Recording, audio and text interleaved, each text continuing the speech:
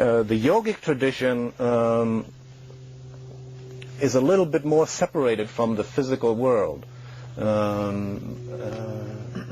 it works basically with the same kind of, it doesn't work so much with animal or plant, for example, plant substances, although some aspects of yoga do. For example, the tantric tradition in India does use plants and herbs and so forth as an adjunct to consciousness work, but more concentrating on the mental techniques, the meditational techniques of yoga, but the purpose being the same, being the contact with the inner world. And animals are used as symbols, of course. You have animals and the chakras and that kind of thing. In Taoism, it's interesting because there the yogic aspect of alchemy is much clearer. It's much more clearly spelled out that alchemy is also a yogic internal practice. So I would see yoga and alchemy as being the Indian and Chinese equivalent to what in Europe became the alchemical tradition. And which before, in the pre-literate, pre-technological, Neolithic and Paleolithic culture was shamanism. Shamanism, animism meaning that nature is alive. One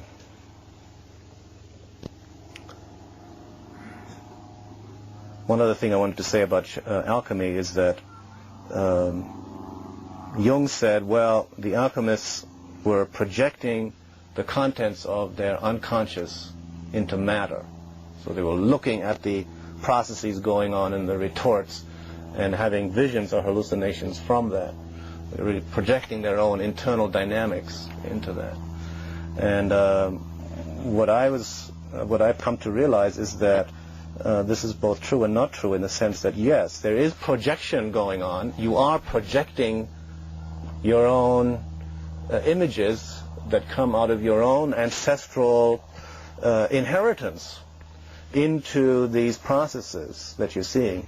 It's not, however, necessarily, it's not an unconscious projection, because the images that you're projecting are these mythic images that you've been taught, that you have learned from your teachers and from your books that you've read. The figures and the stories of the gods and the animals and so forth, the stories of the ancestors, which is what the mythology is, the story of our ancestors, are projected into these processes. It's a conscious, not an unconscious projection. And it's also, again, to remind you of this thing about the inner and the outer, it's not only a projection. Yes, there is projection, but there is also perception. Projection and perception are the two poles of the processes of our attention in relationship to the world. We constantly project images from within us. We project meaning from us. But we also can be and need to cultivate our receptivity, our ability to perceive or to apperceive, as some people say. Apperception is a sort of contextual perception where you get not only the thing there, but the whole context in which that thing is and how it relates to you, and the feelings and the associations that go along with it. That's a receptive process. And in this, there's an exquisite and poignant dance in the interplay between these projective and receptive, perceptive processes that we engage in all of our lives, because it's extremely easy to get stuck in one or the other mode. And getting stuck in one or the other mode is equally detrimental.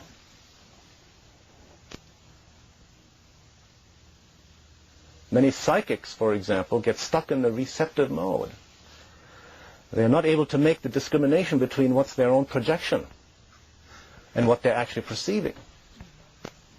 And often they take on a lot of physical illnesses or psychic discontents and distress as a result of that. So,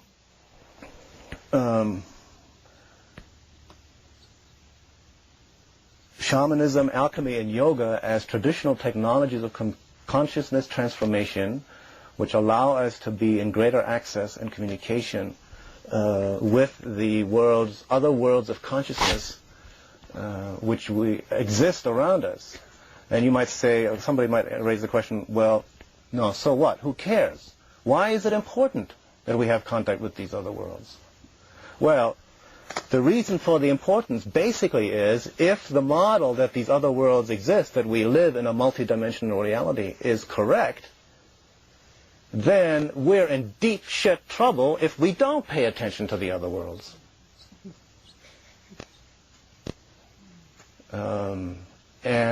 Since all of the traditions, spiritual traditions, psychic, philosophical, religious traditions of all times, including shamanism, are unanimous in asserting this claim that our ordinary attention and consciousness is limited to this pathetic fragment of the possibility to be perceived.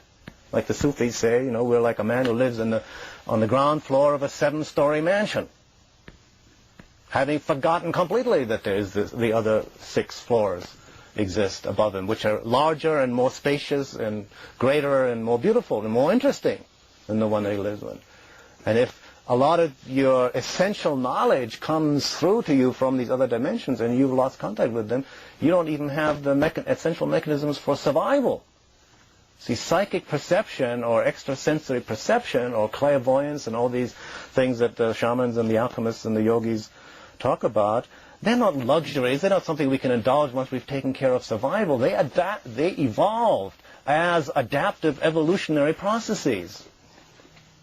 And we've lost them to a large extent through atrophy. They've atrophied through misuse.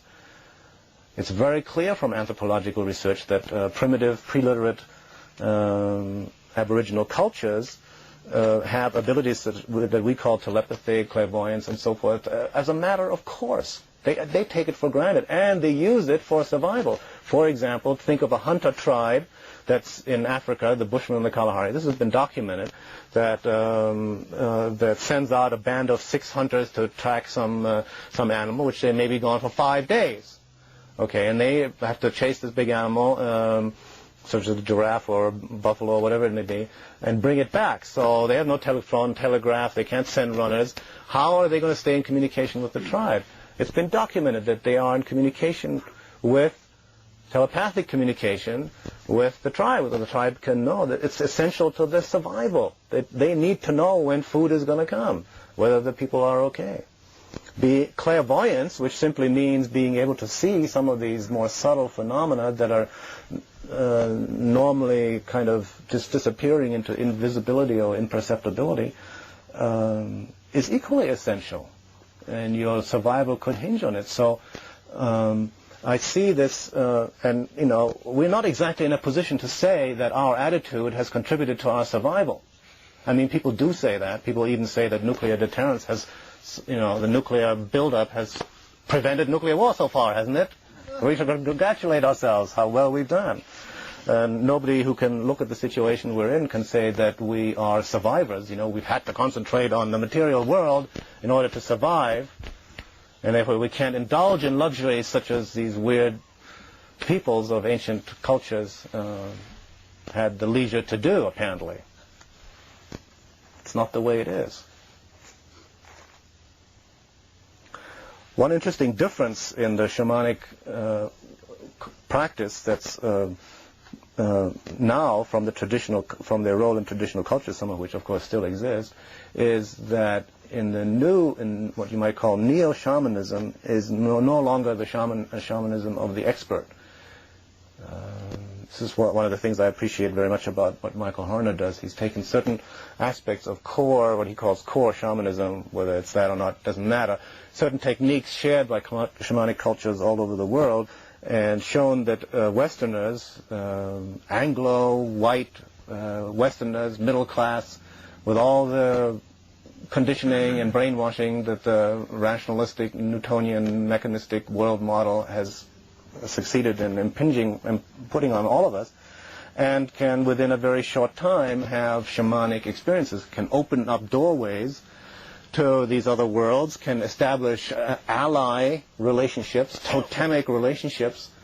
They're not really totemic, because totemic means family, comes from the ancestry, and these are not. These are new. These are individual new. So everyone has the potential for becoming a shaman, becoming a practitioner of shamanism.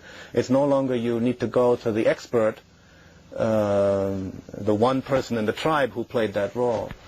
because now we've evolved all kinds of other approaches for, of course we still have experts, and it's okay to use experts, but on the other hand, what's much more important is that people, the actual you and me, all of us, anyone who cares about the world that we live in and would like to survive and would like to see this world pass on to our children and our grandchildren, it behooves us all to make use of every possible help, method, tool, technique, ally, spiritual, technological, as long as it helps us get there and accomplish this purpose.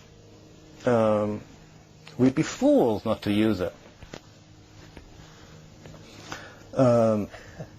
I've recently come to understand also that there are different varieties of shamanic path, and this might help some of you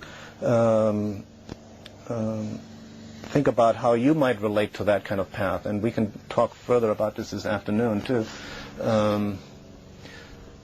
Part of this came for me out of a distinction that's made in the Polynesian, Hawaiian shamanic complex between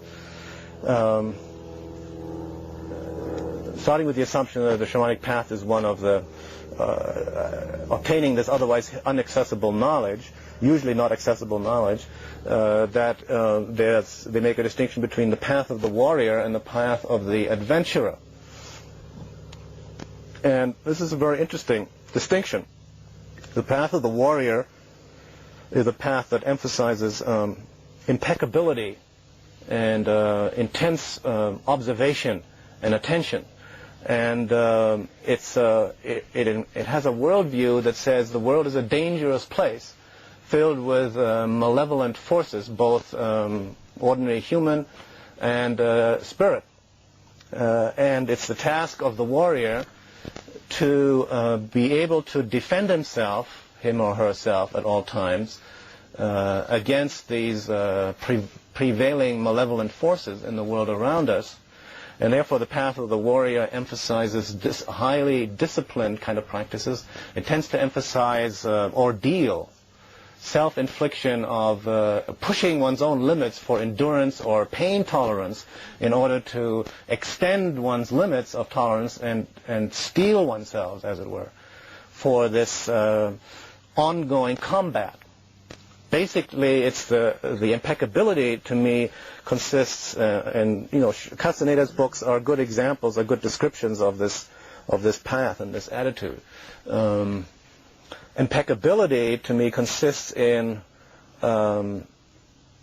this sense of balance between what I've called the projective and the perceptive. Not just having the vision and sort of, oh yeah, vision, groovy, wow, taking it in. Many people have that attitude towards psychedelics. Just take it and wow. Impeccability means you look back. You don't just take it. You look and you try to discriminate and to discern between what are your own projections based on your own fears and fantasies and what is really going on there and what really is going on there. You need to be able to observe. You need to be able to catch the details. You need to be able to see through the surface in order to get the meaning that's being expressed by that surface of form. And that, to me, is impeccability. Impeccability means not just indulging and having the vision, it means observing the vision that you're shown in all states of consciousness. Now, the adventurer, the path of the adventurer is a little bit different. The adventurer actually needs to have the same impeccability and the same attention to observing and really attending to detail. However, he doesn't necessarily, and he agrees, the adventurer agrees that the world is filled with malevolent forces, but that's not all. The adventurer, whom I actually prefer to call the explorer, so you think of it as adventurer-explorer, as a type of path, as an orientation, says, yes, okay, we need to be able to protect ourselves, so we'll learn the skills of the warrior. But on the other hand, reality is infinitely fluid, well, not infinitely, it's fluid and flexible within certain limits, and these limits can be extended and expanded. And the adventurer then rather tries to generate or co-create a picture of reality in which the potential for unfolding and for creative expression of everyone participating in it is maximized. So it's creating an environment, creating a setting, co-creating a space, a context, a reality in which each and every one of us humans and the animals and the plants and nature herself can be recognized as a community of equals and can have the right to unfold their own destiny. This is what the deep ecology movement is, how deep ecology connects into shamanism. Because deep ecology says every species of plant or animal and the environmental elements themselves have an equal right to live their life without having their integrity violated by one particular arrogant species. So the adventurer, explorer, and the warrior consciousness share the emphasis on impeccability, on observation, on detail, on discipline to a certain extent, but the adventurer, explorer also emphasizes creativity more. The creative play to allow the unfolding of these created realities that maximize everyone's potential. So the drawback of the warrior consciousness is that it has a tendency to become paranoid. Because this kind of suspiciousness, the world is full of malevolent forces, shades very easily into paranoia. And when you think of warrior consciousness, not so much in the shamanic context, see, the shamanic warrior consciousness is conscious warrior attitude in relationship to the inner worlds, or the other worlds. Warriors, of course, exist in the ordinary world. And one kind of summary statement of the kind of mess that we're in right now is to say that the warrior consciousness on this planet has run amok. When you look at the governments of the world, both first, second, and third world countries, 99% of them are military cliques, military elites. The military-industrial complex has been in charge of basically, they have access to the largest amount of resources, they have access to all the science and technology, they have access to the largest amount of money, they control, they dominate, they are parasitical on the economy. Because the military economy is not a life-sustaining economy. It's a life-destroying economy which doesn't produce anything of value that sustains and supports life. Therefore, it's parasitical on the rest of the economy of people who grow food and live lives and try to have babies and continue the life on this world. The difference between parasitism and symbiosis is very crucial. Symbiosis means mutual cooperative support of each other's evolutionary development. Parasitism is evolutionary development of one species or group or clan of another, at the expense of another. The colonial enterprise, the entire colonialism is a form of parasitism. That's why we shouldn't be surprised when third world countries don't think of America as the land of opportunity as so much as the land of imperialist oppression and exploitation. The opportunity is not for them. So we are the ones that go in there, force them to change their agriculture over to doing monocultural things, which leads to, and force them to grow crops that they can sell for cash to make our hamburgers, to feed our cattle, and therefore not be able to feed themselves and destroy the rainforest. They're not doing that. They wouldn't come up with that as a mechanism of survival. It's a parasitism. It's for us. We consume all that stuff, and they are left with the waste matter. So this is one difference in which the shamanic revival, neo-shamanism, differs from the traditional role, is in its emphasis on each individual has the ability and the necessity and the right, certainly, to practice, desirability of practicing it yourself. See for yourself. Find out for yourself. Go for yourself. Go and see. See what you can learn.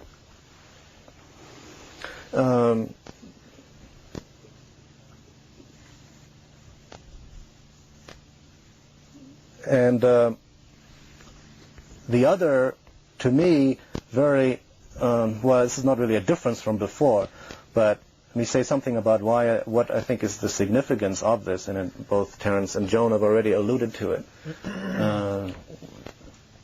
It's because the pre-literate shamanic aboriginal cultures, primal cultures, have preserved this sort of shamanistic, animistic, pagan worldview, is one of the reasons why it's important for us to study these cultures and to study our own past.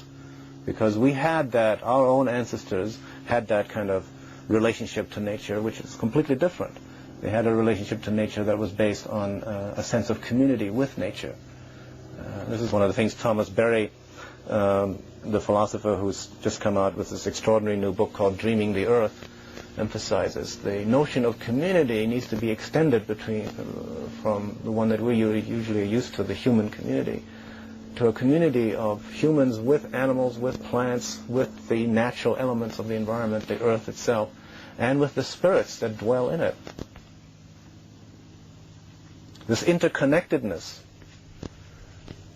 interwovenness, which we have lost, which is exemplified in and emphasized in some scientific movements, particularly the Lovelock hypothesis, the Gaia hypothesis of Lovelock, which states that the world, apparently on scientific evidence alone, behaves like a living organism, like a living, breathing, giant organism, like a supercell.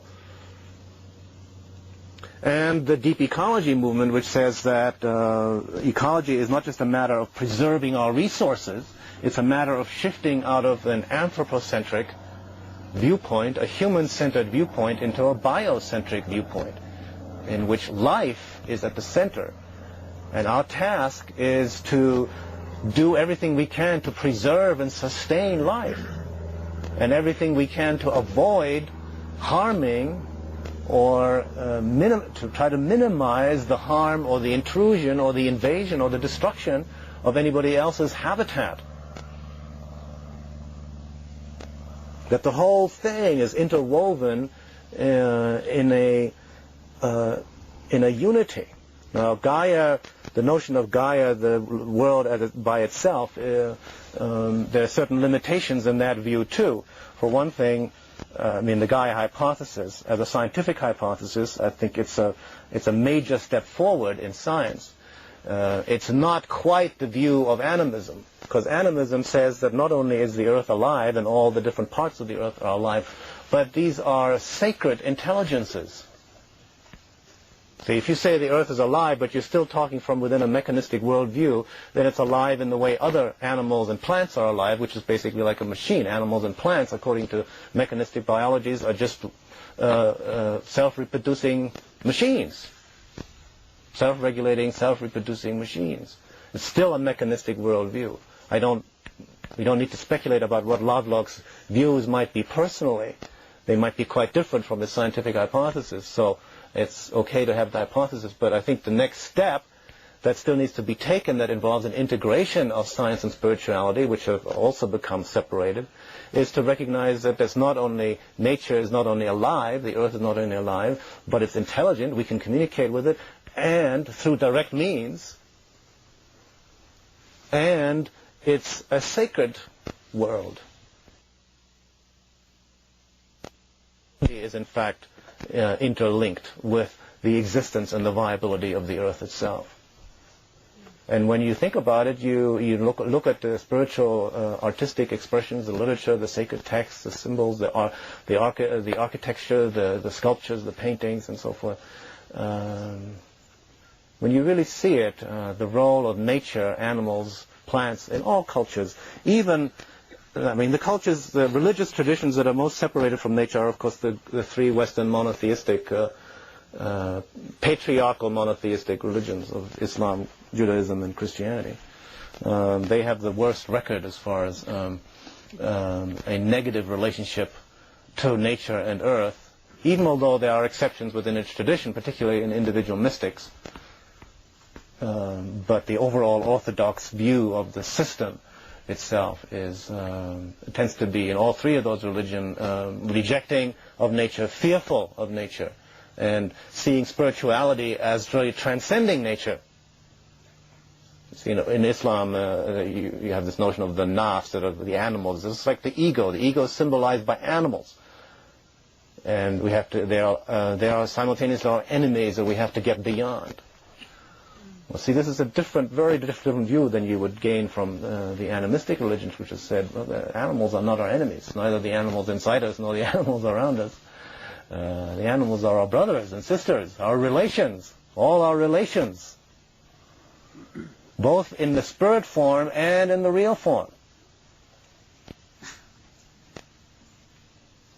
So we can cultivate this relationship with the spirit, the soul of the animal, as well as with animals that we actually might know of, flesh and blood and fur and four legs and wings.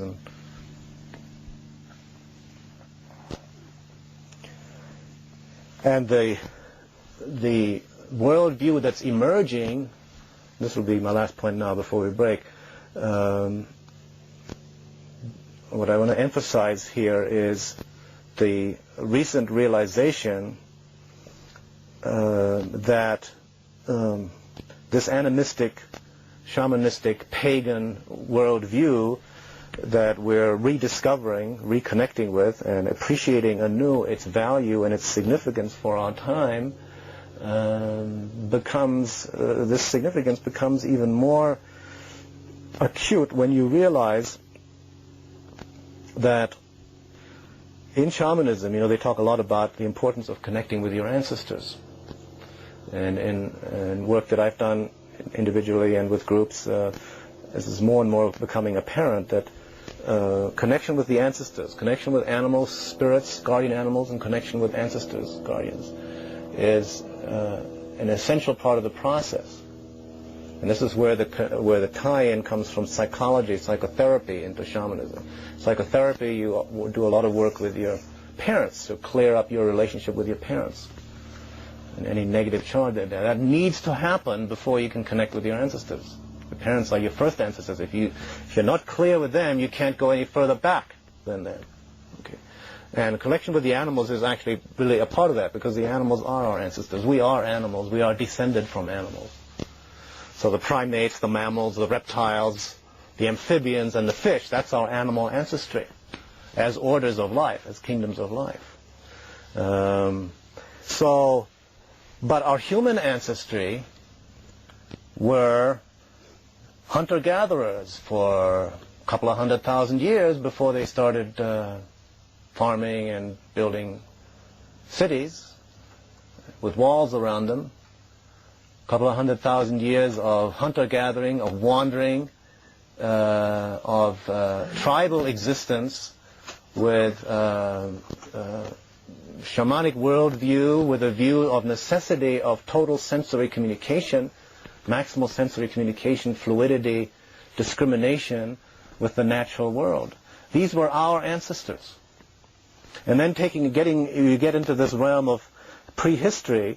Terence referred to the work of Ria and Isla, which in turn is based on the work of the archaeologist Maria Gimbutas, whose major discovery over the last 20 years has been to unearth, to uncover the goddess religion of old Europe, as she calls it. Europe before the invasions of the Indo-Europeans, the Indo-Aryans who came from Central Asia and invaded India from the north, the Mediterranean basin, and Western Europe in wave after wave after wave of invasion. These were nomadic horse people. They had domesticated the horse, and they had discovered how to make bronze weapons.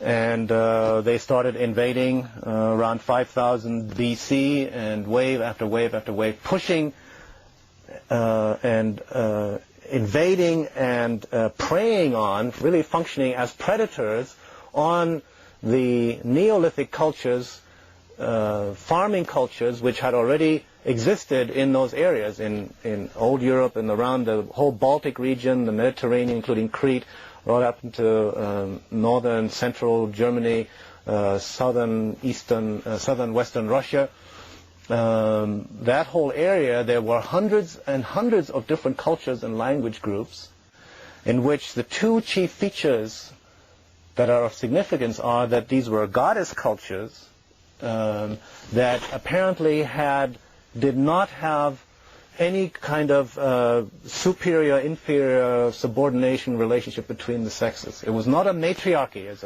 Reagan Buddhist emphasizes, not a matriarchy, which means the mothers dominate, the mothers control, rather than the fathers.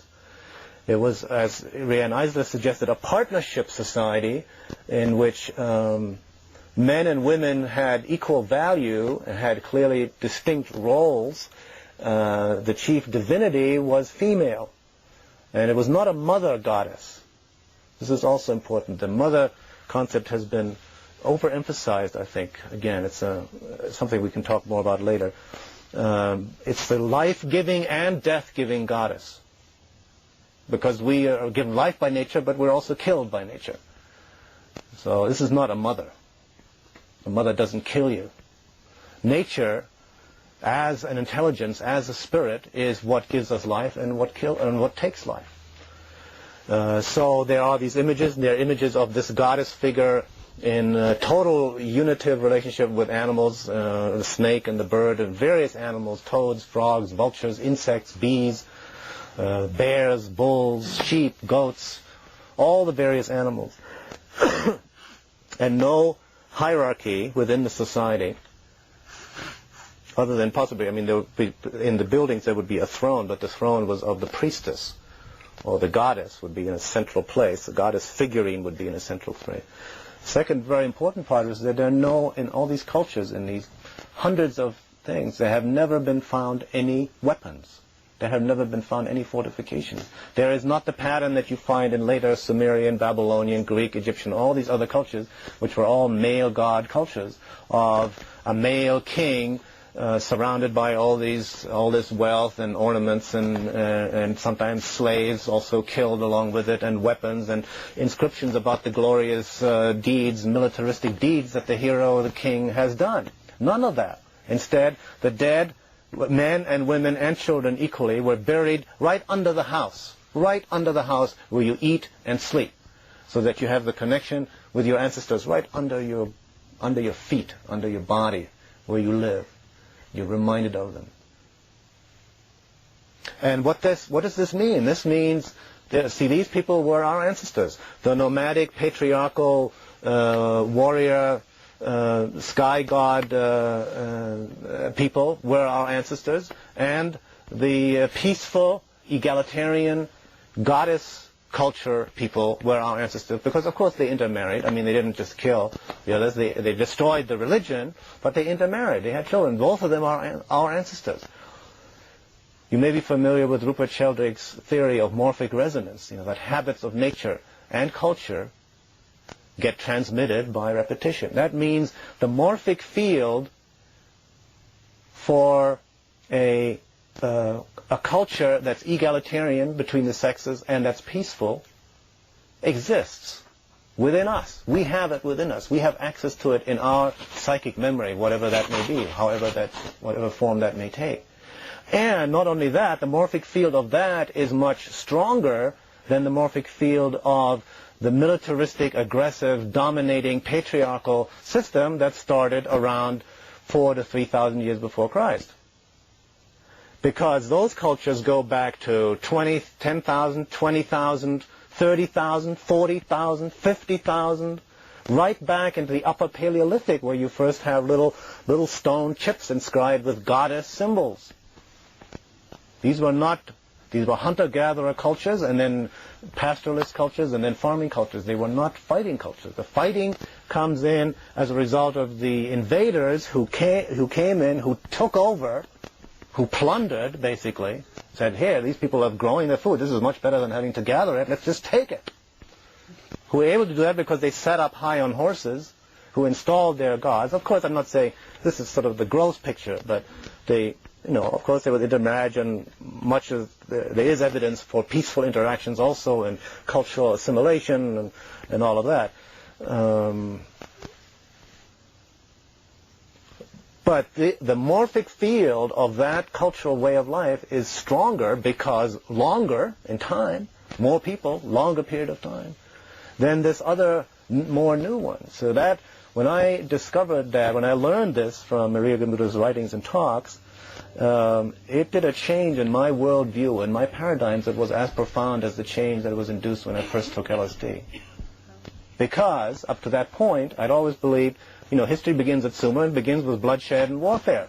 And it's been bloodshed and warfare ever since. And in fact, then the biologists go along with that and say, well, we're descended from these aggressive animals. Aggression in nature raw and tooth and claw, eat or be eaten, the territorial imperative, 2001, bash the skull. That's it. We've always been that way. It's part of human nature. We can't change. Along comes this woman from Eastern Europe and says, no matriarchy, no weapons. For tens of thousands of years, 10 times, 20 times as long as our history that we'd previously thought was, this is our ancestry. This means these people are our ancestors. We know how to do that. We know how to live in an ecologically and peaceful, harmonious world. We've done it. So for that reason, I'm actually extremely hopeful, although I realize, as every one of you do, that our world situations, as you look at it today, is a total and unmitigated disaster. The apocalypse, the Armageddon, is already in full swing. It's not something that's going to happen next year or 25 years from now. It's happening now. All you need to do is read the papers, look at the television. The four horsemen of the apocalypse, war, famine, poverty, and destruction, they're all rampaging over the entire globe. Amnesty International just put out their more than 2/3 of all nation governments sanction torture as official government sanctioned practices. And the number is increasing, and the variety of torturing techniques being used and the numbers of people being used on is increasing. So there's no stretch of the imagination that can be called progress, but there are these very, very hopeful signs, and the locus of those signs is within the psyche of every single human individual, nowhere else.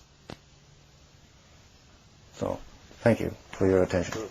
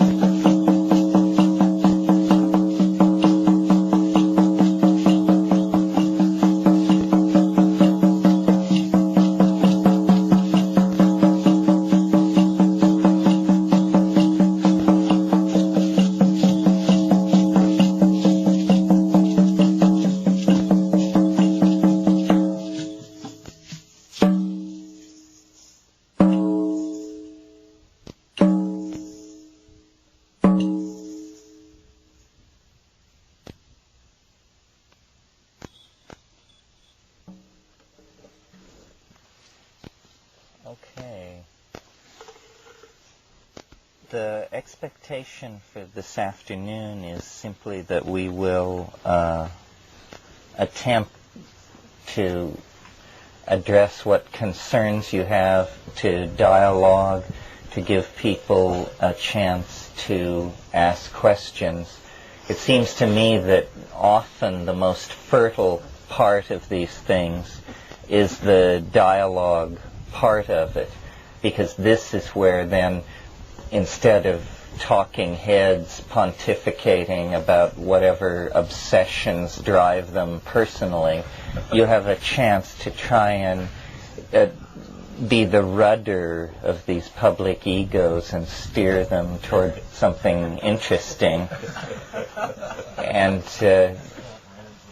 so the obligation is on you for the quality of rhetoric for that kind of a session.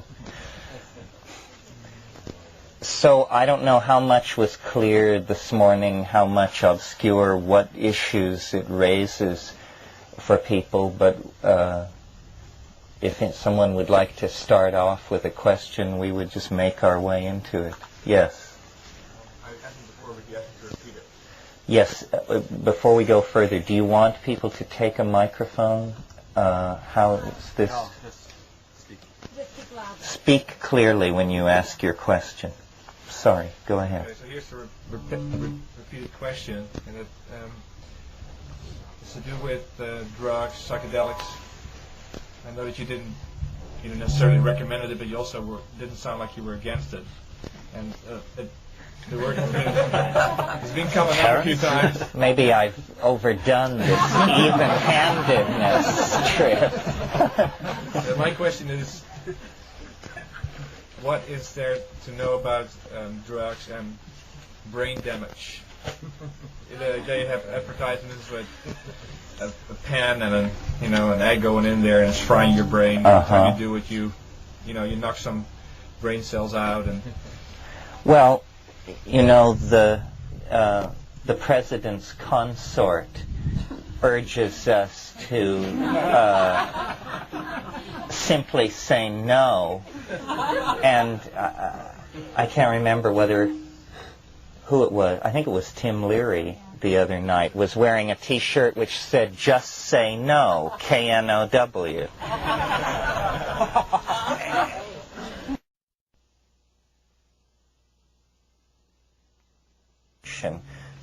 Then you have to make very clear choices. My own approach to this has been to give great force to tradition. That's why we're here talking about shamanically utilized plants, because they are plants with a history of human usage, thousands of years old. We already know that they do not cause tumors or madness or miscarriages, because if that were the case, they would have been pushed aside over millennia of usage. A private prejudice of my own that I urge on people is that the drugs they take should be as much like brain chemistry as possible, as non-invasive of the physical brain as possible. Fortunately and suggestively, the strongest of all hallucinogens are the ones most like ordinary brain chemistry. Another thing I think that's important is to be sort of pharmacologically monomaniacal. It's good to do, when you find out what works for you, just really do it into the ground, rather than being someone who is always, this week it's 2CB and next week it's something else and then something else. It's much better, I think, if you find an ally who resonates with you to then utilize that.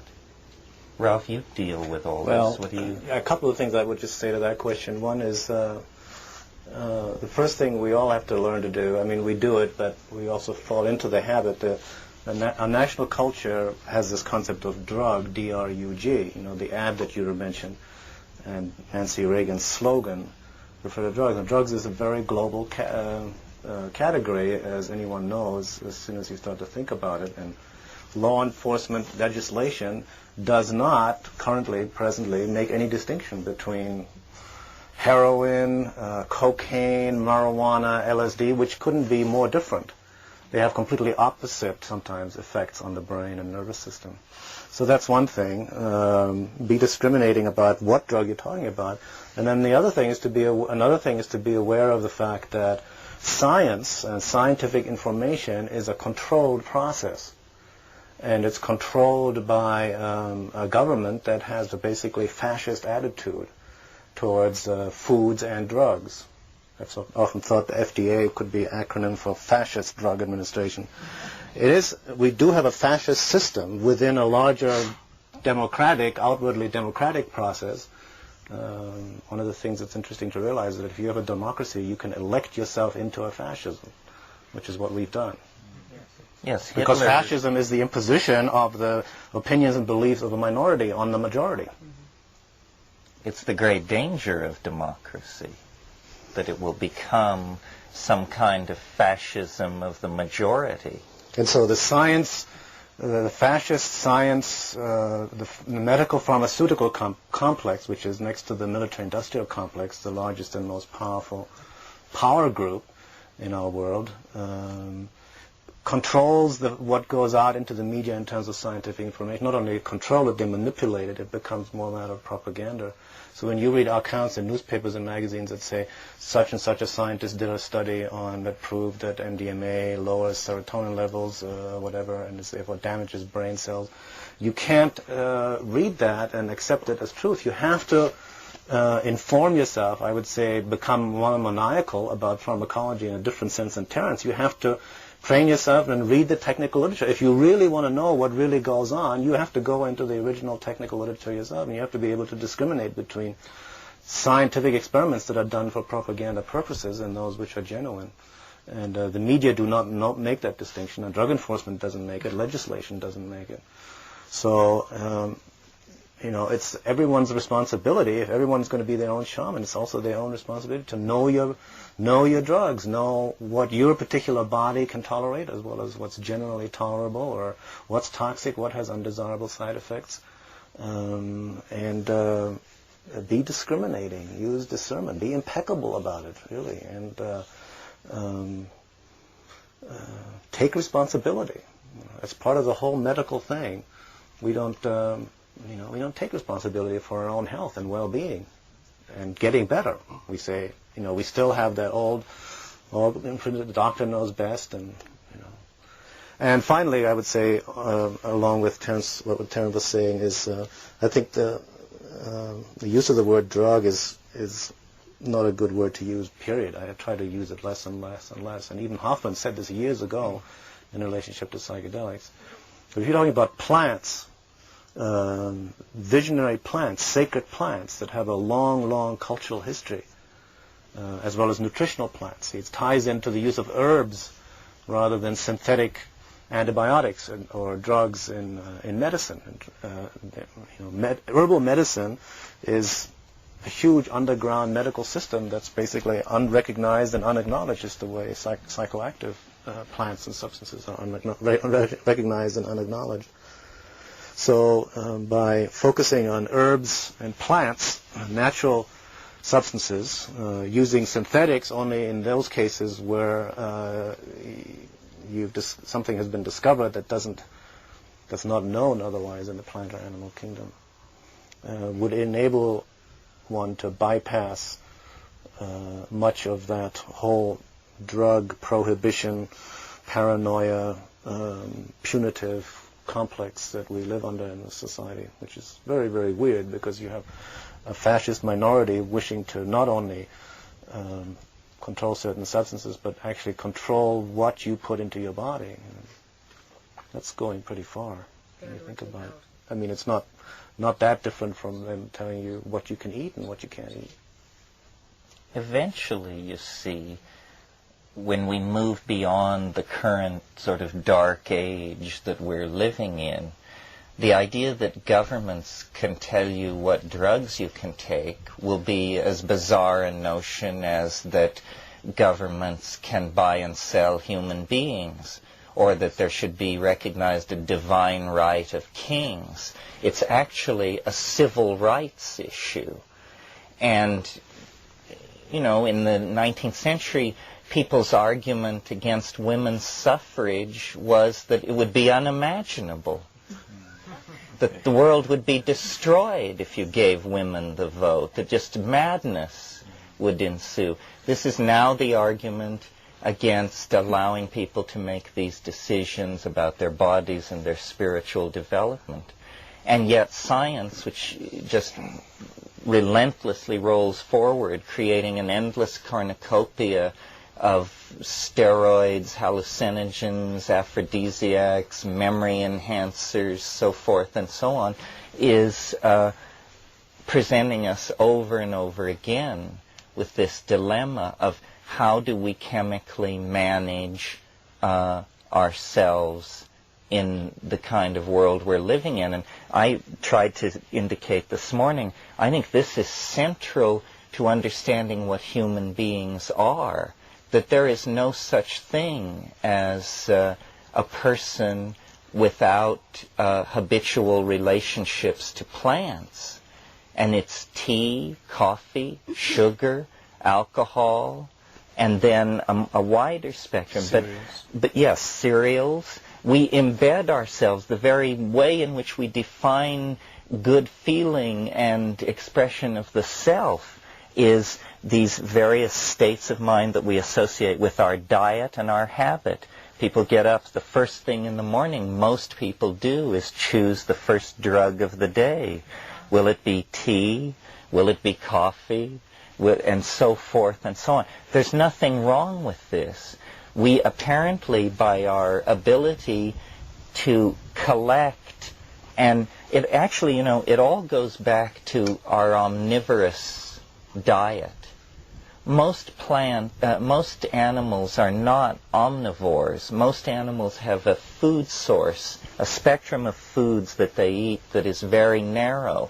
But if you're an omnivore, if your habit is to eat everything and to test everything in the environment for protein, then you lay yourself open to exposure to vast numbers of mutagens, hallucinogens, tumor-inducing compounds, steroids, galactosides, poisons, all kinds of things.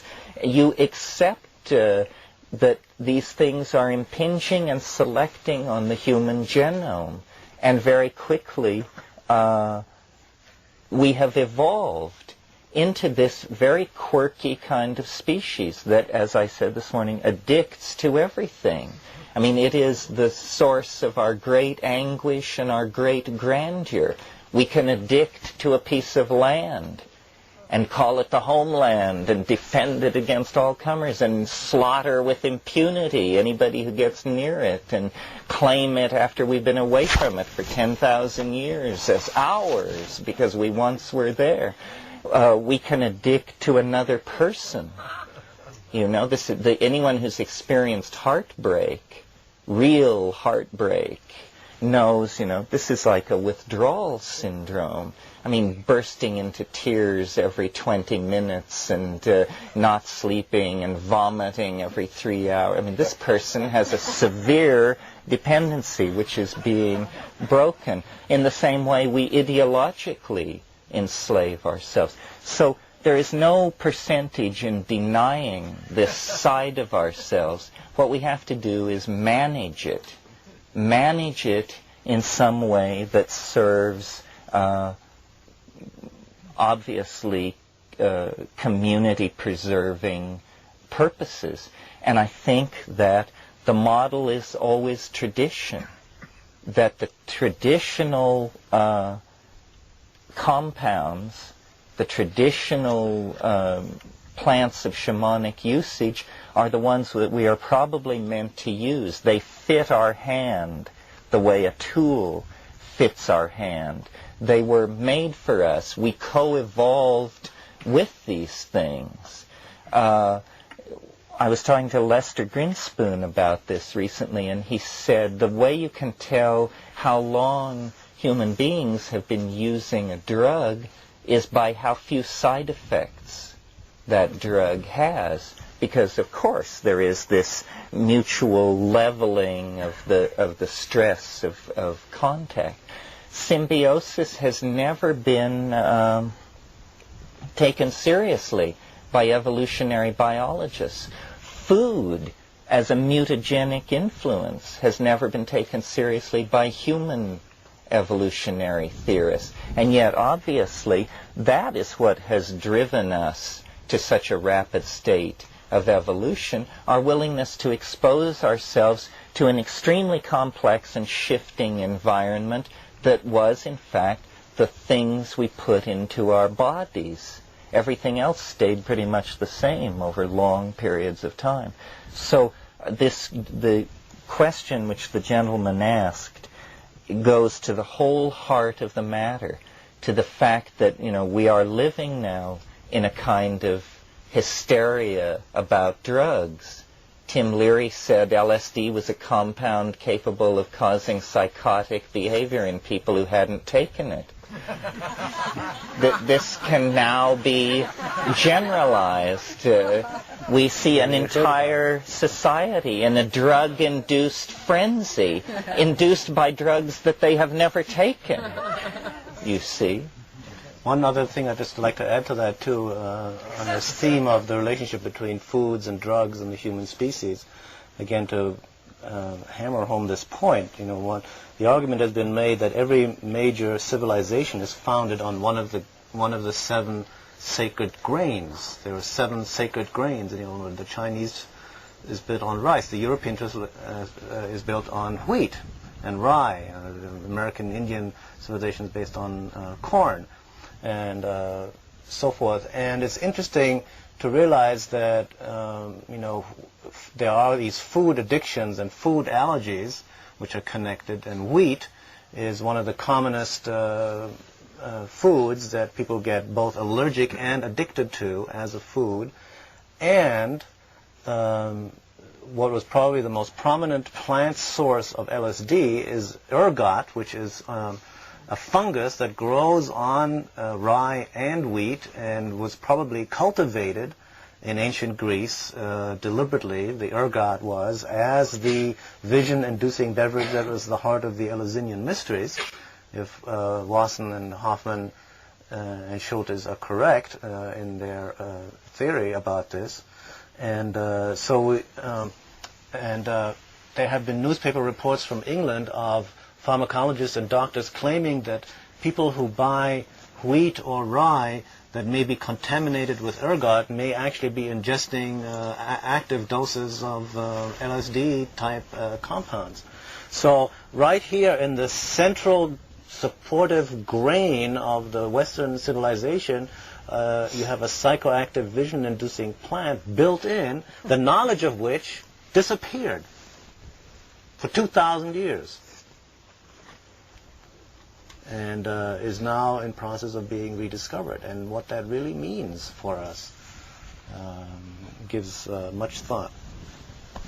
In hypothesizing about the early dawn of consciousness of mankind, if it were assisted by visionary plants, would this have made a genetic change in the DNA strand rather than just an experience for that hominoid or whoever it was that was enlightened? Could it have made a mutation, and then this consciousness was then passed on to their offspring? Well, it's a very complicated situation, and where we don't have all the information. But what it looks like happened was there were arboreal canopy-living primates in Africa, in a tropical forest similar to the Amazon in extent.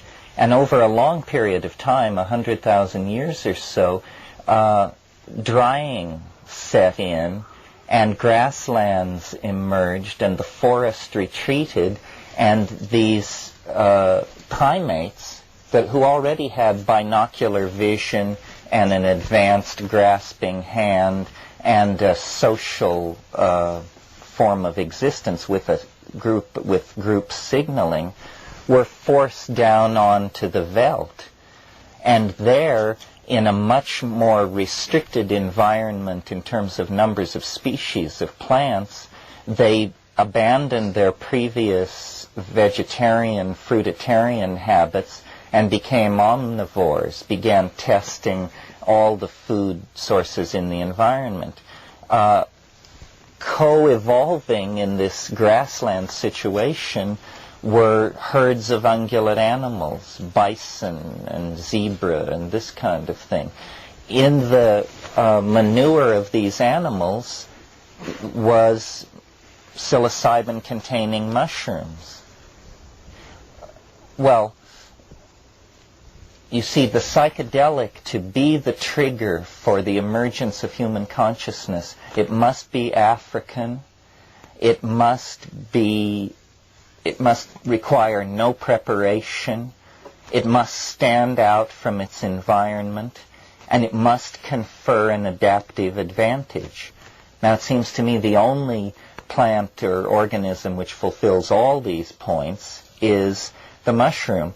What the mushrooms do in low doses is confer slightly increased visual acuity.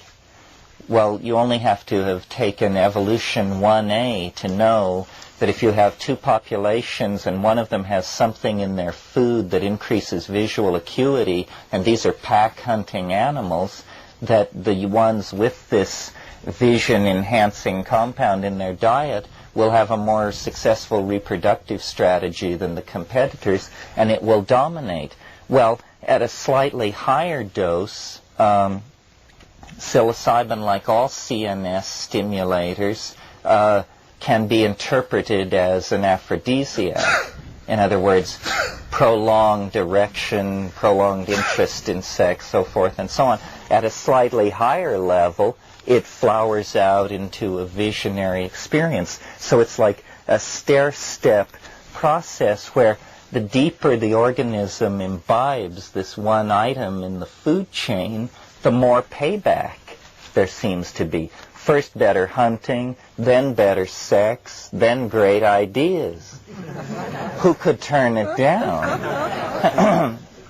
And I've talked, like, you know, when Rian Eisler and I appeared here, Rian is by no stretch of the imagination a psychedelico. I mean, she's a very straight and very wise lady, but not a stoner.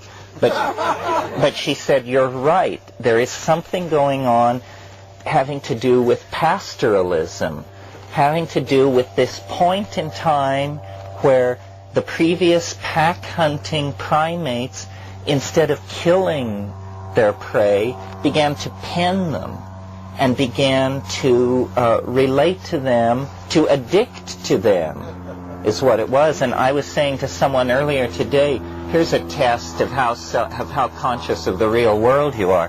What is the weirdest thing about a cow? And my victim said, the eyes.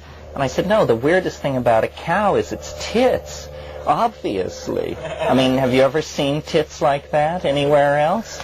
These tits are made to fit a human hand. It's obvious. And so this is an example of very old co-evolution, co-adaptation.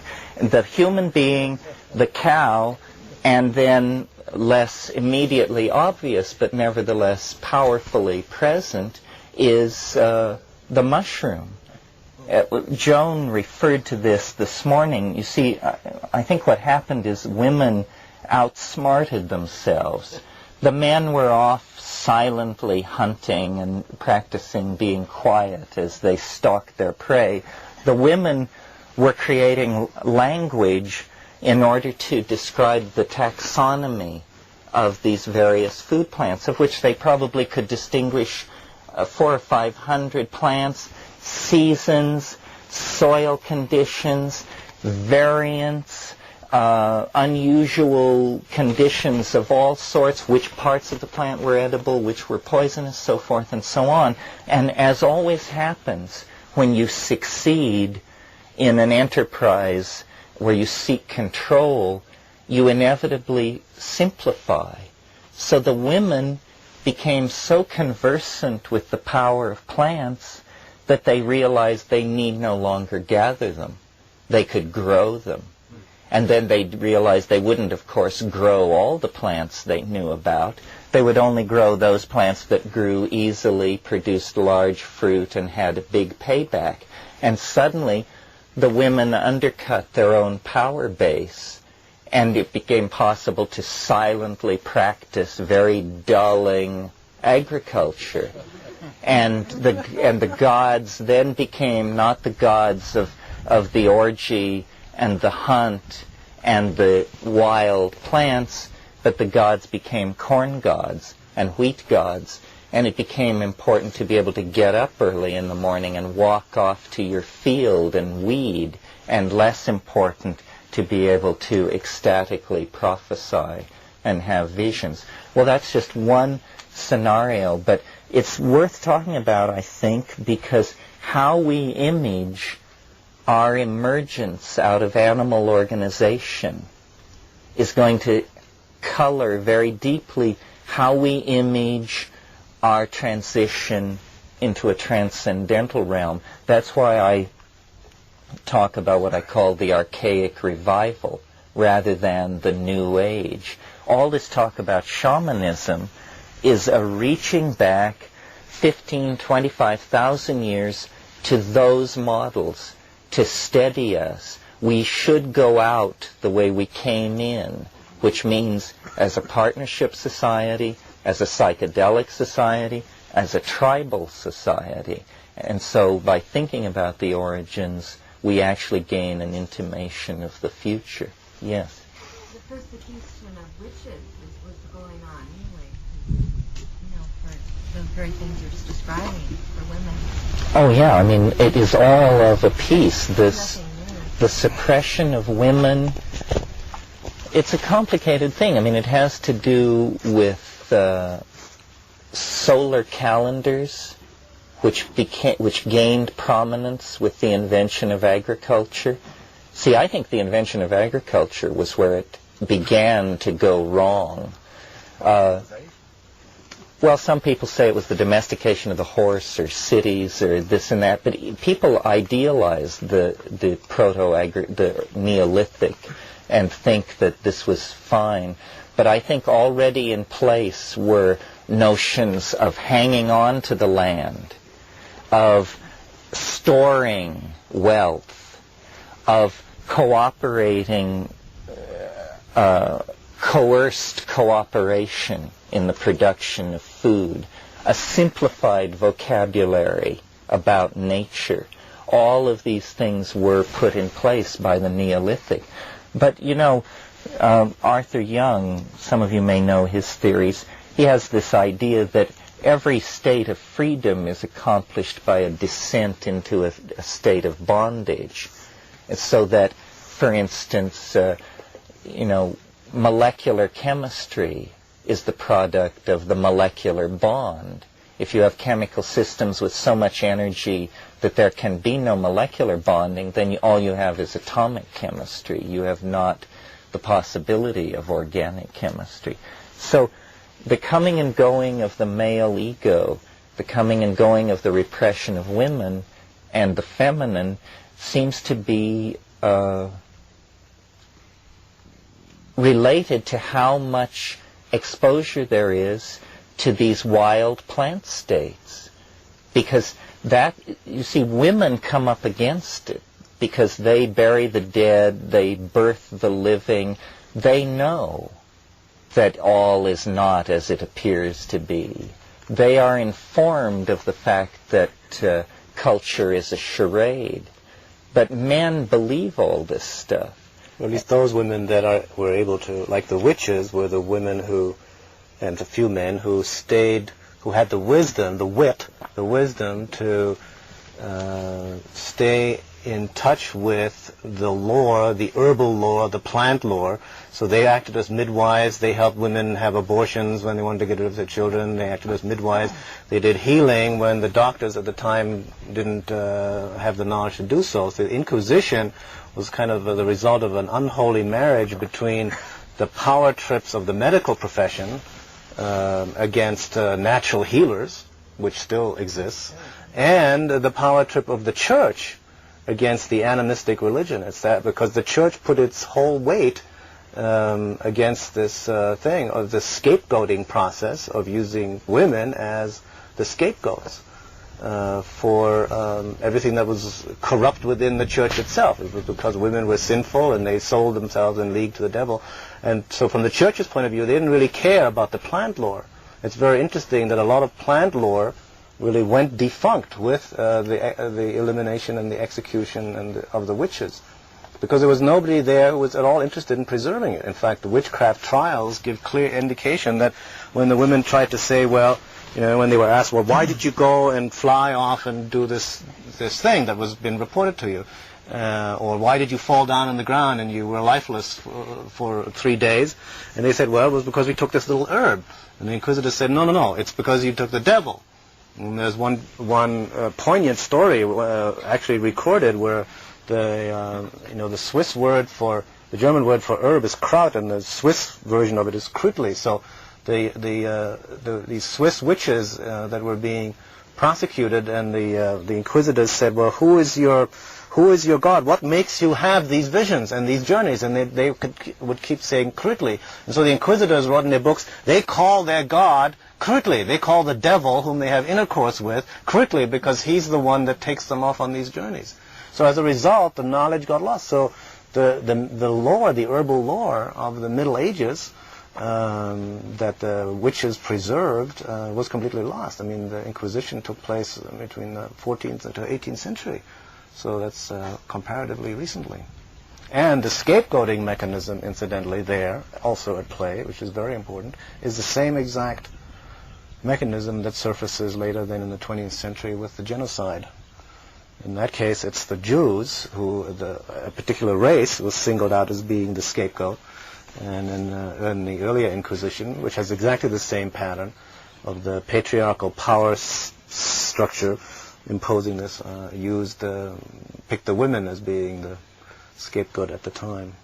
Hopefully, one of the things that has to happen is that we go beyond the need for scapegoating and take responsibility for our own growth and learning. Embedded in all the monotheistic texts are the mention of women as creatures, so she has to be controlled. Right. And Francis Bacon, who initiated the experimental method in science, talked about nature actually having to be violated. We have to force her secrets from her by force, by violence. It's sort of rapacious and used the metaphor of the language. torture. The torture. You have to torture nature to get out of here her secrets. Whereas true science, see, there is a true science. Much of what we call science is not true. There are a few individual scientists who are true scientists. They are the true, like alchemists, they are lovers of nature.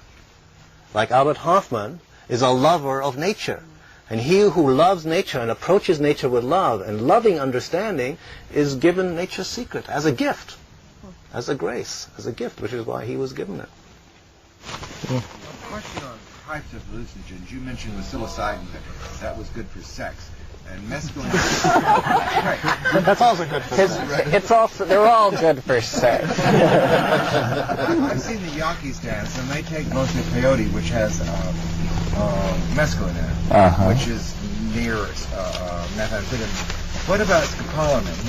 What does that do to you? And what about DMT? What does that emphasize in your dreams? Well, I mean, it's good that these questions are asked. The real source of information is largely folkloric in our own culture because, of course, we live in a society where research is not allowed. So it's all underground and clandestine. But you ask about scopolamine. Scopolamine is, along with L-hyl-thiamine and other things, the active ingredient in Jimson weed, which because of Carlos Castaneda and the practices of brujeria in Mexico is well known as a psychoactive plant. It certainly is psychoactive, whether it is psychedelic or not. Maybe more like madness? It's a kind of delirious frenzy. You go between delirium and frenzy, and you have a great deal of trouble remembering. It's what's called state-bounded. If you try to from my own point of view, if I were to try to describe the ideal shamanic plant, what it would do, it would not interfere with the short-term and long-term memory. It would clear your system very quickly, and it would be highly visionary. I am, I guess, just the kind of personality that values vision. So I really think it's weird when people say they took drug X and it was wonderful, and you say, well, did you hallucinate? And they say, well, no. Well, then what was so wonderful about it? I mean, there must have been something, a feeling. But for me, what is fascinating is just the indole hallucinogens, this very small family, which includes psilocybin, LSD, ibogaine, harmaline and harmine, the beta-carbolines. Did I say DMT? Yeah, and that's it. Not even mescaline, which marks me as a kind of Calvinist in some people's books. I always wonder why the Yankees could dance so long, and it's really it's because it's an amphetamine, but these indole hallucinogens. What we're trying to get out here is we're trying to appear to be sane and rational people, so we don't seize you by the lapels and shake you. But what we're trying to get out here is that these things contain something that our art, our history, our literature, our religion did not prepare us for. And it appears to be an alien god, an unknown dimension, the edge of our ideological world in some way. Big excitement, not prolonged erection or enhanced memory or ability to rave all night or ability to recall instances of molestation in your childhood which may or may not have even occurred. But something else, something really transcendental, completely astonishing, and that as a rationalist, I think we have no right to expect that it exists. Most people don't know that it exists. People go from birth to the grave and never have the faintest inkling that there are these things in the environment which can just turn them upside down, set elves crawling through your drawers and jumping out of... I mean, really, reality just comes apart. If you've never had that experience, be assured that you could. A lot of people live their lives in the faith that there is no Santa Claus. Well, I've got news for you. One thing I might add about scopolamine is it's scopolamine and atropine and hyoscine, which are derived from these nightshades, Solanaceae nightshades, were important psychoactives in the witches, which is the European medieval shamanic tradition, and they seem to produce a kind of the visionary, but different than the psilocybin or indole tryptamine kinds of visions, accompanied by a kind of like a twilight sleep, what brain researchers refer to as a theta state, just before sleep, where you get these kind of images, that you get a sequence of images like dreamlike, and then you kind of fade out. You go into sleep, which is why, and then you may wake up again and have a few more images, and your body feels very heavy and kind of asleep, and yet you're having these visions. It's interesting that so there's that sense of confusion. You're not quite sure, did you see this, did you dream it, what was it, that kind of thing. And because it's it's a detachment from the body, scopolamine was quite commonly used in childbirth. The generations of women gave birth to children while in this kind of delirial twilight sleep state. It was also used by the SS as a truth serum because they thought they could extract information. Uh-huh. Thank you. Sure. Can we talk about evil games? Oh, here, this guy.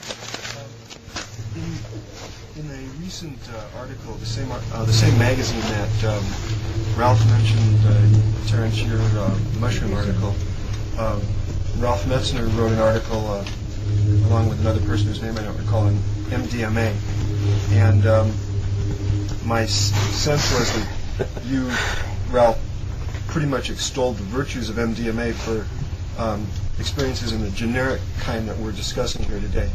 Terence, you give criteria when you talk about what you think are useful criteria for substance selection in terms of what you think would be helpful for people that are interested in choosing or knowing the plants or knowing the substances that they're be interested in for consciousness expansion or etc. I just wonder if you both could comment on what you think about MDMA. It's had a lot of press. There seems to be certain camps that think it has a great virtue, and some people feel that it's just an excuse to take amphetamine. The yuppies cocaine.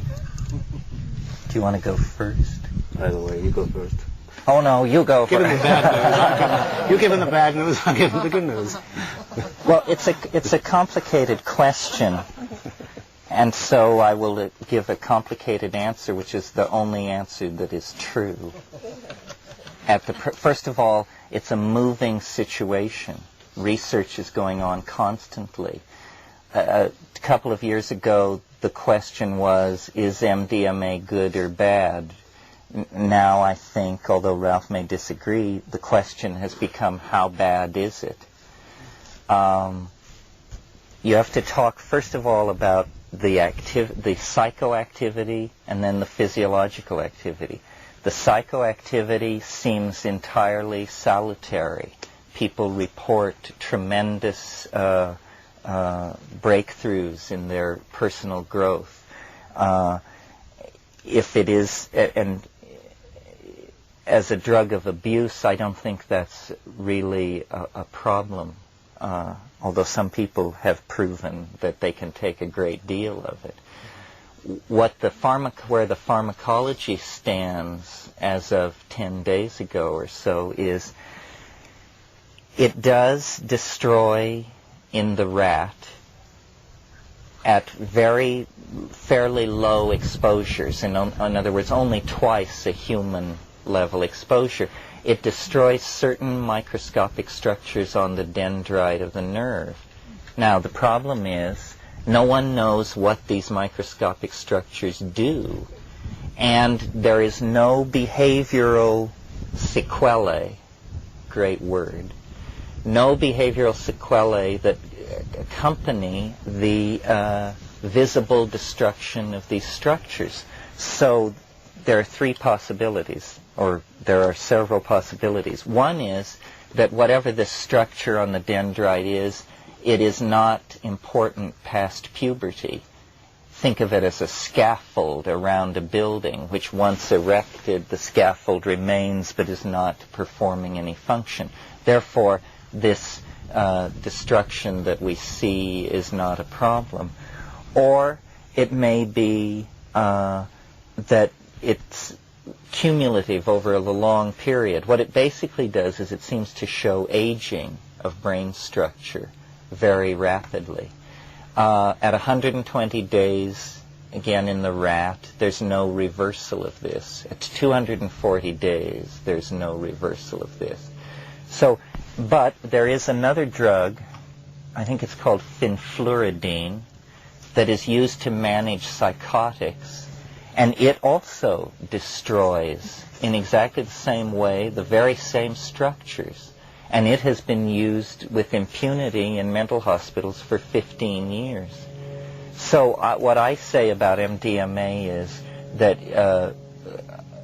a prudent course would be to wait and see. If it's really bad, they're going to find out. If it remains in this somewhat nebulous place, well, that means the people who think it's bad are actually losing ground. as a general rule, I never was very excited about MDMA because I'm just very suspicious of synthetics. And one of the things that is really terrible about the cultural climate that we're operating in was, here was MDMA, a drug with an apparent potential in psychotherapy that actually became popular in psychotherapy. And because there was no process for legalizing it, it was never tested at all. That's what the FDA gave us with Adam, was an utterly untested psychoactive drug because they refused to test it. So the fruits of ignorance are dendritic ablation in this case.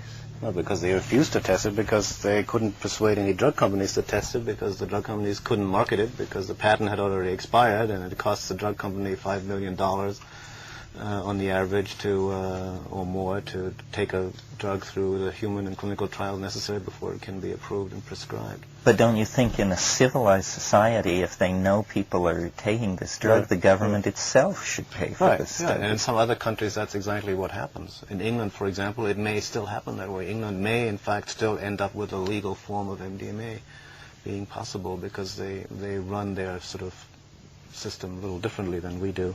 I think the only thing I would add to what Terence has said, I mean, I basically share those views. I think that in a kind of a basic sense, if you're talking about the whole spectrum of psychedelic and psychoactive drugs, Adam is just not that interesting. It happens to be the most effective drug so far discovered for psychotherapy, for helping people sort out their emotional entanglements, emotional attachments, and balancing out the emotional nature. And that sometimes takes one session with MDMA, sometimes two, sometimes half a dozen, in a therapeutic kind of context. And many therapists found that this was the case. And there's a book that we published called Through the Gateway of the Heart, which is available in the bookstore if you want to read a selection of accounts of experiences that people have had with it in a therapeutic context. And it's not visionary. Myself and somebody else simultaneously independently came up with the term empathogenic for it, generating a state of empathy. Simply seems to produce this kind of opening of the heart center from which then people can relate. They can look at their problems with empathy. They can look at other people, their relationships, and they can sort of just balance it out, clear it out. But apart from that, once people have done that, number one, people report that after having done that a few times, they can get to that same state of open-heartedness without it. The expectation for this afternoon is simply that we will attempt to address what concerns you have, to dialogue, to give people a chance to ask questions. It seems to me that often the most fertile part of these things is the dialogue part of it, because this is where then, instead of talking heads pontificating about whatever obsessions drive them personally, you have a chance to try and be the rudder of these public egos and steer them toward something interesting. And so the obligation is on you for the quality of rhetoric for that kind of a session. So I don't know how much was clear this morning, how much obscure, what issues it raises for people, but if someone would like to start off with a question, we would just make our way into it. Yes? Yes, before we go further, do you want people to take a microphone? How is this? No, just Speak clearly when you ask your question. Sorry, go ahead. Okay, so here's a repeated question, and it's to do with drugs, psychedelics. I know that you didn't necessarily recommend it, but you also didn't sound like you were against it. And the word has been coming up a few times. Maybe I've overdone this even-handedness trip. So my question is, what is there to know about drugs and brain damage? They have advertisements with a pen and an egg going in there and it's frying your brain. Every time you do it, you knock some brain cells out. And well, the president's consort urges us to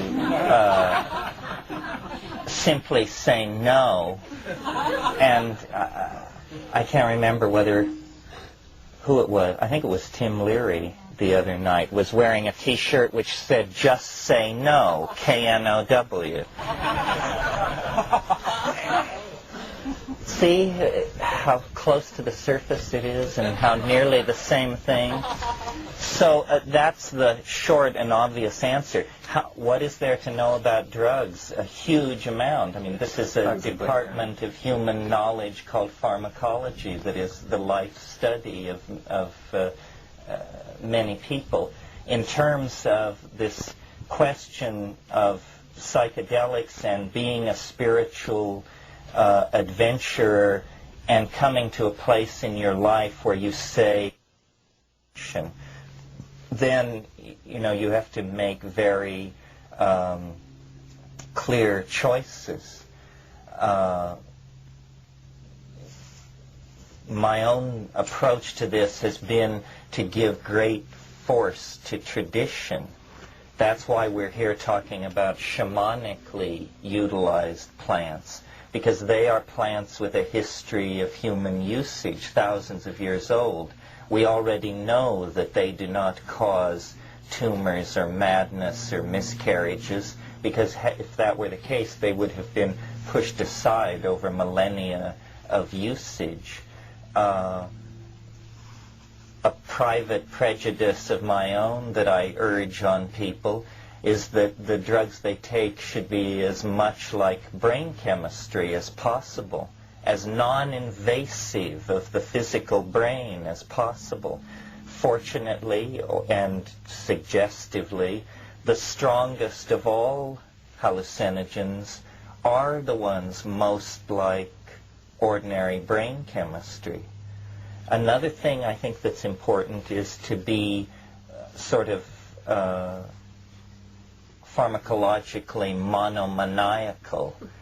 It's good to do, when you find out what works for you, just really do it into the ground rather than being someone who is always, this week it's 2CB and next week it's something else and then something else. It's much better, I think, if you find an ally who resonates with you to then utilize that. Ralph, you deal with all this. What do you... A couple of things I would just say to that question. One is the first thing we all have to learn to do, I mean, we do it, but we also fall into the habit that our national culture has this concept of drug, D-R-U-G, the ad that you mentioned, and Nancy Reagan's slogan, refer to drugs. And drugs is a very global category, as anyone knows, as soon as you start to think about it. And law enforcement legislation does not presently make any distinction between heroin, cocaine, marijuana, LSD, which couldn't be more different. They have completely opposite, sometimes, effects on the brain and nervous system. So that's one thing. Be discriminating about what drug you're talking about. And then the other thing is to be aware of the fact that science and scientific information is a controlled process. And it's controlled by a government that has a basically fascist attitude towards foods and drugs. I've often thought the FDA could be an acronym for Fascist Drug Administration. We do have a fascist system within a larger outwardly democratic process. One of the things that's interesting to realize is that if you have a democracy, you can elect yourself into a fascism, which is what we've done. Yes, because fascism is the imposition of the opinions and beliefs of a minority on the majority. It's the great danger of democracy, that it will become some kind of fascism of the majority. And so the science the fascist science, the medical pharmaceutical complex, which is next to the military-industrial complex, the largest and most powerful power group in our world, controls what goes out into the media in terms of scientific information. Not only control it, they manipulate it. It becomes more a matter of propaganda.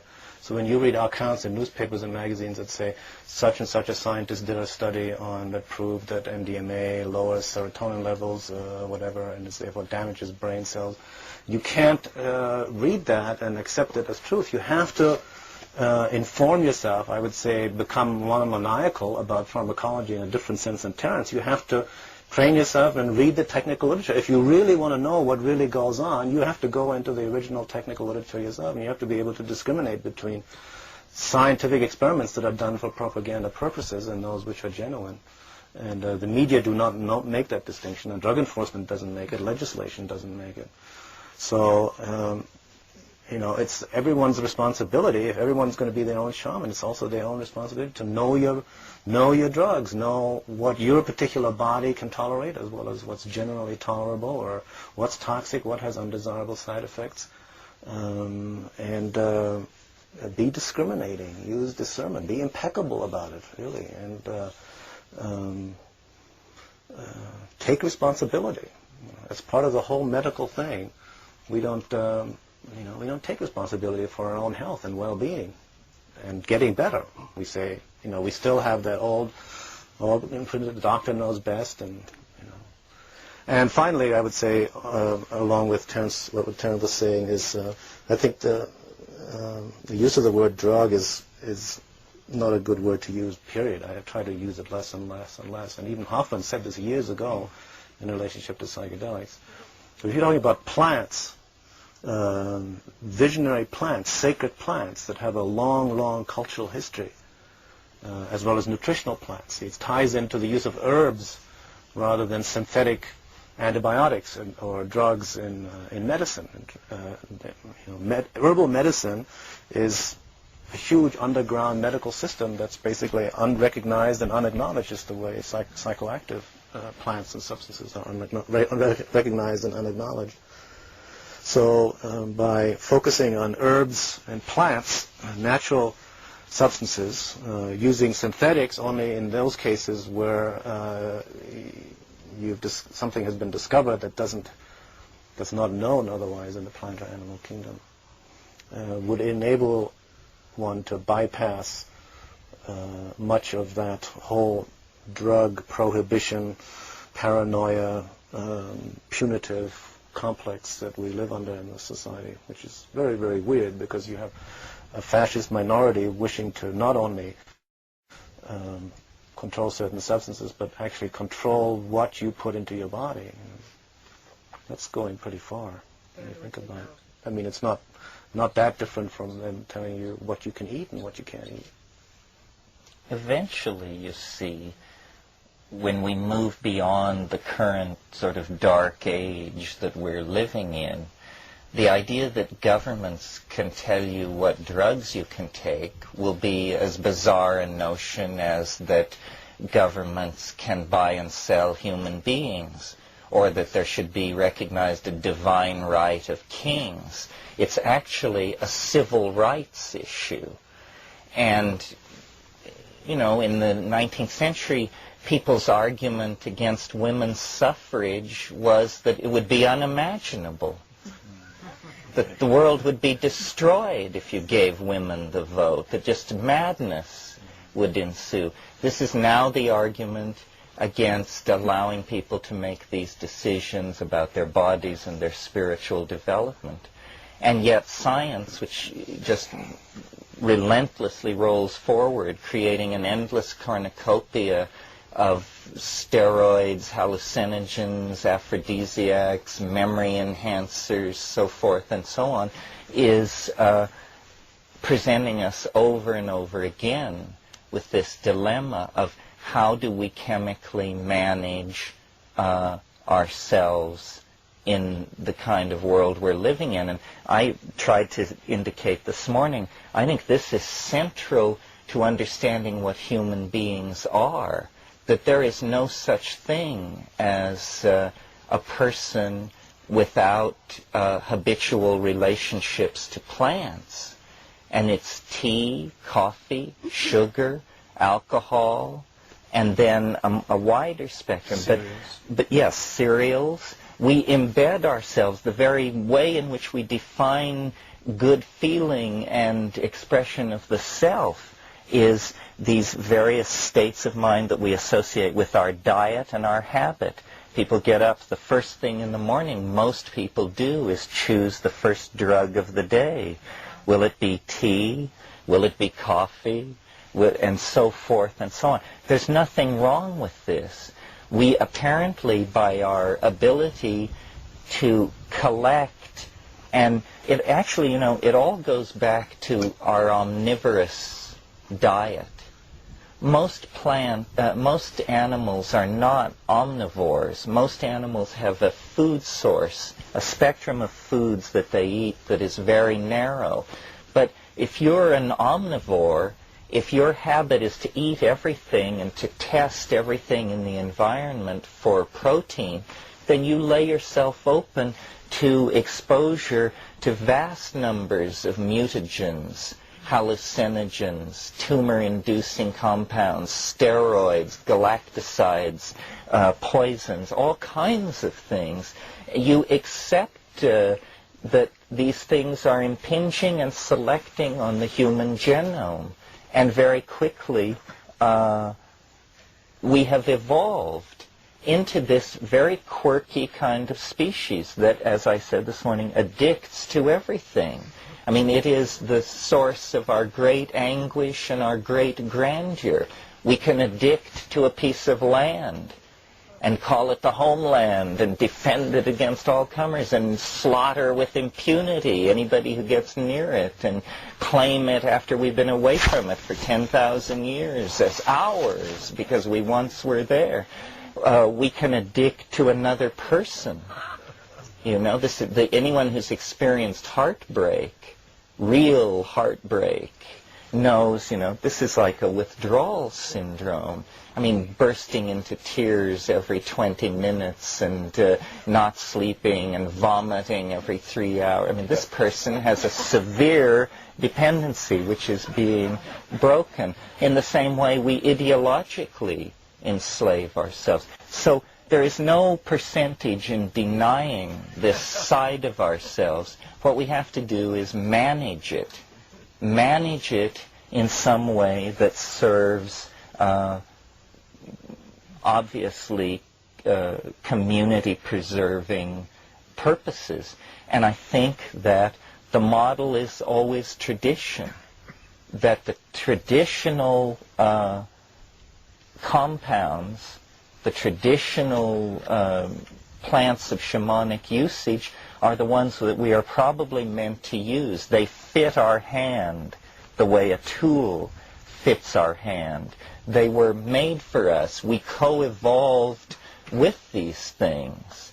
I was talking to Lester Grinspoon about this recently, and he said the way you can tell how long human beings have been using a drug is by how few side effects that drug has. Because, of course, there is this mutual leveling of the stress of contact.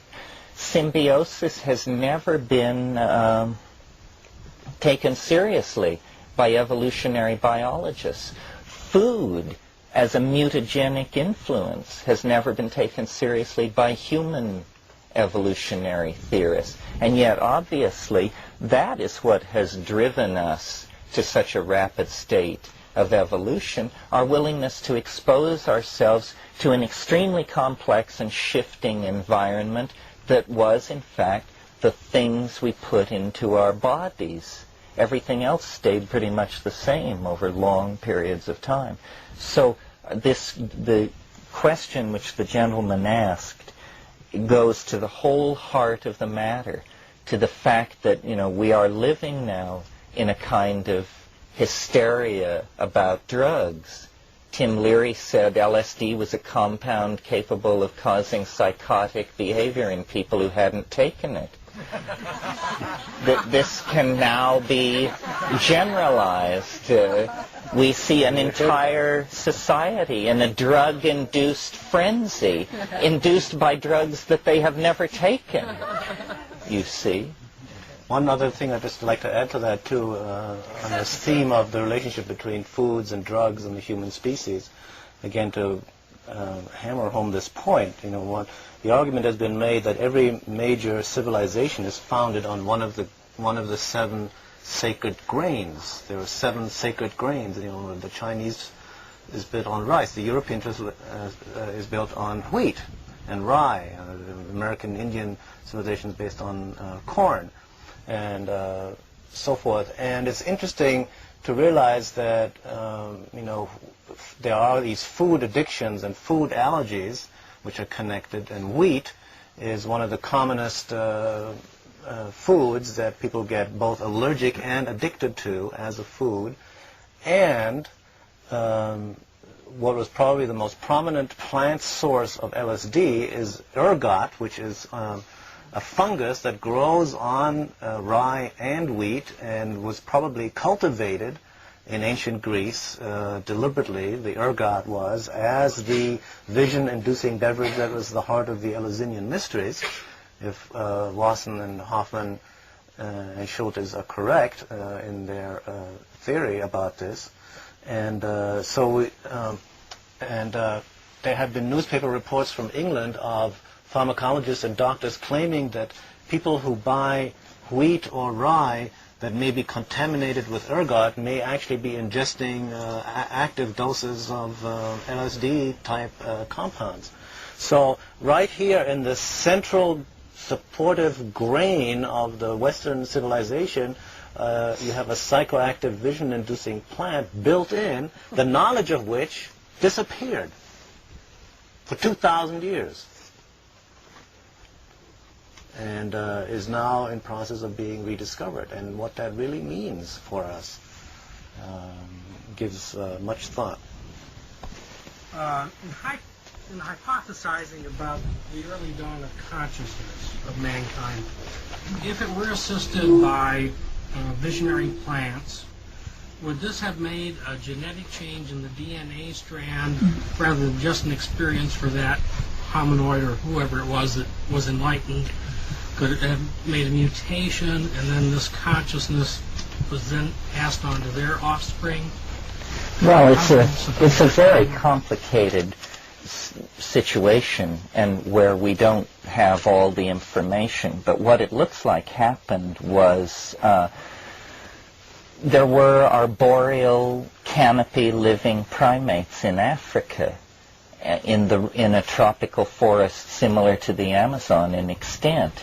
And over a long period of time, 100,000 years or so, drying set in, and grasslands emerged, and the forest retreated, and these primates, who already had binocular vision and an advanced grasping hand and a social form of existence with group signaling, were forced down onto the veldt. And there, in a much more restricted environment in terms of numbers of species of plants, they abandoned their previous vegetarian, fruitarian habits and became omnivores, began testing all the food sources in the environment. Co-evolving in this grassland situation were herds of ungulate animals, bison and zebra and this kind of thing. In the manure of these animals was psilocybin-containing mushrooms. Well, you see, the psychedelic, to be the trigger for the emergence of human consciousness, it must be African, it must require no preparation, it must stand out from its environment, and it must confer an adaptive advantage. Now, it seems to me the only plant or organism which fulfills all these points is the mushroom. What the mushrooms do in low doses is confer slightly increased visual acuity. Well, you only have to have taken evolution 1A to know that if you have two populations and one of them has something in their food that increases visual acuity, and these are pack-hunting animals, that the ones with this vision-enhancing compound in their diet will have a more successful reproductive strategy than the competitors, and it will dominate. Well, at a slightly higher dose, psilocybin, like all CNS stimulators, can be interpreted as an aphrodisiac. In other words, prolonged erection, prolonged interest in sex, so forth and so on. At a slightly higher level, it flowers out into a visionary experience. So it's like a stair-step process where the deeper the organism imbibes this one item in the food chain, the more payback there seems to be. First better hunting, then better sex, then great ideas. Who could turn it down? And I've talked, like, you know, when Rian Eisler and I appeared here, Rian is by no stretch of the imagination a psychedelico. I mean, she's a very straight and very wise lady, but not a stoner. But she said, you're right. There is something going on having to do with pastoralism, having to do with this point in time where the previous pack-hunting primates, instead of killing their prey, began to pen them and began to relate to them, to addict to them, is what it was. And I was saying to someone earlier today, here's a test of how conscious of the real world you are. What is the weirdest thing about a cow? And my victim said, the eyes. And I said, no, the weirdest thing about a cow is its tits, obviously. I mean, have you ever seen tits like that anywhere else? These tits are made to fit a human hand. It's obvious. And so this is an example of very old coevolution, coadaptation.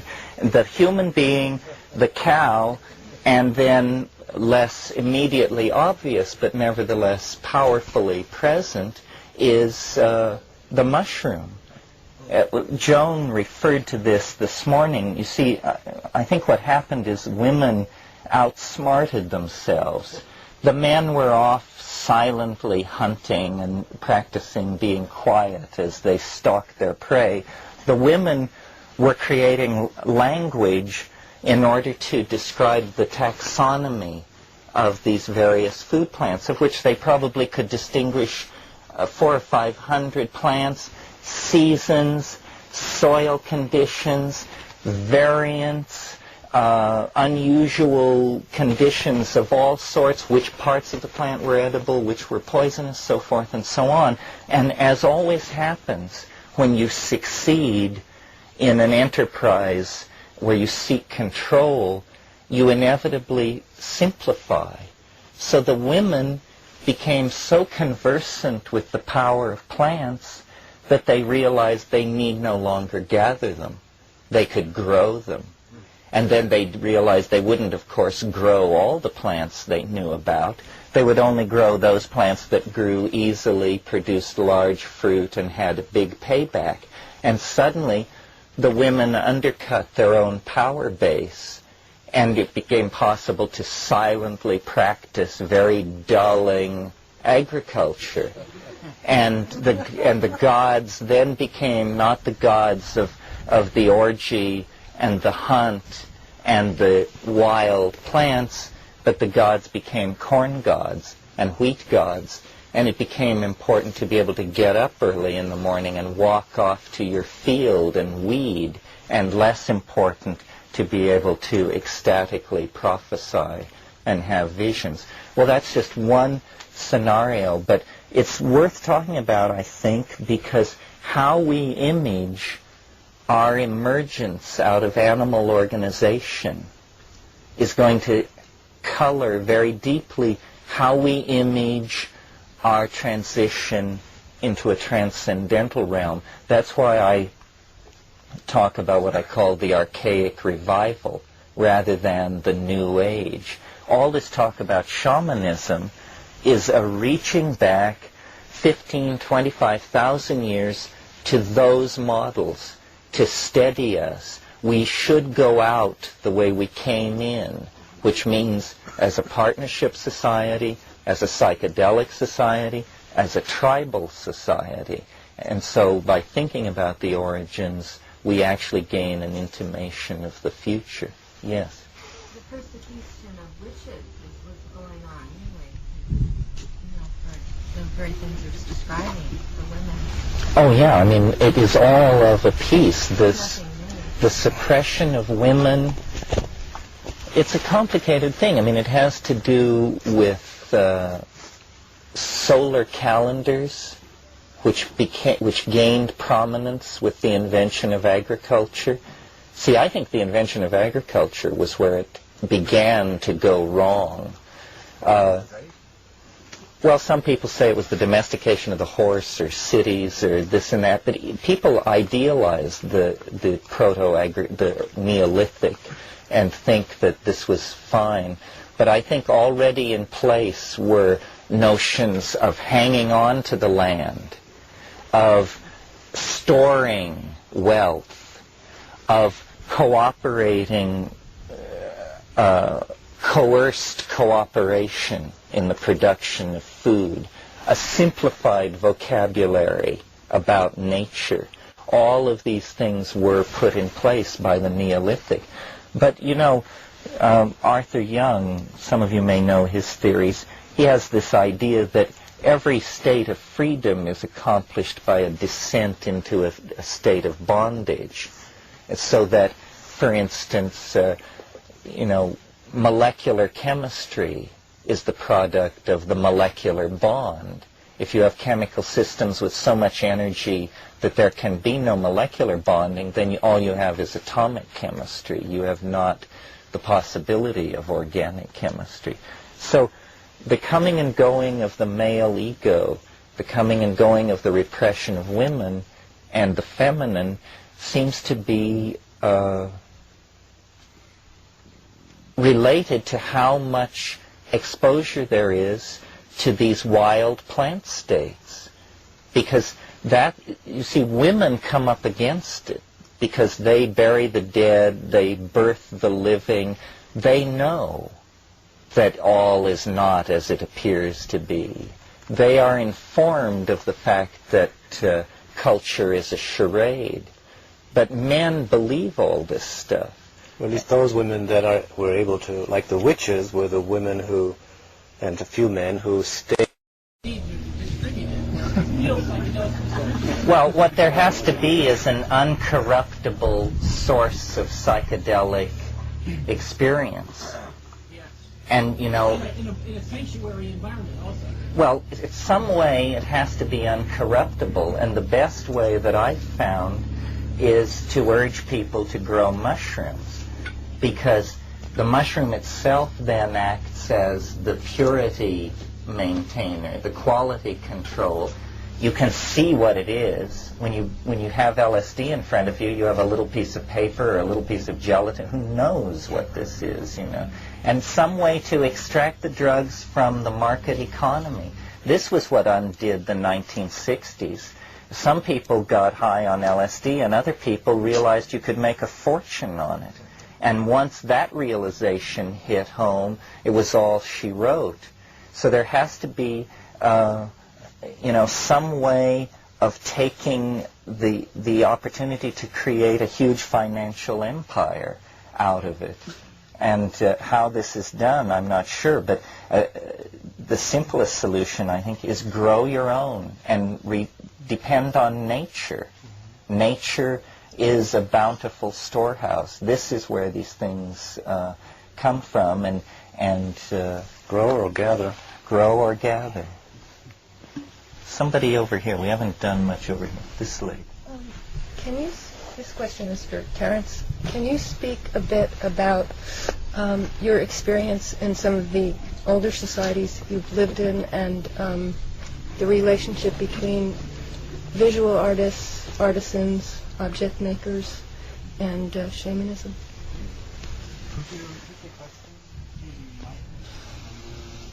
Shall I repeat your question?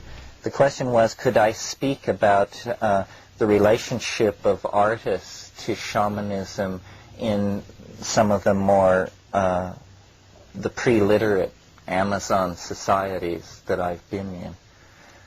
Well, I think, people have the notion about tribal people, that their life is very hard.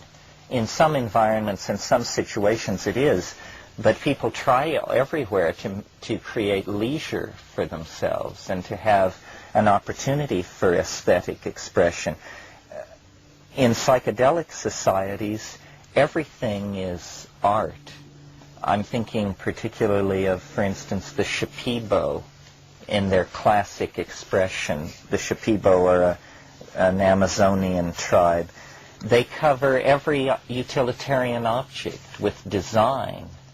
Everything is an expression of the images of the internal world, and language and puns and this sort of thing become very important. Life, when you have nothing, life is easily transformed into art, because there's a how-ness about everything. How you make a fire, how you cast a pot, how you cook a monkey. Everything is a paradigmatic activity, meaning everything is traditional, everything has been done millions of times before in the way that your people do it. And so the individual is seen almost like just the cutting edge of the ancestral energy. And they even have the concept of what they call the way of the ancestors. And so you'll be doing something like sharpening a stick, and someone will come up to you and say, "Don't do it that way. We do it this way. This is the way of the ancestors." Then they show you how to do it, and sure enough, it is easier to do it that way. Probably because this is the morphogenetic field of the how-ness. And I think Ralph mentioned this morning the confluence of yoga, alchemy, and shamanism in the Taoist tradition. And I think it's worth stressing that, because to my mind, Taoism is the most refined ideal of human existence. It is open-ended. It always yields to a good laugh. It's not dogmatic. It's rooted in nature. It sees the world as shells of energy that can be manipulated and cultivated. And I really see Taoism as something broader than the nature religion that arose in southern China pre-Confucius and so forth. I see it as the kind of natural way of being in the world that tribally alive societies settle into. And it's what we're trying to recreate. Appropriate activity. That alone would create a world-informing revolution. When I say that we must change our minds, the physical accompaniment to changing our minds is that we will begin to behave appropriately, bury our shit, manage our resources, lower our voices. It's simply awareness, and awareness of awareness. And this is what these societies have that we have lost. And I think it's because the male ego is a wart on human perfection. And everybody has one. It's not a put-down of men. The male ego is a part of the repertoire of every human personality in the modern world. But it is unnecessary, divisive, and out of Tao.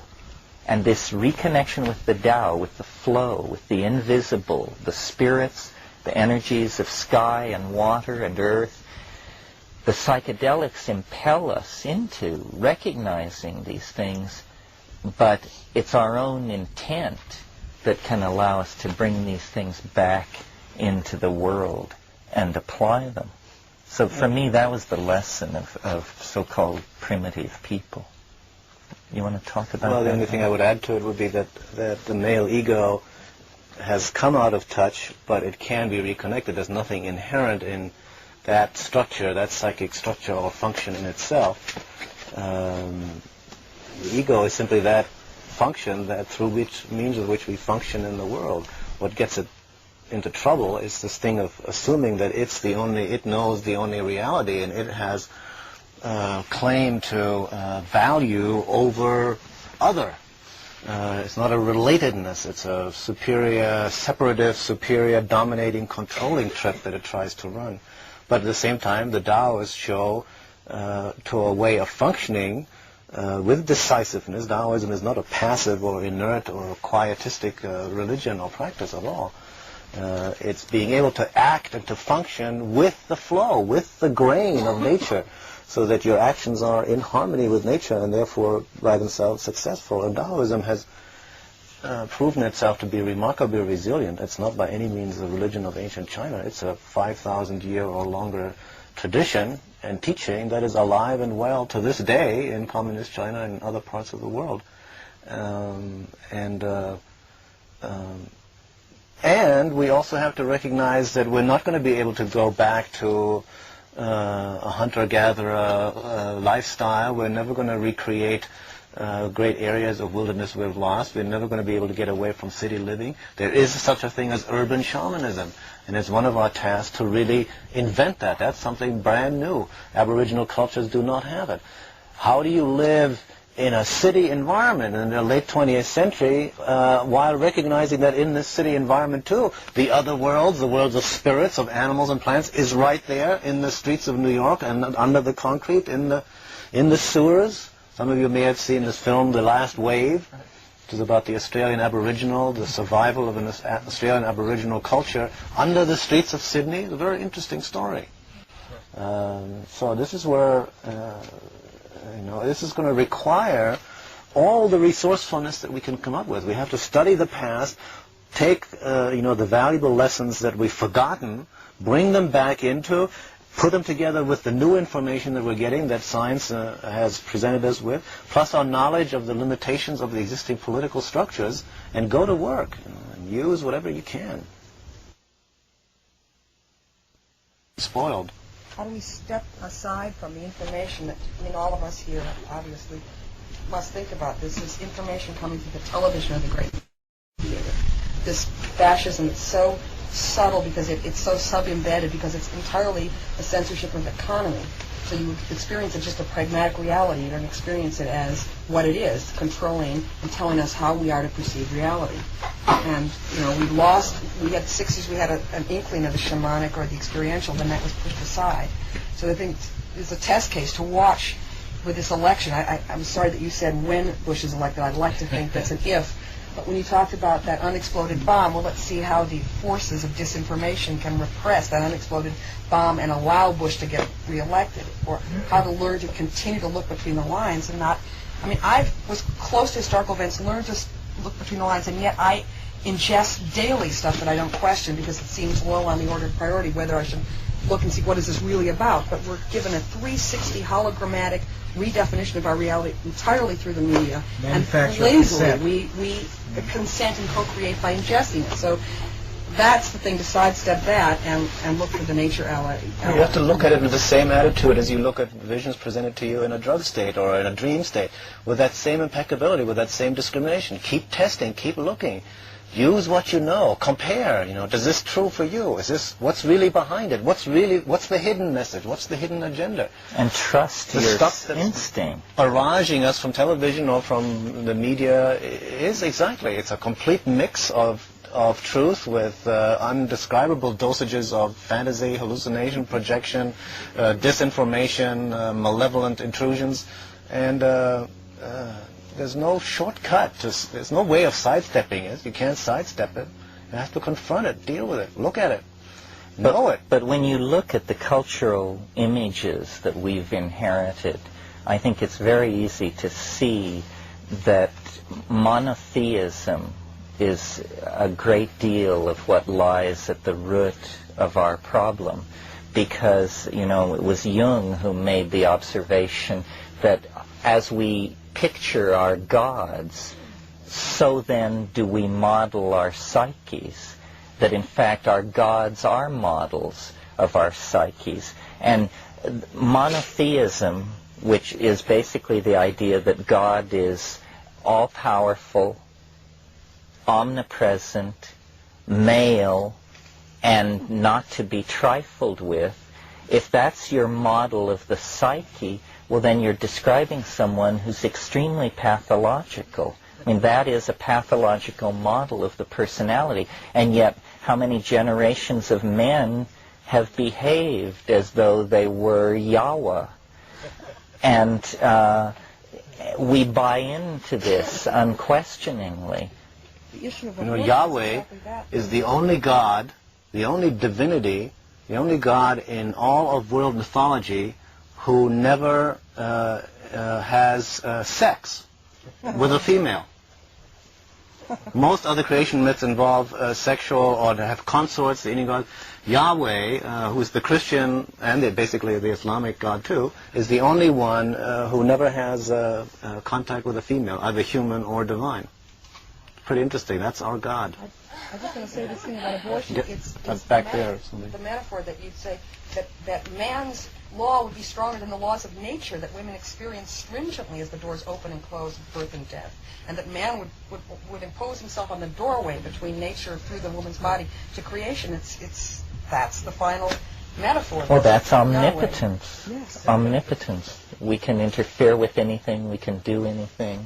Back there, Back here somewhere. I mean, much of, not close to all of what you say is really pearls to my ears, and I feel there's a resonance, especially when people have waited to hear something described in a certain way. It's like coming home. There's a real fine edge that I feel in myself when we get to a place of an us and them really strong. And I noticed that when this man brought up the thing about the politicians, you know, there was a certain uncomfortableness and a kind of laughter that very easily came forth. And I know that in my work with the nuclear waste issue, it's very easy to get in this almost victimized role. It's like someone else is doing it to us. And it seems to me, in part of almost strategizing together, if we really want this truth that you're, you know, describing to really be present on this planet and in our midst, that there's one aspect of like we have work to do ourselves. That's to me the strongest thing that you said. If you can really embody it impeccably and continue to look at your own homework, that you don't have to so much worry about what's going on around you. But there's another place where it seems to me we do have to worry or be concerned or care for what's going on around us. And in being impeccable on that level, it seems to me that some of the mind change has to do with this shift of us, them, and seeing them as the enemy and us as the victim. And I know that in the nuclear work, one of the strongest things we did was to take a group of people down to Westinghouse, down to where they're supposedly burying the waste in the ground, to see that the people that have taken on this job are actually, they really believe they're doing the right thing, and they really believe that they're doing it for us. And to almost, from that place of common ground, start trying to share this information. So I'm wondering in terms, I guess I just really felt personal need to comment about that in face of this us-them place that we can get into, and to see if you have any comments about our impeccability in terms of dealing with this situation correctly. Thank you. Yeah, well, I don't really think in terms of us and them. I really resist paranoia. I don't believe in conspiracy theories, or I don't believe that anybody is running the world. I think it has a life of its own. I think that I agree with you. The major task is the task of working on oneself, but not entirely to the exclusion of social responsibility. The major contribution most people can make in the theater of social responsibility is clarity of thought and intention. The general tone of the discussion arises out of the quality of the people participating in it. And you can reach most people if you will start with something that they're familiar with and then try and lead them out of it.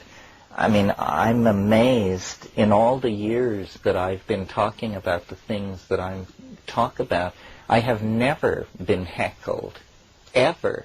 No one has ever stood up quaking with righteous wrath and quoted chapter and verse or denounced me. And it's because I will argue with anybody unto the 9th hour, if necessary. I really think that the best ideas will come to the fore. I mean, who among us cannot think back on our own behavior to moments that hardly exemplify the Gaian ethic? So then how can we expect more or anything better than that from other people? The real task, I think, is one of linking together through communication, which people don't realize when they're not communicating. But what we're doing right now, this is a very unusual activity. Even the most intelligent of us go through our ordinary day basically with grunts and groans. That's how we signal to each other. But creating a shared mind space, a consensus of understanding, requires people talking to each other and clearly speaking from the heart about what they know and understand. Ralph introduced me to the notion of clairparlance. This is a psychic ability that we're trying to cultivate. Clairparlance is clear speech. You know, William Blake said the truth cannot be told so as to be understood without being believed. That's the greatest weapon the truth has. But if it is articulated and you hear it, you will serve it. And so will George Bush, and so will anybody else who hears it. The power of the truth is its immediate, limpid rightness. And so cognitive activity, and this really goes back to the theme of the weekend, which is shamanism. To my mind, what shamans really are people who indulge in cognitive activity.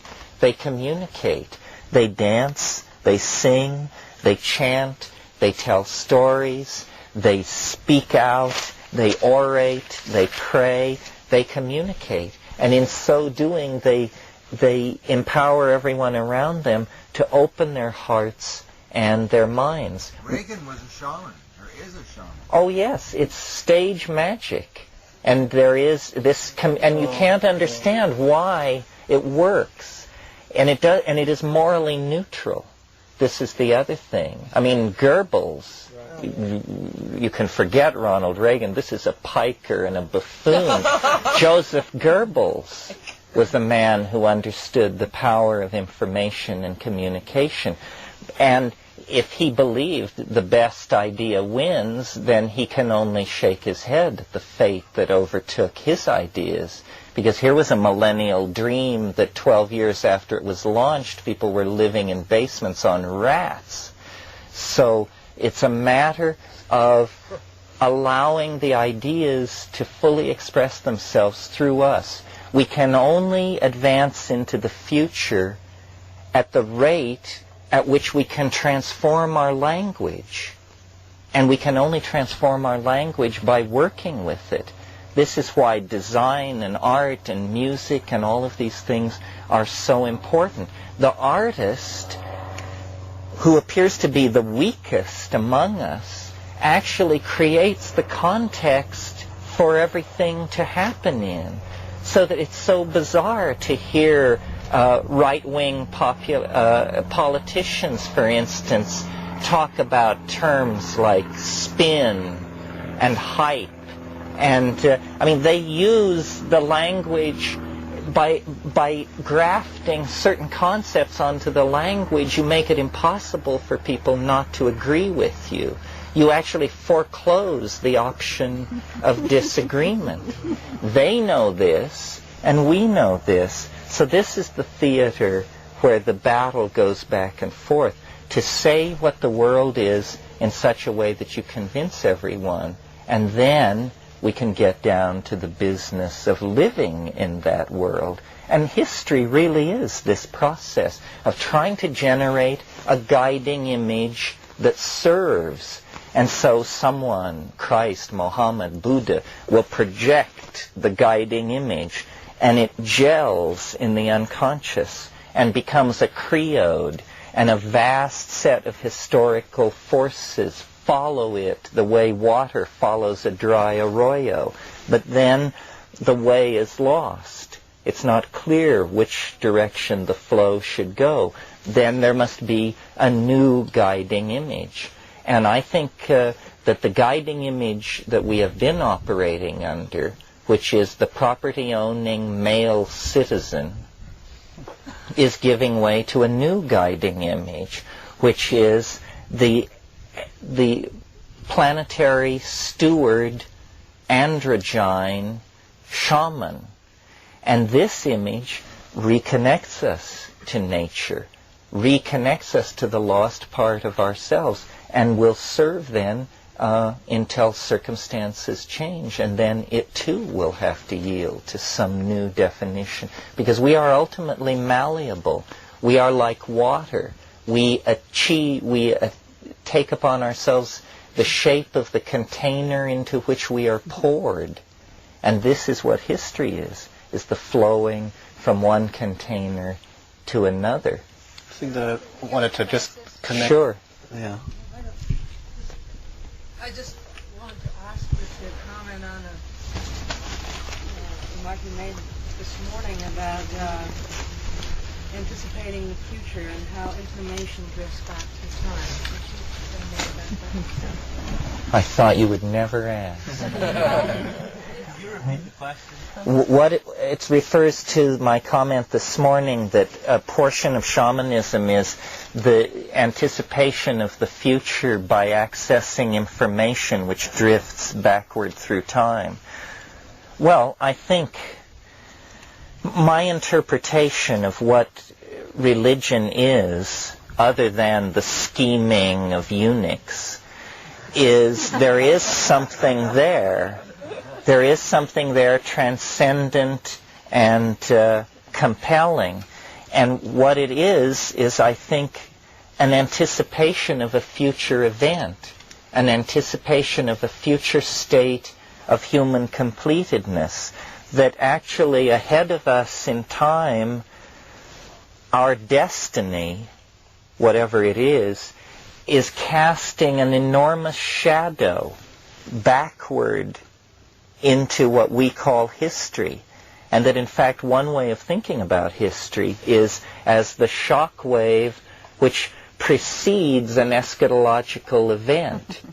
100,000 years ago, there was no intimation of an eschatological event. There were simply hunters and tribalism and animal existence embedded in the life of the planet. Then slowly there has grown, like an ever-increasing downward rolling boulder, a momentum of intuition that there is something, a great change is in store for us, that we are all going to become enlightened, or that the Messiah is going to come, or that the extraterrestrials are going to rescue us from ourselves.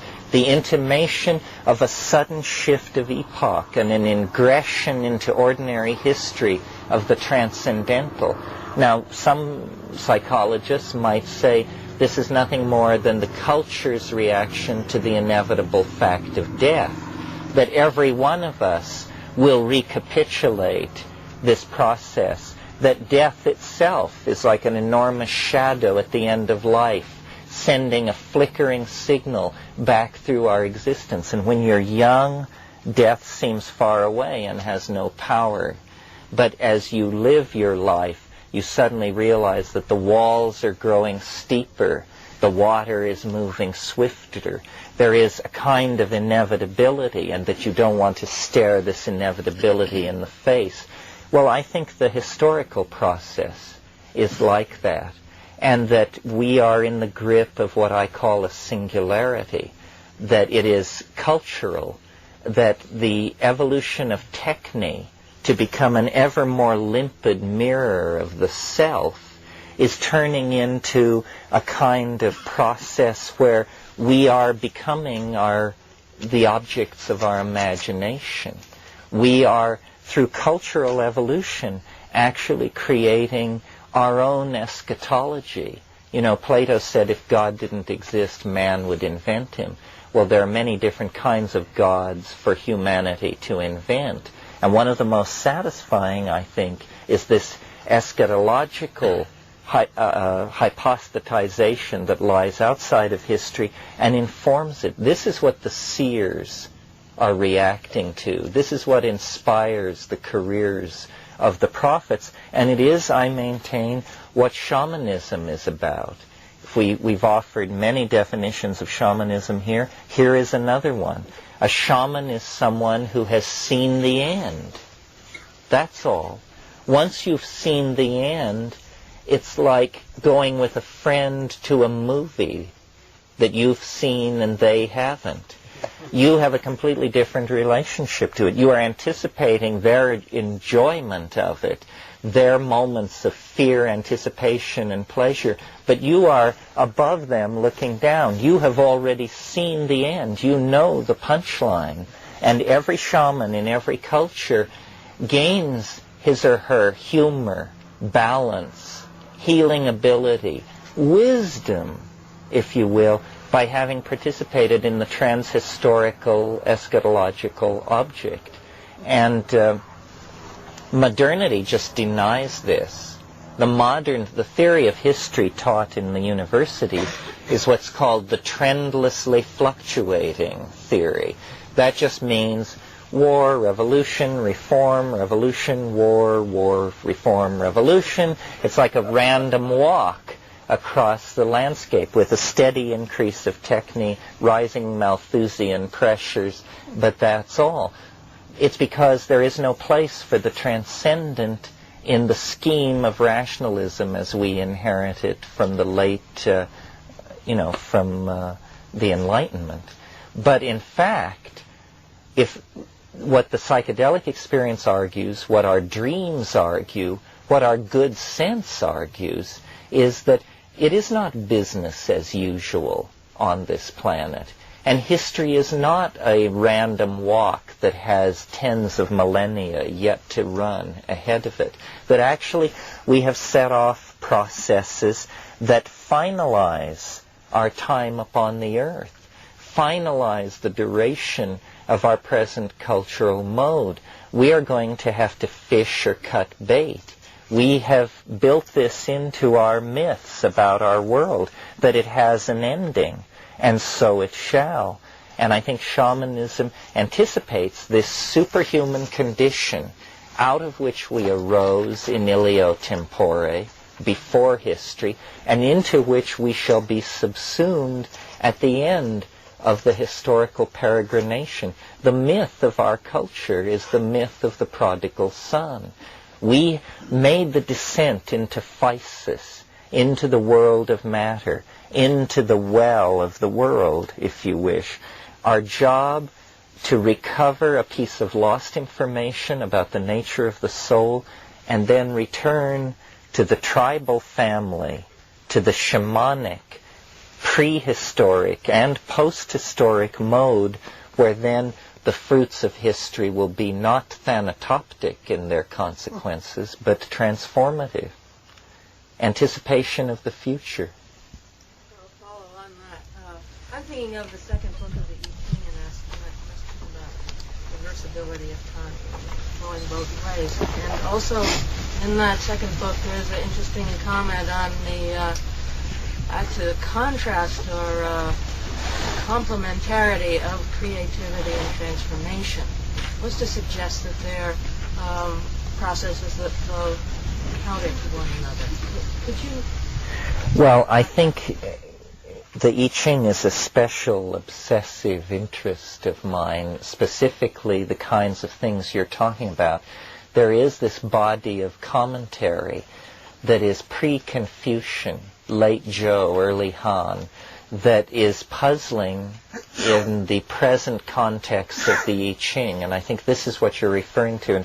There's a place where it says, the backward running numbers refer to the future. The forward running numbers refer to the past. And you say, well, what does this mean? There are no backward running or forward running numbers. There are just 64. No, it's because the I Ching as we possess it today is a piece of broken machinery. It is actually an extremely sophisticated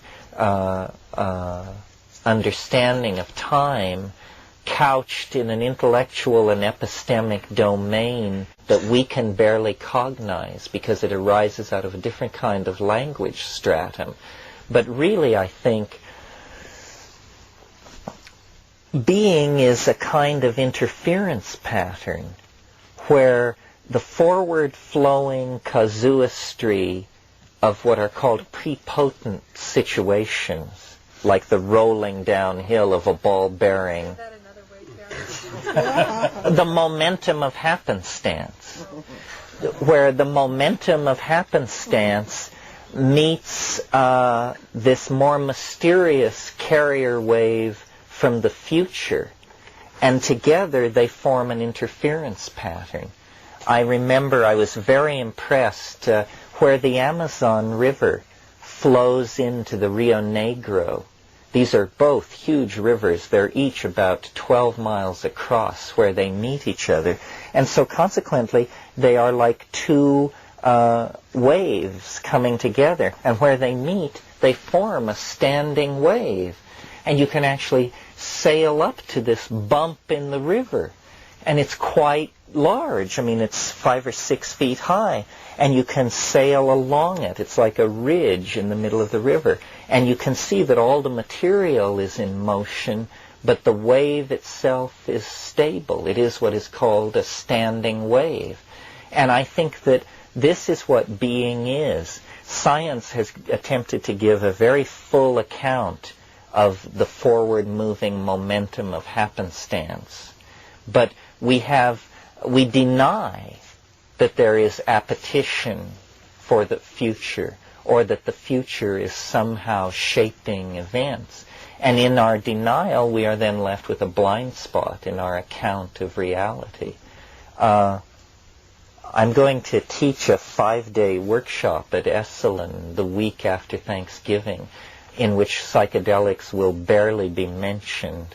And the I Ching and its mathematical dynamics will be the entire focus of this, because I take this notion very seriously and have worked it out in excruciating detail, because I think that the wave form of the Tao can be known and was known, and that there are technologies of interior observation, which is what yoga is, but Taoism in its early and incipient phase was a similar kind of technology that allow real insight into the future. The future is not determined. If it were, thought would be meaningless. But it has,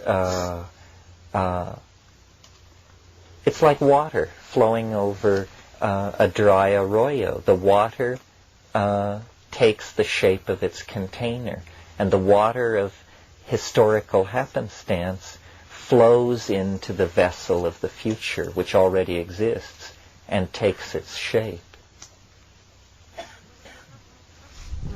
Comment on the opposition of creativity and transformation. in that same chapter? Yeah, I'm not so sure about. You see those as opposed? I thought that one led to the other, but in reading that, it seems that there's some question, and I'm puzzled by it. Well, I think you have to read the I Ching with a grain of salt. I mean, why does before completion come after completion? There are a number of puns. I mean, it can be read as very deep, but not without humor, I think. And it is, Taoistic thinking is inherently contradictory. The coincidentia positorum used to create cognitive dissonance. So you never have the satisfaction of logical closure that you get in Hegel or somebody like that. You're always left not sure, not knowing. Ralph, do you want to sum this up? I got carried away here. I thought my watch said 4:30 and it said 5 o'clock. Well, we said we were going to stop at 5, so I don't think there's any way to try to sum it up.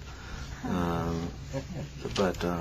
you could one just thing, add. Well, one thing I just thought we have had some thoughts about tomorrow, and also maybe some of you have some particular wishes or that you'd like to express about that. And but the one thought we did have about we might do tomorrow is tell stories rather than present ideas or information.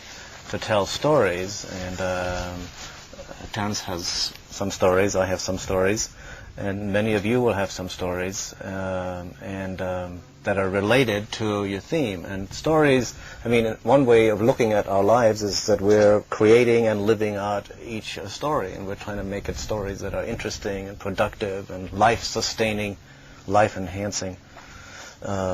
What are stories that have your own personal stories that have happened to you, or fairy tales, myths, or ones that that you're working with in your process that you might want to share. So, and we might want to use a staff for that, a talking staff, so that the storyteller has the staff and pay a little attention to the flow. So you might dream about that. You might have some dreams, and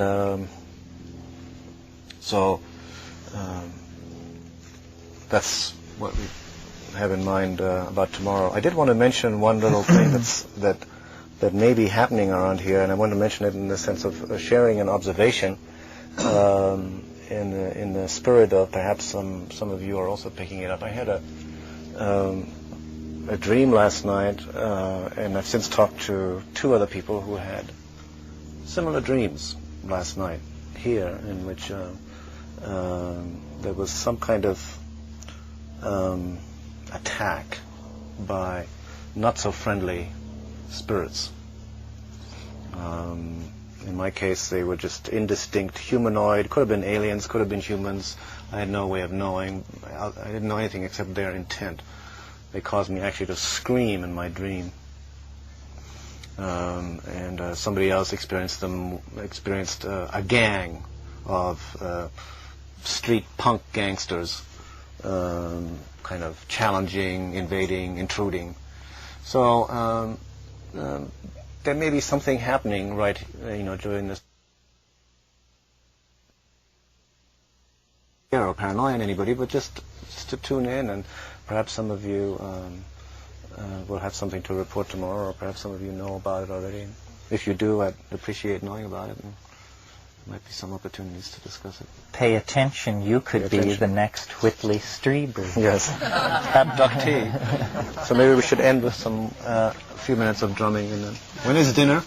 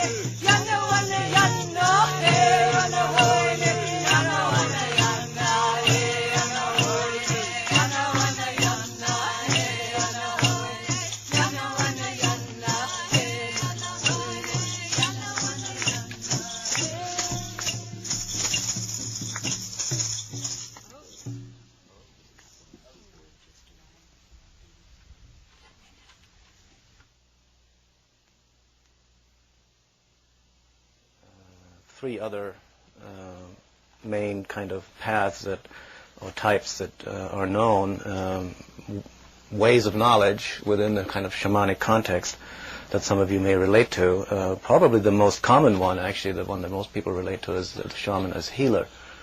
This is the one that where the shaman functions as the physical and spiritual healer of the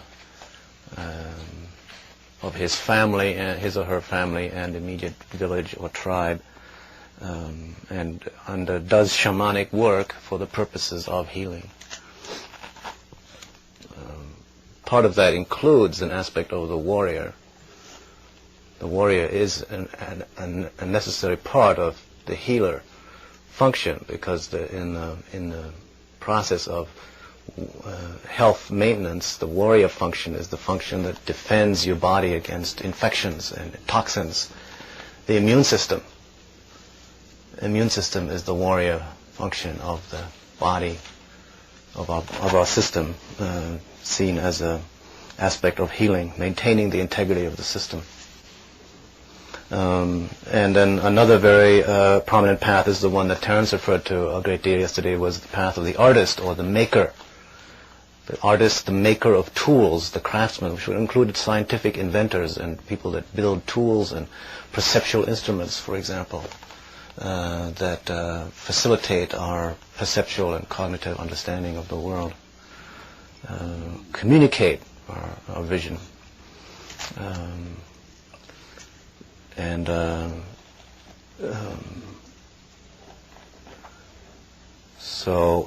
And then another path is the path of the seer, or prophet, or visionary.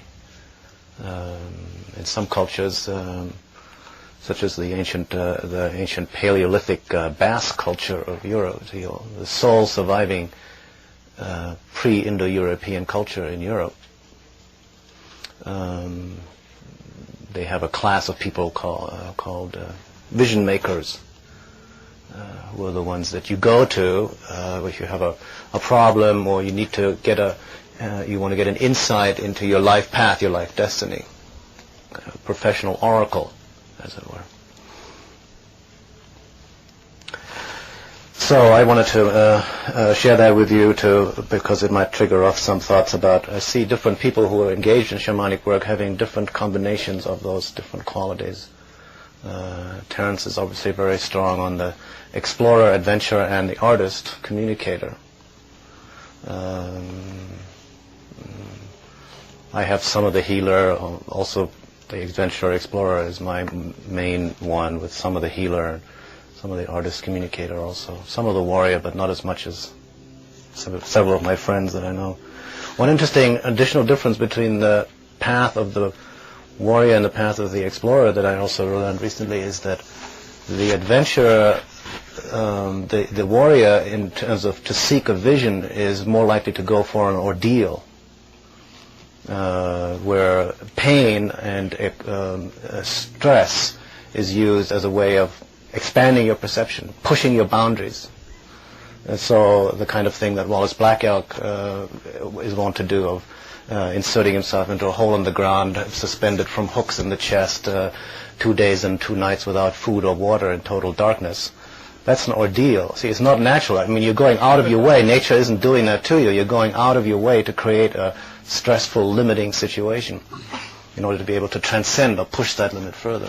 The adventurer explorer tends to, again, because the attitude isn't quite as, it's not quite as hard as that of the warrior, to go to nature herself, the wilderness, pure wilderness. Now, wilderness may be an ordeal, but it may not be. It may be a sheer ecstasy. And it's in the wilderness, with its shifting, mysterious patterns, that you have to be alert. You can't just indulge and say, well, Mother will take care of me, because Mother Nature will not take care of you. Mother Nature doesn't give a shit about you as an individual. Basically, you know that, and that's a very important realization. If you think Mother Nature is going to take care of you like your mother did, I mean, you can be dead in 2 seconds flat out in the wilderness. If you attend, though, and pay attention, then you can survive, and not only survive in the wilderness, you can learn a great deal from it. You can enter into a communication relationship. So, wilderness is the preferred mode of vision path, I think, for the adventurer, explorer. And that could be the wilderness internal as well as external. Can we cheer occasionally when you... Oh, absolutely. Okay, so having said that, I want to read you a brief passage from Blake's The Marriage of Heaven and Hell, in which he summarizes basically what both Terence and I said yesterday in a few memorable lines. The ancient... know who's on top in terms of literature. Well, he was one of our great visionaries. He saw it at an early age. The ancient poets animated all sensible objects with gods or geniuses, calling them by the names and adorning them with the properties of woods, rivers, mountains, lakes, cities, nations, and whatever their enlarged and numerous senses could perceive. Oh! And particularly, they studied the genius of each city and country. You know, they had this concept of the genius loci, spirit of the place, placing it under its mental deity, until a system was formed which some took advantage of to enslave the vulgar by attempting to realize or abstract the mental deities from their objects. Thus began priesthood. Very important sentence. Till a system was formed which some took advantage of and enslaved the vulgar by attempting to realize or abstract the mental deities from their objects. Thus began priesthood. That's you two. No way, Jose. Choosing forms of worship from poetic tales, and at length they pronounced that the gods had ordered such things. Thus, men forgot that all deities reside in the human breast. Oh. One last passage from this same Marriage of Heaven and Hell. Fantastic text. The ancient tradition that the world will be consumed in fire at the end of 6,000 years is true, as I have heard from hell. There's your apocalyptic vision right there. For the cherub with his flaming sword is hereby commanded to leave his guard at the tree of life. See, the cherub is standing guard at the tree of life to prevent humanity from attaining immortality. That's what Jehovah said. You know, you've got to go because otherwise you might eat from the tree of life and you become immortal like us. Exclusionary system. So, the cherub with his flaming sword is hereby commanded to leave his guard at the tree of life, and when he does, the whole creation will be consumed and appear infinite and holy, whereas now it appears finite and corrupt. This will come to pass by an improvement of sensual enjoyment. So for aphrodisiacs and hallucinogenics. Yes, and each other. But first, the notion that man has a body distinct from his soul is to be expunged. This I shall do by printing in the infernal method, by corrosives. You know, it was Blake's doing engravings in copper and etching and stuff, which in hell are salutary and medicinal, melting apparent surfaces away and displaying the infinite which was hid. If the doors of perception were cleansed, everything would appear as it is, infinite. For man has closed himself up till he sees all things through narrow chinks of his cavern.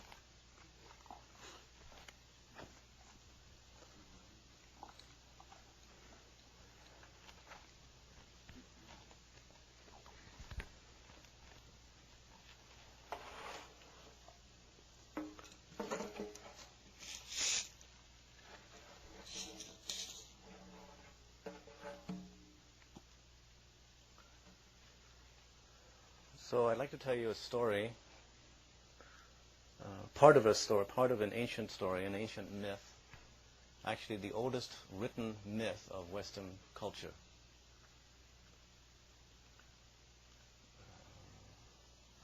Story of Gilgamesh and Enkidu and the goddess Ishtar. might also be called the story of the hero, the wild man, and the goddess. Or better, the goddess, the wild man, and the hero, just for the sake of balance. And in this oldest myth of Western civilization, I think more basic to the Western psyche than the Greek or the Egyptian myths, we find already all the themes in a prophetic way that we deal with now. The overbearing, male, patriarchal, heroic warrior ego trip, the distrust of the goddess, and the projection upon the goddess of qualities of human deceitfulness and treachery, the regret of what was lost in giving up the old goddess cultures and going to a male-dominated culture, and what was lost by leaving the wilderness and going into cities. And the price that was paid for that, the price that was paid for hubris, and the price that was paid for separation from our instinctual nature.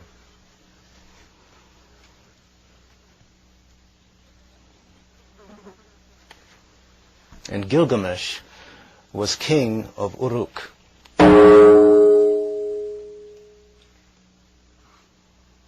Uruk was the city from which Abraham went out. Abraham was a pastoralist, a herder, a wandering nomadic herder. He took his herds of sheep and his tribe of people and founded another religion. Uruk was a city of farmers. Gilgamesh was a mighty king, a great warrior. He had built the city of Uruk with massive walls of stone. He had slain many enemies.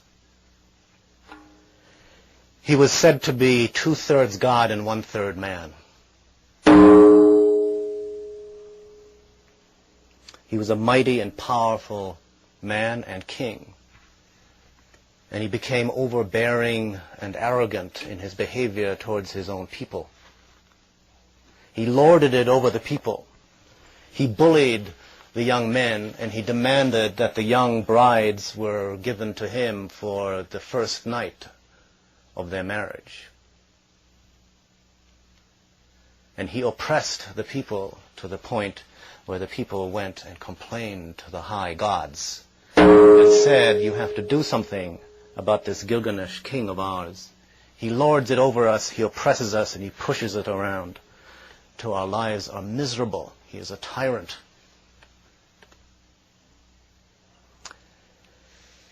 And the gods sitting in council agreed that something had to be done, that a counterpart player had to be created.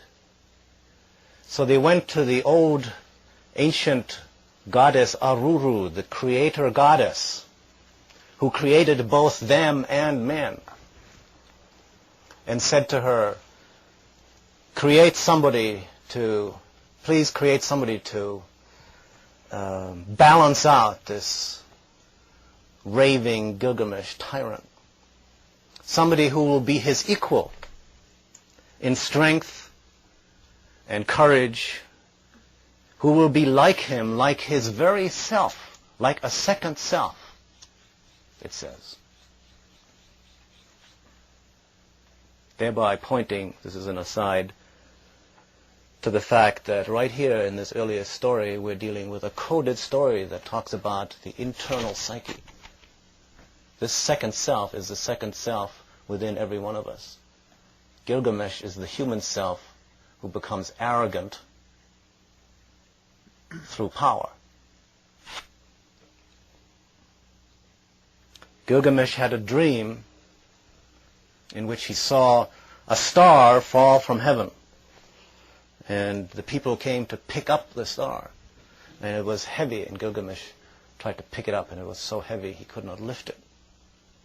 And he went to his mother Ninsun, who was herself a seeress, semi-divine seeress, priestess, who said, "This dream symbolizes the one who is going to be born, who will be your counterpart, your brother, your equal, like unto you, like your very self. Gilgamesh had said in the dream, he bent down to pick up the star and he felt attracted to it like to a woman. And he had another dream in which a sword of unusual design was found in the town square. And nobody could figure out what it meant. And Gilgamesh picked it up and put it on his belt. And he went to his mother and asked her, what does this mean? And she said, this too is the one who is going to be born, who is like yourself, your counterpart. And he will be like your right arm. He will help you fight your battles and be your equal, strong like you.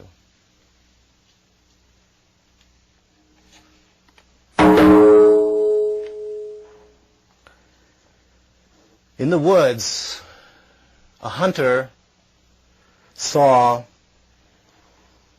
a creature, a man, with the animals, running with the animals, drinking at the stream with the animals. This man was covered with hair all over his body and had long hair like a woman. And Gilgamesh went to the priestesses of the temple of Ishtar and asked the priestesses of the temple of Ishtar to send one of their women priestesses, later on falsely called sacred prostitutes. They were not prostitutes. They did not sell sex for money. They offered love as an act of devotion to the goddess. Gilgamesh sent the priestess with the hunter and another companion out into the wilderness to search for this man called Enkidu. Enkidu. And they came to the place after 3 days walking and sat down and waited for 5 days. And finally Enkidu appeared with the animals to drink water at the stream. The woman from the temple of Ishtar went towards Enkidu and exposed her nakedness to him and took his hand to touch her breast, whereupon Enkidu was suffused with feelings and sensations he had never felt before at this hairless being who spoke and made sounds from her throat that he had never heard before. And they made love for 9 days and 9 nights.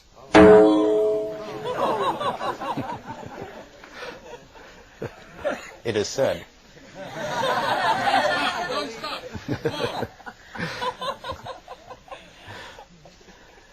After 9 days and 9 nights, the woman said to Gilgamesh, we must bathe you. We must give you a haircut.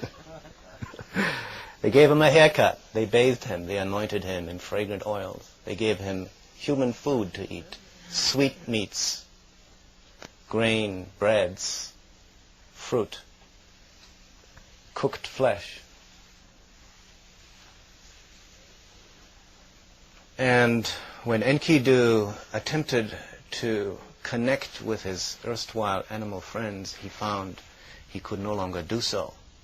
They shunned him because he smelled differently, and he could not keep up with them when they ran. His legs were as weakened. He could not run as fast as he could before. They escaped. He no longer had any contact with them. He was saddened by this. But the people and the woman encouraged him and took him with them to the city and told him about King Gilgamesh and his arrogant, tyrannical ways.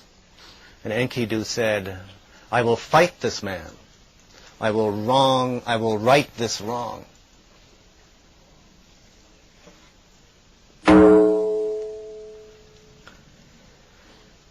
And Enkidu came to the city where Gilgamesh was strutting down the main street. And they met in the main street, and they fought and wrestled for 2 days and 2 nights. And neither one could throw the other. And after many hours of battling and fighting, they stopped their fighting and embraced one another as brothers and friends, and henceforth were inseparable companions. And Enkidu came to live in the city and had a house and much wealth and a wife. And he and Gilgamesh went out and did many heroic deeds together. And this is the first part of the story, which is the story of humanity's transition from the wild state to the city-dwelling, cultured, Neolithic farming state, from the existence as wild, nomadic hunter-gatherers who lived in the fields in a wild state, in the wilderness. We were all wild men. Not only do we have a wild man, wild woman within us, those are our ancestors. We were that for hundreds of thousands of years, much, much longer, 10 times as long as we were city-dwelling, farming, pastoralists, technological, literate people. So, and this story tells about the price that is paid for this separation from nature, for the separation from our own wild nature, our own instinctual nature, the loss of the communication and the communion that we had with the animals, and the knowledge of the land and the plants and the forests.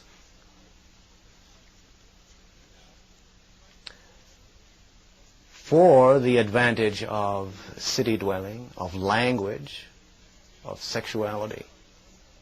And it's the role of the woman.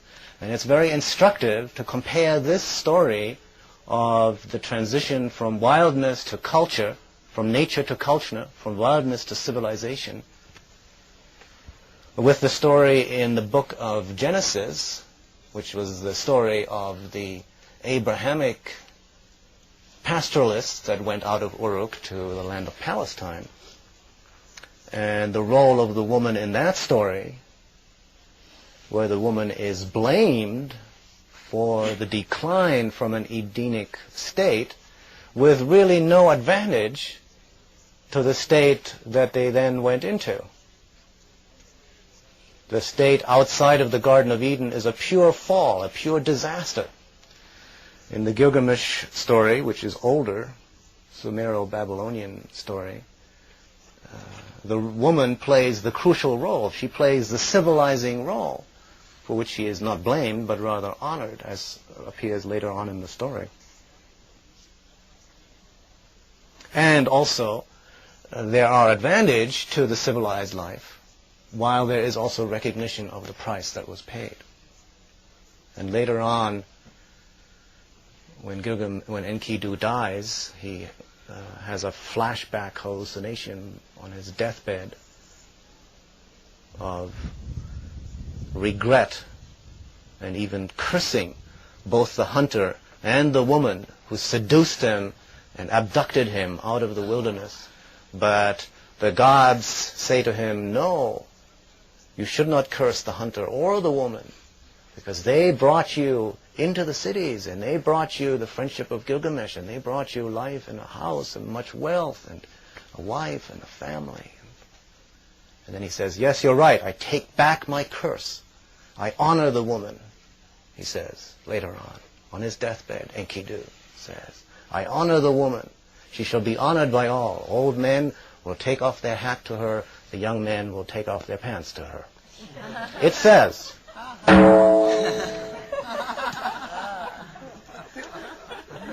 Inscribed in stone. Clay tablets. After a while of living in the city, Gilgamesh said to Enkidu, you and I should go out and to the great cedar forest and cut down some cedar trees, which we need to build more houses and walls, and kill the giant that lives in that forest, whose name is Humbaba. a great and terrific giant. And first Gilgamesh goes to Shamash, the sun god, and says, I want to do this. And the sun god says, why? And Gilgamesh says, because, and he says this to Enkidu too, because he is evil. Because he is evil, and we must rid the country of this evil.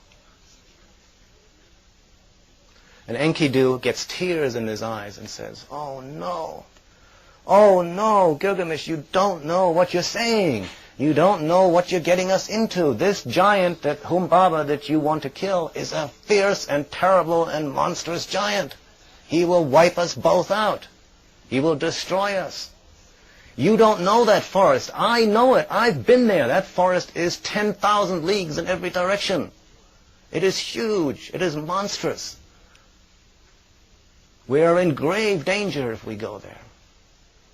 And the gods have appointed that giant to guard that forest. That's the guardian of the forest. If we kill him, we will incur the wrath of the gods. And Gilgamesh said, don't worry. The two of us will do it together. We'll help each other. Don't be afraid. I'll help you, I'll protect you, you protect me, and together we can do it.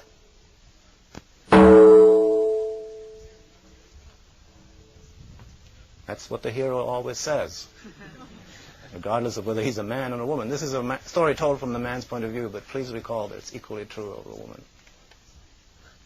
The hero and the hera are the parallel people, the wild man, the wild woman. So they go, and they march many days to come to the forest. Before he goes, Gilgamesh has the people of the city make magnificent weapons for him, great swords, great clubs, great axes, great shields, carved in bronze. And they go out, and they march many days. And they come to the mountain. They cross 7 mountain ranges to come to the great cedar forest, where the great cedar trees are. And Gilgamesh goes up on the mountain and says prayers to Shamash, the sun god, who is his special protector. He says, will you protect me and help me in this? And Shamash says, first questions him, why do you want to do it? And Gilgamesh says, well, you have to rid the country of all this evil. Shamash says, well, all right, I don't think it's that great an idea, but he bought the sacrifice.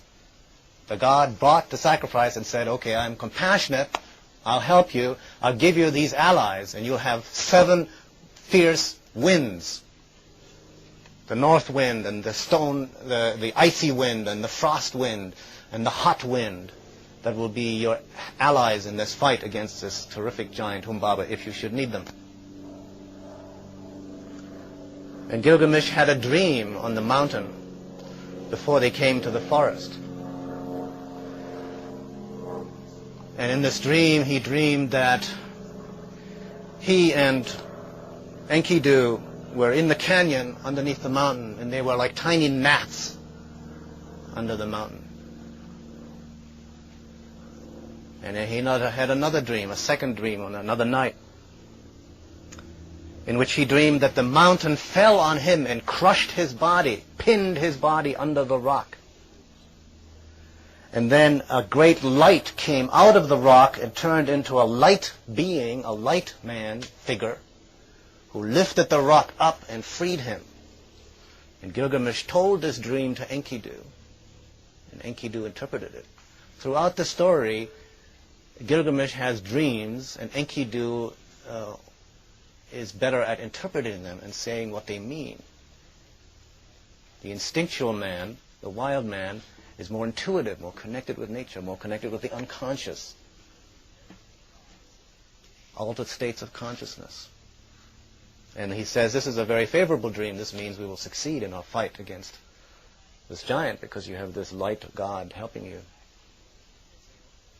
And Gilgamesh had a third dream, which was a disaster where dust clouds blackened the sky, volcanic eruptions, dust settled over everything.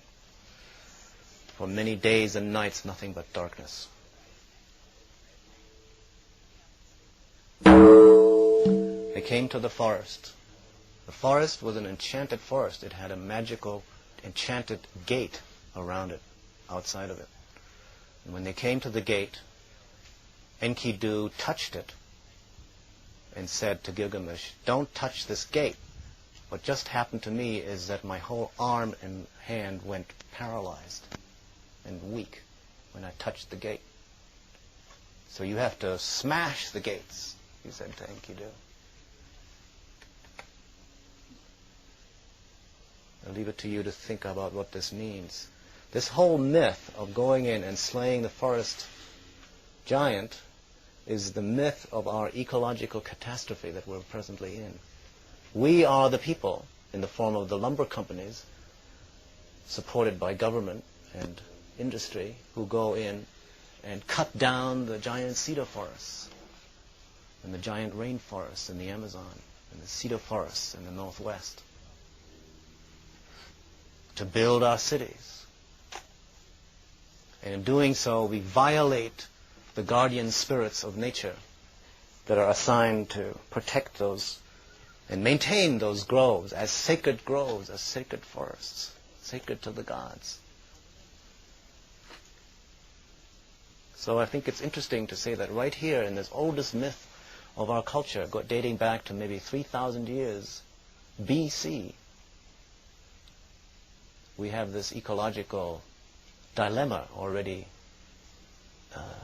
indicated very clearly. Because then they go into the forest and the giant recedes into the inner recesses of the forest and they don't see him, and Gilgamesh proceeds to start cutting down the great cedar trees. This summer I was up on Vancouver Island, on the west coast of Vancouver Island, where they have these cedar forests, and where the connection between what's happening now and this myth became clear to me. These cedar trees sometimes are over 1,000 years old. They are 50 or 60 feet in diameter. They are the most magnificent trees that you can imagine. And they're being cut down.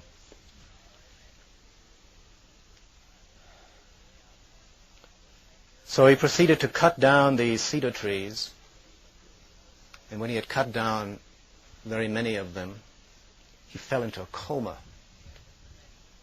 a sleep coma, from which he could not rouse himself for several days.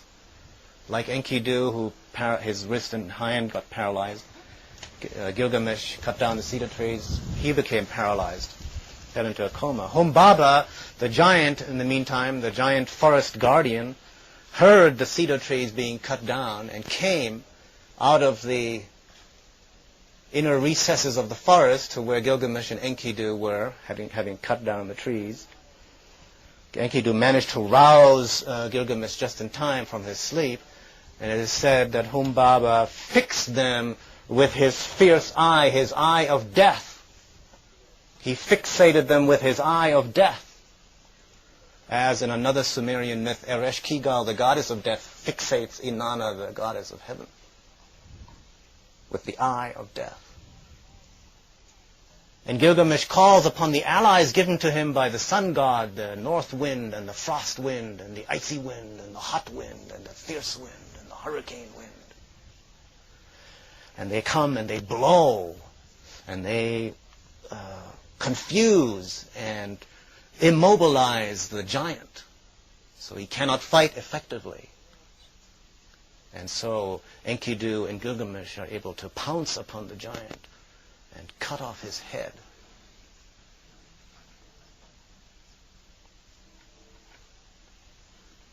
And drag him, the body, and the cedar logs back to the city.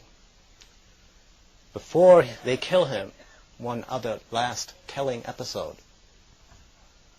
The giant, he's been caught by them, by the combination of the winds and Enkidu and Gilgamesh's strength. He's trapped. He's caught. He appeals to them. He says, "Don't kill me. I am doing my job here as guardian of the forest. You have seen the abode of the gods, which is in the inner recesses behind these forests, the beautiful Edenic garden, the garden of Ishtar, the garden of the sun god, are all protected by this forest. You have seen it. You should let me go. I am the guardian. I'm doing my job. I was sent here to protect this forest. Don't let me go." And Gilgamesh says, well, I'm inclined to agree with you. I think we should let you go. This catching animals and wild creatures is not such a good idea. I think we should let you go, Gilgamesh says. And Enkidu says, interestingly enough,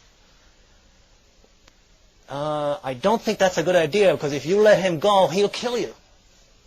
So Enkidu is suspicious. He doesn't trust the other forest dweller, the other forest wild creature, because he knows basically what he wants is to escape, and he'll do his best to continue his role. So he says, if you want to really get rid of this giant, you better kill him now while you got him, because if you don't, he'll get you. So Gilgamesh says, well, you're right. So they kill him.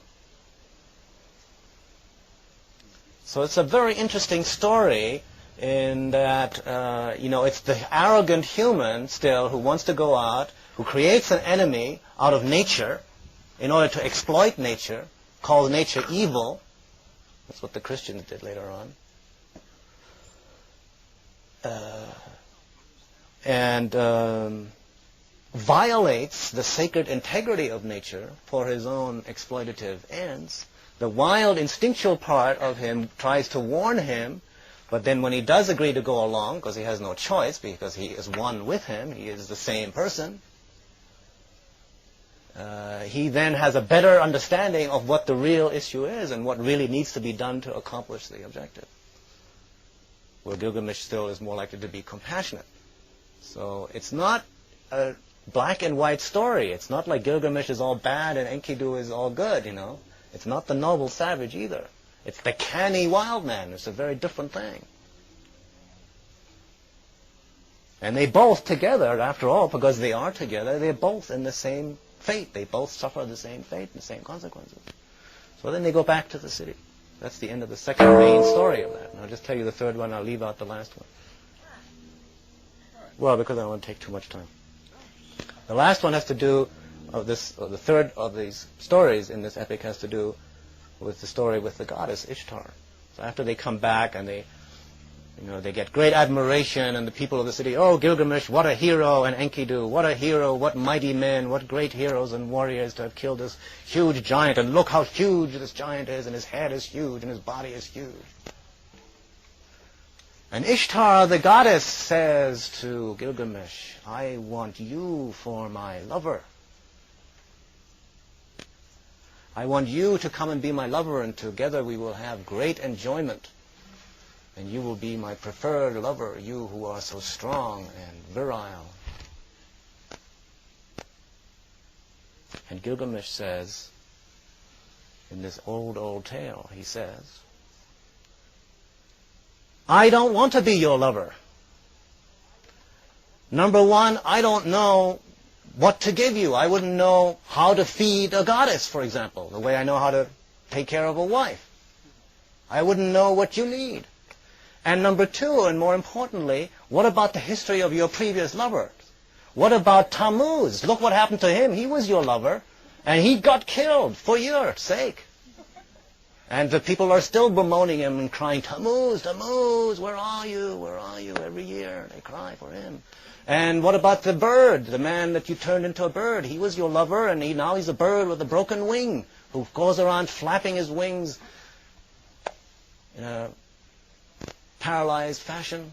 And what about the lion who became your lover? And look what happened to him. He got caught and killed by the lion hunters. And look about the stallion. What happened to him? He got caught and he got captured and made domestic, and he's now experiences the whip and the spur and the saddle. And what about that other man? And you turned him into a mole. He's under the ground. I don't want to be your lover. Look what happened to the others. And Ishtar was furious. This is a story of the male gods, the patriarchal hero warriors with their male gods, and their reaction of fear and distrust of the goddess and of the feminine. And Ishtar, it is said, went to her father Anu and said, Ishtar, Gilgamesh has insulted me tremendously, and I'm just enraged. And her father Anu said, well, you know what he said was true. That's your story. You did all those things. What can you expect? She said, I don't care. I've been grievously insulted, and I demand that you give me the bull of heaven to punish these people. And if you don't allow me to send down the bull of heaven to punish these people, I'm going to open the gates of the underworld and allow the dead to come up and eat food with the living. See how you like that. And he said, well, okay. You can have the bull of heaven. The old gods knew the power of the goddess, even though, it had been turned around where she's the daughter. Originally, of course, she's not the daughter, she's the mother of the gods. But that's how the myth got turned around. This myth is a very interesting myth of a hybrid of the old goddess culture myths, the old creator goddess, created the gods and the humans, and the new male god, sky god mythology. Flips back and forth from one point of view to the other. And Anu, her father, said, well, if you're going to send down the bull of heaven, have you taken the precautionary measures? I mean, the people will be out of food for 7 years, and there'll be a tremendous famine and so forth. And she said, I have seen to it. They've got grains stored up. They'll be okay. They'll survive. She sent down the bull of heaven, which some people say is a drought. Some people say, I prefer the notion that it was like a flooding. Tigris and Euphrates Valley probably flooded, had numbers of devastating floods that simply wiped out, because it said the bull of heaven came down, killed 100 men with his first snort, and his second snort, another 200 men, and another 300 men, wiped out hundreds of people, wiped out the cities, wiped out a major disaster, in other words. Gilgamesh and Enkidu attacked the bull of heaven, and in a great struggle, during which Enkidu leaped up on his bull's back, grasping him by the horns, leaped up on the bull's back, as they later on did in Crete at the bull games. And while riding on his back, seizing his tail in one hand and the horns in the other, and then Gilgamesh cut into his throat and heart with a sword, killed the bull of heaven with a great crash, and dragged him into the city, adding to their great accomplishments. And Ishtar was even more incensed, because now they had killed this semi-divine being that had been sent down by the gods. And the gods sat in council. And the oldest of the gods, Anu, said, they have killed the forest giant Humbaba. They have killed the bull of heaven. One of them must die. Let it be Gilgamesh, the one who cut down the cedar trees. And Enlil, the god of the sky god, said, no, Gilgamesh is my special protege, and it should be Enkidu who gets killed. Enkidu saw this whole scene, this god council, in a dream. And Shamash said, I don't think you should kill them at all, because after all, I helped them out. They came to me, offered me sacrifice, and I gave them allies. And Enlil got enraged at Shamash. See, the gods get enraged at each other. And said, yeah, well, you're like, you just go down there and hang out with those humans all the time. You're a real troublemaker yourself. So the decision was Enkidu was going to die. And Enkidu, actually there's an extraordinary story too, but even before he has this dream, where the goddess Ishtar goes up on the city walls and complains and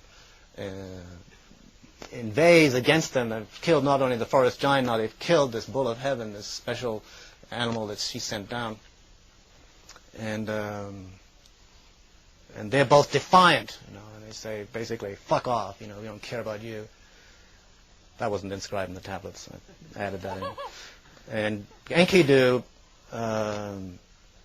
it says, took the right thigh of the bull, which might actually be a gloss for the penis of the bull. We don't know. It says, took the right thigh of the bull, and hurled it at the goddess, and said, this is what we'll do to you if we catch you.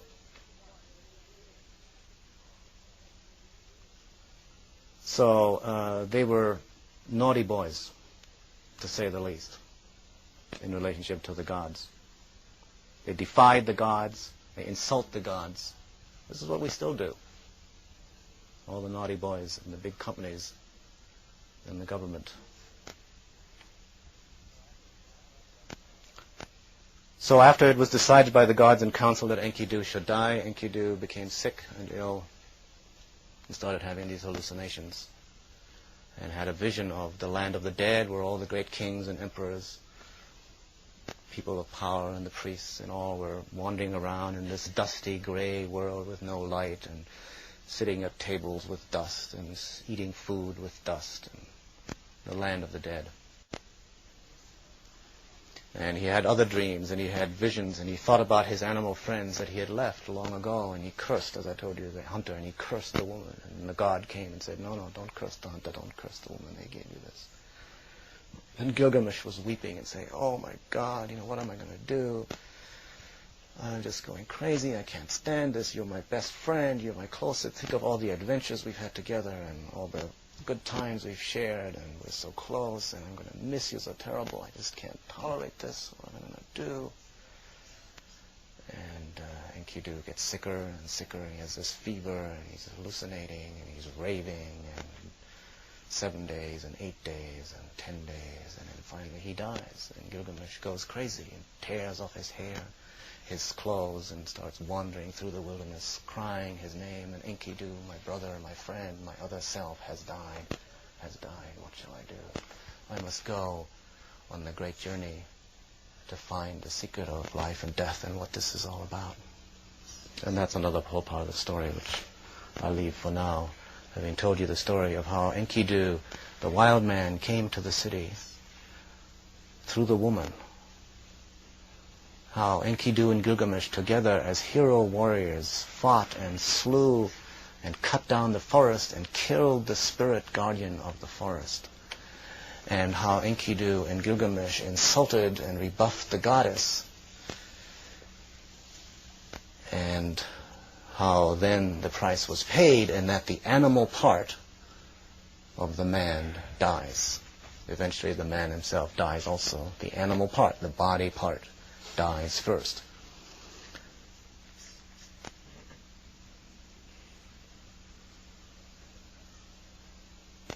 And there's one counterpart I want to mention to you of this experience that Gilgamesh has in relationship to the goddess. Why does Gilgamesh say to the goddess, I don't want to be your lover because you're such a faithless goddess, look to the other people. What is that? And it came to me that that experience is analogous to an experience that I had in the desert when I first, on a wilderness vision quest, when I first realized that Mother Nature, so-called, does not give a shit about me personally, does not care for me personally. That I can be wiped out by a falling rock, a sudden drop in temperature if I'm unprepared, or losing my way, a landslide, any number of things, in which my personal existence, my personal accomplishments, my personal happiness, security, well-being, recognition, reputation, none of those mean a whit for nature. That's why the limitation of so if you try to have a personal relationship like a lover to nature, I love nature, sort of romantic ideal, you're likely to get clobbered, you're likely to get killed, because nature, as Maria Gimbutas called out, the old goddess is not really a mother goddess. That's the limitation of that mother metaphor for nature. It's an okay metaphor in one sense because it indicates we're family. But it has a limitation because a mother is not like that. It means that you don't really take care. We are responsible for our own relationship to nature and for impeccability in our relationship with nature. We have to be observant, we have to be attentive, we have to study nature so we know our part in it and how we can survive and live in an adapted way with nature. Otherwise, we get... so that to me is the insight that's behind Gilgamesh's rejection. It's a kind of a petulant, spoiled adolescent kid, who's rejected by the girl when he wants his first date kind of thing. But that's the experience behind it. It's the basic recognition of that nature is personally neutral towards us. I mean, she's not against us either. That's a misinterpretation of Gilgamesh. She's not out to do us in. Nature is doing her own thing. We are part of it, but it's not for us. So neither for us nor against us. She's neutral. But the petulant male adolescent who gets his ego bent out of shape says, oh, you've rejected me, I don't want to be your lover. I can't be your lover because look what happened to all these other guys. But we all get killed by nature in the end. Maybe by other people, but that's nature too, isn't it? So the story of how Gilgamesh Enkidu comes to the city, how the human makes peace with the animal wild man within, they become companions, which is the true relationship for them to have, how they then get overbearing and lose it by going and killing the forest, guardian spirit, and then by rejecting the goddess and nature in a personal way, rather than understanding their proper role in relationship to nature. And then the final illusion, the last story, is that Gilgamesh thinks, well, he should be able to do something that will allow him to be immortal like the gods, and he has to learn that lesson too, that that's not going to happen. So that's the end of this part of the story of the hero, the goddess, the hero, and the wild man. Oh, hawk. Why don't we...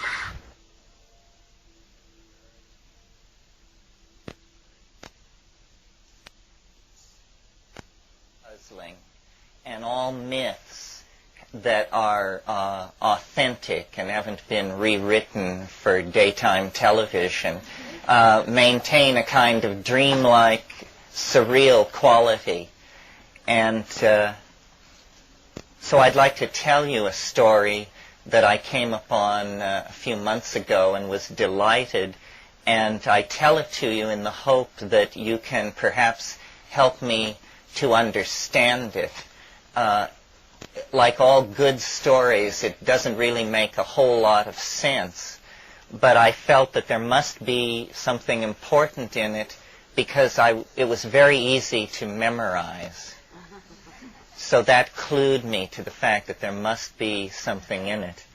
And this story comes from that ultimately pivotal moment in Western civilization when the last outpost of the goddess culture, which was Crete, Minoan Crete, fell and was in the process of falling to the pirate paternalists of Mycenae, who, with advances in shipbuilding and an economic base built on grain, were beginning to conquer the eastern Mediterranean, and one by one the last bastions of the goddess religion were falling. There were also great earthquakes in the eastern Mediterranean at this time, which also contributed to the disruption of this civilization. And the story that I want to tell is a story that occurs from the very oldest stratum of Greek mythology. This is not about the pantheon of classical or even Doric Greece. This is an older story, Mycenaean, perhaps older than that, going back even to the pastoralists coming out of Africa and into the Fertile Crescent. It's a story set in a setting which is probably familiar to most of you, although this story is only told in Pausanias and alluded to in Herodotus, so it is not a story that even classicists are too familiar with. Robert Graves, in his 4-volume study of Greek mythology, gives it only passing reference. You may recall that King Minos was the king of Crete, and that he was most famous for having built a labyrinth in which to house the Minotaur. And I'm sure you know the story of the traversing of the labyrinth.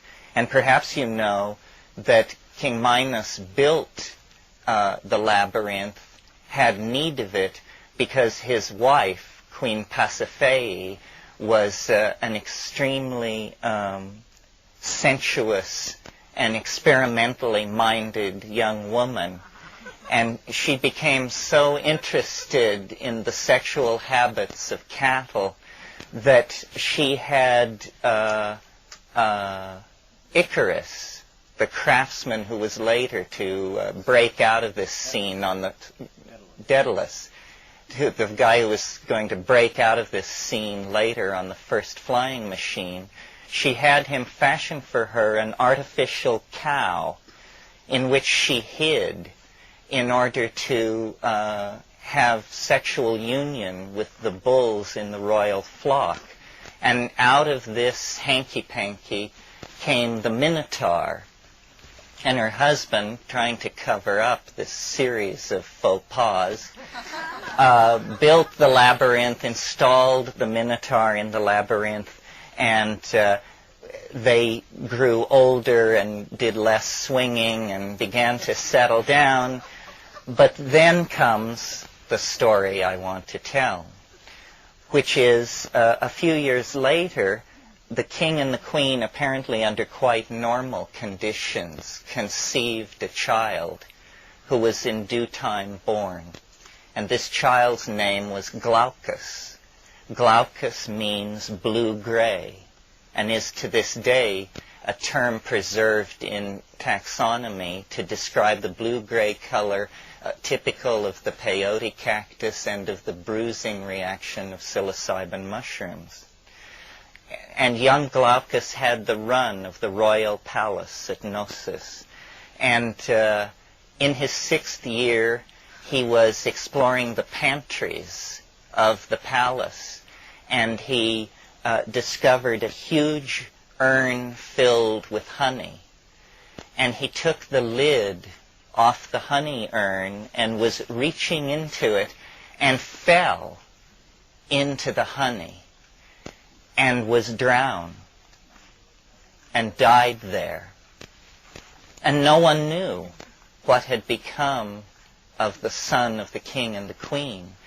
And there was tumult, as you can imagine, in the court. And eventually Queen Pasiphae, in a state of complete hysterical distraction, went to the great seer who advised the king's generals and the king's weather makers. And she said, you must find our son. And the seer looked into the surface of oils poured on water and burned hyssop leaves. And he said, my magic is not sufficient to find your son, but I can lead you to one who can find your son. He said, the person, and this is the part of the myth which is so bizarre that you suspect that there must be textual corruption or some kind of misunderstanding, because it's so weird what follows. The seer said, the person who can lead you to your son is that person who can compose the most apt simile on the tricolored cow in your herds. What the tricolored cow is, what kind of code language we're dealing with, can only be a matter of conjecture. But obviously the story at this point is couched in a secret language which conveyed meaning only to the initiates. So the king and the queen commanded each citizen of the principality to appear before them and compose a simile on the tricolored cow. And there was a man there, a minor philosopher, whose name was Polyeidos. And Polyeidos, you only have to have spent 2 weeks in Greek before you transferred out to something a little less horrifying to know that Polyeidos means many ideas. So Polyeidos, the man of many ideas, went before the court and he proposed a simile, which, according to the account of Pausanias, was brilliant. He doesn't preserve it, and hence it's lost forever. But whatever this simile was, it carried the day. And Polyeidos was actually a very humble man, a minor healer and magician. And he was puzzled that out of all the people in the kingdom, he had been chosen, or he had, by fate, been singled out as the one who could solve this extremely racking dilemma of the lost son for the king and queen. And he said to the king, I have no idea how to go about this, how to find your son. And the queen flew into a rage and said he should be sealed into a crypt with the body of our son. And he can come out when he comes out with our son alive. And so Polyidus was seized by force. And notice now the motifs of incarceration, the dark night of the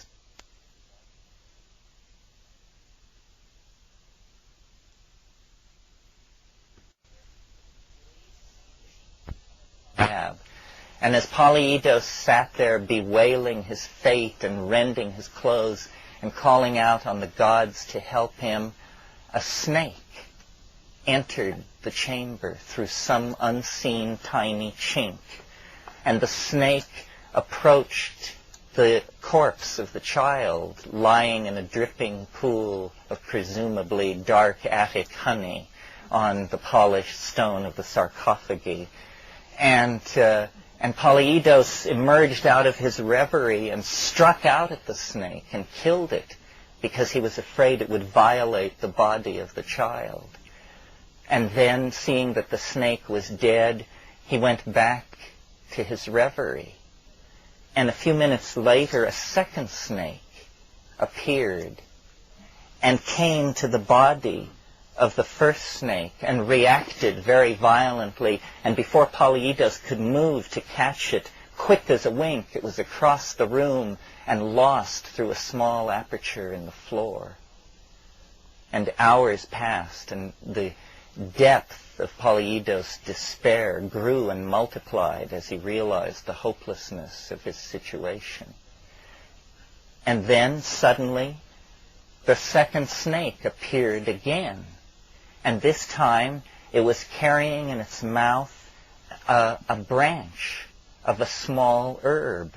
And it approached the corpse of its companion and regurgitated the branch into the mouth of the dead snake. And the dead snake was revived, and the two snakes went away.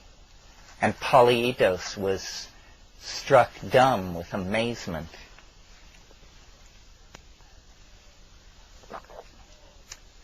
And he called to his jailers, and he described this herb to them, which was well known to him for its use in other medical matters.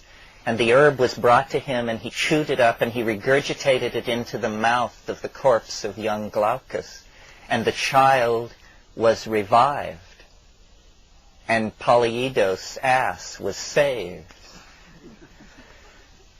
So he emerged, and the king and the queen were jubilant, and the court was jubilant, and the king said, "You can have anything that you wish." And Polyidus, who was actually a foreigner in Crete, said, "I want to journey to my homeland. I want to return to my homeland." And King Minos was on the brink of granting the boon when Queen Pasiphae intervened and whispered in his ear and said, "You cannot allow a magician of this power to leave the kingdom. We must somehow gain his knowledge before we allow him to depart from us." And so King Minos backtracked and made a different deal and said, "You can return to your homeland, but first you must teach all your magical arts to my son Glaucus, who you have resurrected." And so Polyidus, not liking it, but seeing the power of the king, acceded to the demand. And over the course of many years, he taught all his shamanic and magical arts to Glaucus, and he schooled him in all of the esoteric knowledge that had made Polyidus the unique person able to find the lost child. And finally, he went to the king and said, "I have taught all I know to your son. Now fulfill your promise and allow me to leave your kingdom." And so the king was agreed. And on the appointed day of departure, a royal retinue accompanied Polyidus to the quay where he was to grab the boat out to Syracuse. And they were embracing and the last goodbyes were being said. And finally it only remained for Polyidus to make his departure to Glaucus. And he approached Glaucus and he said, as my pupil, as the one that I have initiated, I have one last request. It is that now at our farewell, you spit into my mouth. And Glaucus thought it was a bizarre request, but he did as his master bade him, and Polyidus boarded the ship, and they cast off and sailed away. And as the royal family was standing on the quay looking out to sea, Glaucus realized that all the magical information that had been given to him over the years had been contained in the glob of spittle, and that the master had reclaimed his knowledge and sailed away. So that's the story of Glaucus and Polyidus. One sort of funny part is that in the original, at first you said they couldn't find the body, and then you said they knew where the body was and needed to revive him. Oh yeah, I blew the story. Polyidus, once chosen, he dreamed and saw the body in the honey, but they were so flipped out that the kid was dead that the fact that he had found the body didn't buy him much slack. Yes, thank you for clarifying that. Now, the reason, let me say a little bit about it, is a very interesting story. I found it while I was searching for proto-Hellenic myths related to mushrooms. And there's something funny going on in this story. The fact that the blue-gray child is preserved in the honey and then is resurrected through the intercession of another herb, an herb known to the snake. And recall from the Genesis myth that the snake is always the keeper of the vegetable secrets. It was the snake who had the inner skinny on the flora and fauna of Eden. And so the snake comes bearing information that then concerns this herb of immortality and the ability to resurrect the dead. And it shows, I think, the very late persistence of these Paleolithic themes of shamanic power carried and transmitted through plants. If any of you have any other insight into this, why, perhaps in the afternoon. Glaucus may have been eaten a mushroom and gone into some kind of coma state where he appeared dead, and then the task was to revive him. So they found an herb that restores people who are apparently dead. In the Gilgamesh story, there's also an herb of immortality that the snake absconds with. And the snakes have always been especially credited with knowing the secret of regeneration because of their slopping their skin and all that. Well, you know, people in Mexico who go to Huatla and places like that and collect the mushroom, the on-the-road, old-style way of preserving the mushrooms was to put them in honey. And it turns into a totally black mess. It turns into the alchemical prima materia. It turns into the exudate of the grave. But if you have the courage to eat it, it is then reborn inside of you. And honey, the role of honey as well, any of you have read Levi-Strauss, Honey and Ashes and the Raw and the Cooked, know that, this is a symbol of semen, of sunlight, of sweetness. I mean, it's a very rich kind of symbol. There are even, it's reputed, hallucinogenic honeys in the Amazon. This is a whole unexplored area where nobody has ever been able to walk into a laboratory and slam down a quart jar of hallucinogenic honey, but there are persistent reports filtering back from wild-eyed travelers.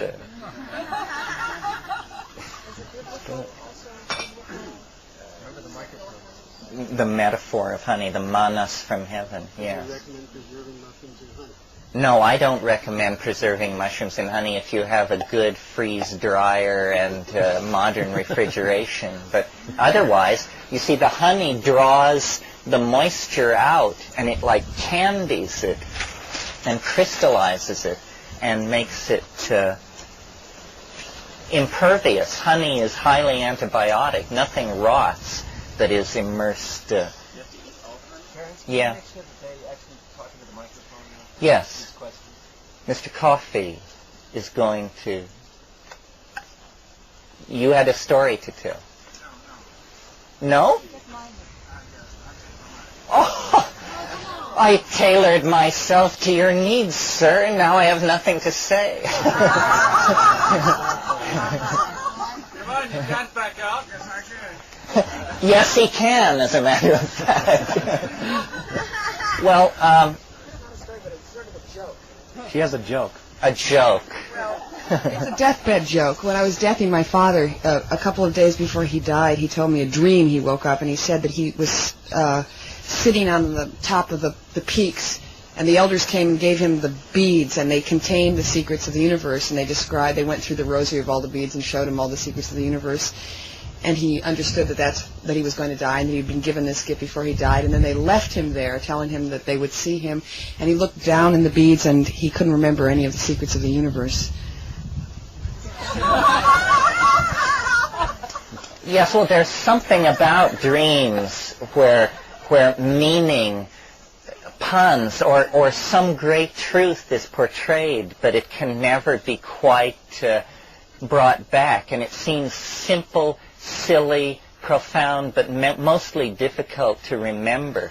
And a friend of mine, the closest to my mind that anybody ever came to capturing this, was a friend of mine told me about a dream he had that was very complex, and many, many things happened, but in the final scene there was a raft covered with Edwardian furniture and naked mermaids, and it was floating out to sea, and the mermaids were waving to my friend who stood on the beach, and the last thing he heard them call out to him was, "Deja vu! Deja vu!" He said, "This sounds like it means something." Well, anyone who wishes to say, I mean, you don't have to feel constrained. You have to feel constrained. No, I'm sure.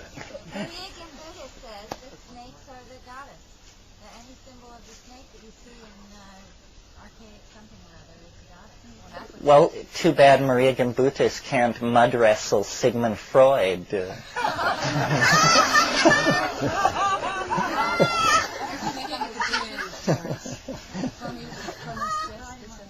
Sure, the caduceus. I'd like to invite people also, in terms of telling stories, also dreams, I think, would be, often do contain good stories. And you might search your memory, particularly for dreams. I mean, I have a personal interest. I think it kind of ties in with the theme of this weekend, and this theme of the wild man or the wild woman, the wild creature, the half animal, half human part of our own nature.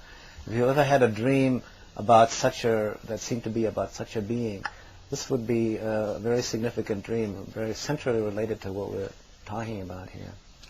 There was a book published very recently that I enjoy plugging because the guy is so perverse, and he's a post-structuralist, Marxist, Jacques Derrida, labor organizer, rationalist type. But he wrote an amazing book about ayahuasca called Shamanism, Colonialism, and the Wild Man. And if you want to be plunged into the world of real shamanism as it is practiced today among very sophisticated people, I mean, this guy got it. His name is Michael Tausig, and you have to take off your hat to this guy because being an anthropologist at the University of Chicago and a Marxist, he took it over and over and over again, not sipping it. He actually, just got flattened with these people and talks about it and just throws out the gauntlet to orthodox anthropology, and he's no true believer. This is no Carlos Castaneda. This is somebody very few of us here would actually be comfortable with, because you can tell this guy is abrasive, thinks everybody else is a moron, thinks people who hear voices should see a psychiatrist, and yet you get the whole thing. It's all there. Shamanism, colonialism, and the wild man. And the thing that I got from that book was that what he points out is that the people in the Amazon region, having experienced 250 years of savage colonial oppression, are returning to ayahuasca to heal themselves and to to retreat, as it were, to restore themselves and to heal themselves from the outrageous wounds and humiliations imposed on them by the colonial robber barons that run the rubber plantations down there, who regularly torture and massacre the Indians just for sport, and convert them to slavery, basically. And so the ayahuasca is healing and also reconnecting them with their original existence in the jungle, which is fits with his Marxist analysis of the major human cultural patterns being a reaction against economic oppression and so on.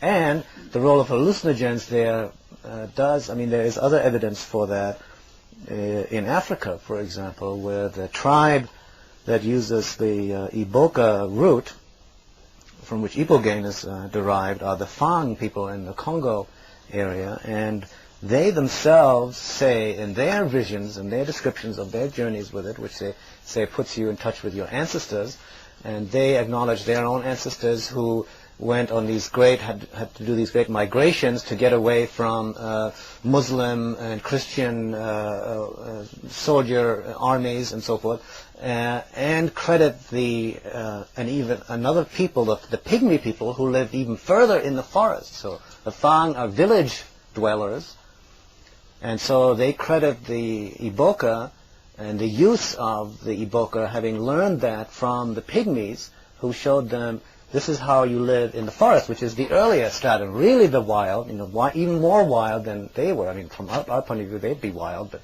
this is even further, more nature, deep forest. So they learn from them how to reconnect with that living source in the deep forest, and at the same time escape the depredations of the colonialist oppressors. It's interesting, in the case of Iboga, there's no known reference to it before 1850.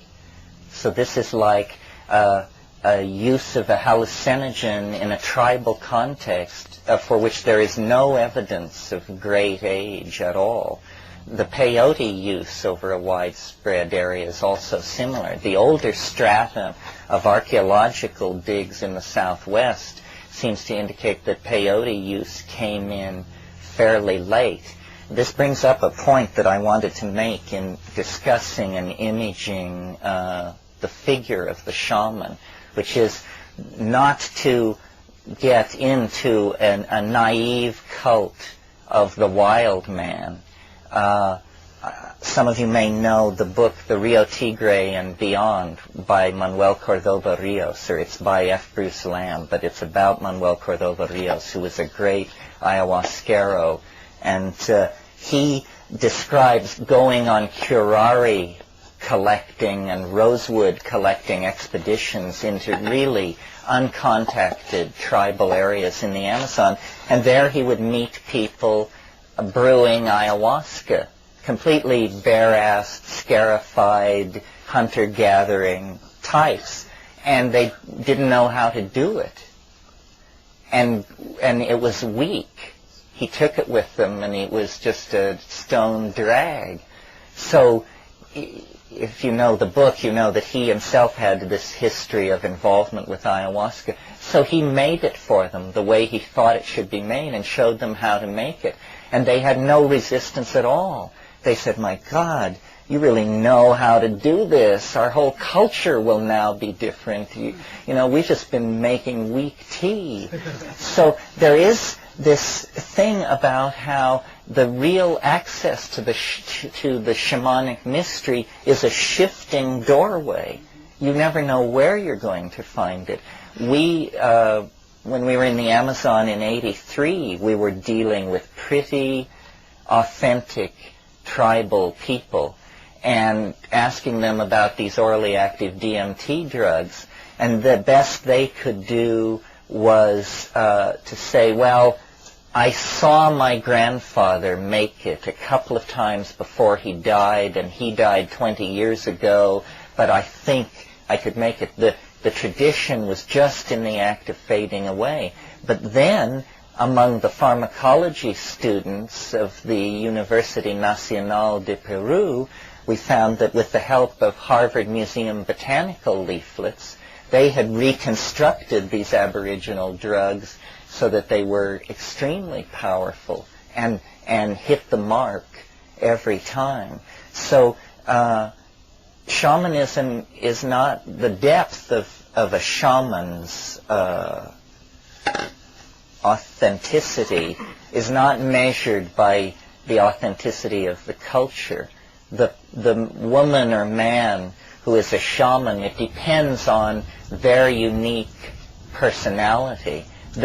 My brother once suggested that a good definition for a shaman would be an extra-environmental, and that this is the attitude to cultivate. Be a stranger everywhere. Always stand on the outside. Always be the alien. And you will have the proper attitude for furthering in yourself the tendencies that make you into a person who sees deeply into reality. Another way of thinking about a shaman is it's a person, this is the definition I created when my son was much younger, and he asked me, what is a shaman? And I said, a shaman is a person who knows how the world really works. And this is the task of every one of us, to find out how does it really work? How does it really work? You inherit always a cultural model, which is relatively trivial and idiotic, and in all complex situations will fail you. So how does the world really work? And to what degree does the cultural model stand in the way rather than serve as a springboard too? In the case of our own culture, I think quite a bit. This thing about the disappearing knowledge reminds me of something I wanted to share with you too. Is that some of you may know this woman called Anne Armstrong, who's a very, very gifted seeress, psychic we call her, or intuitive some call her now, seeress. Somebody who can tune into personal and meta-personal kind of larger cultural visions of the past and the future. So she was once asked in a context of a small conference about the history and future potentials of psychedelic plants and visionary plants. And she got from her vision that said something like, well, these kinds of psychoactive visionary plants have been used by humans since the most ancient times for the purpose of helping humans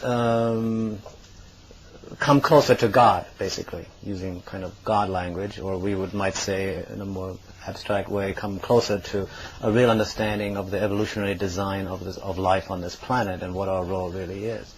So the kind of role of psychedelics that we've been talking about here.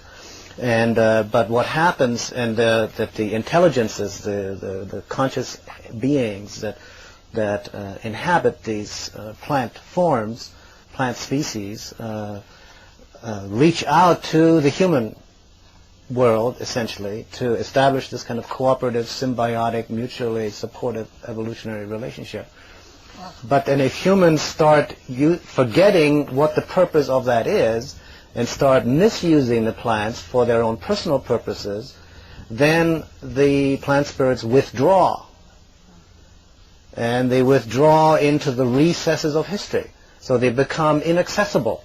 Like Terence was saying, the knowledge is lost because the people are no longer using it for the purpose for which the plants really want them to be used. You know, this is like really treating the plant spirits as equal intelligences to us, not as something to be used, but as something to be shared and communicated, exchanged.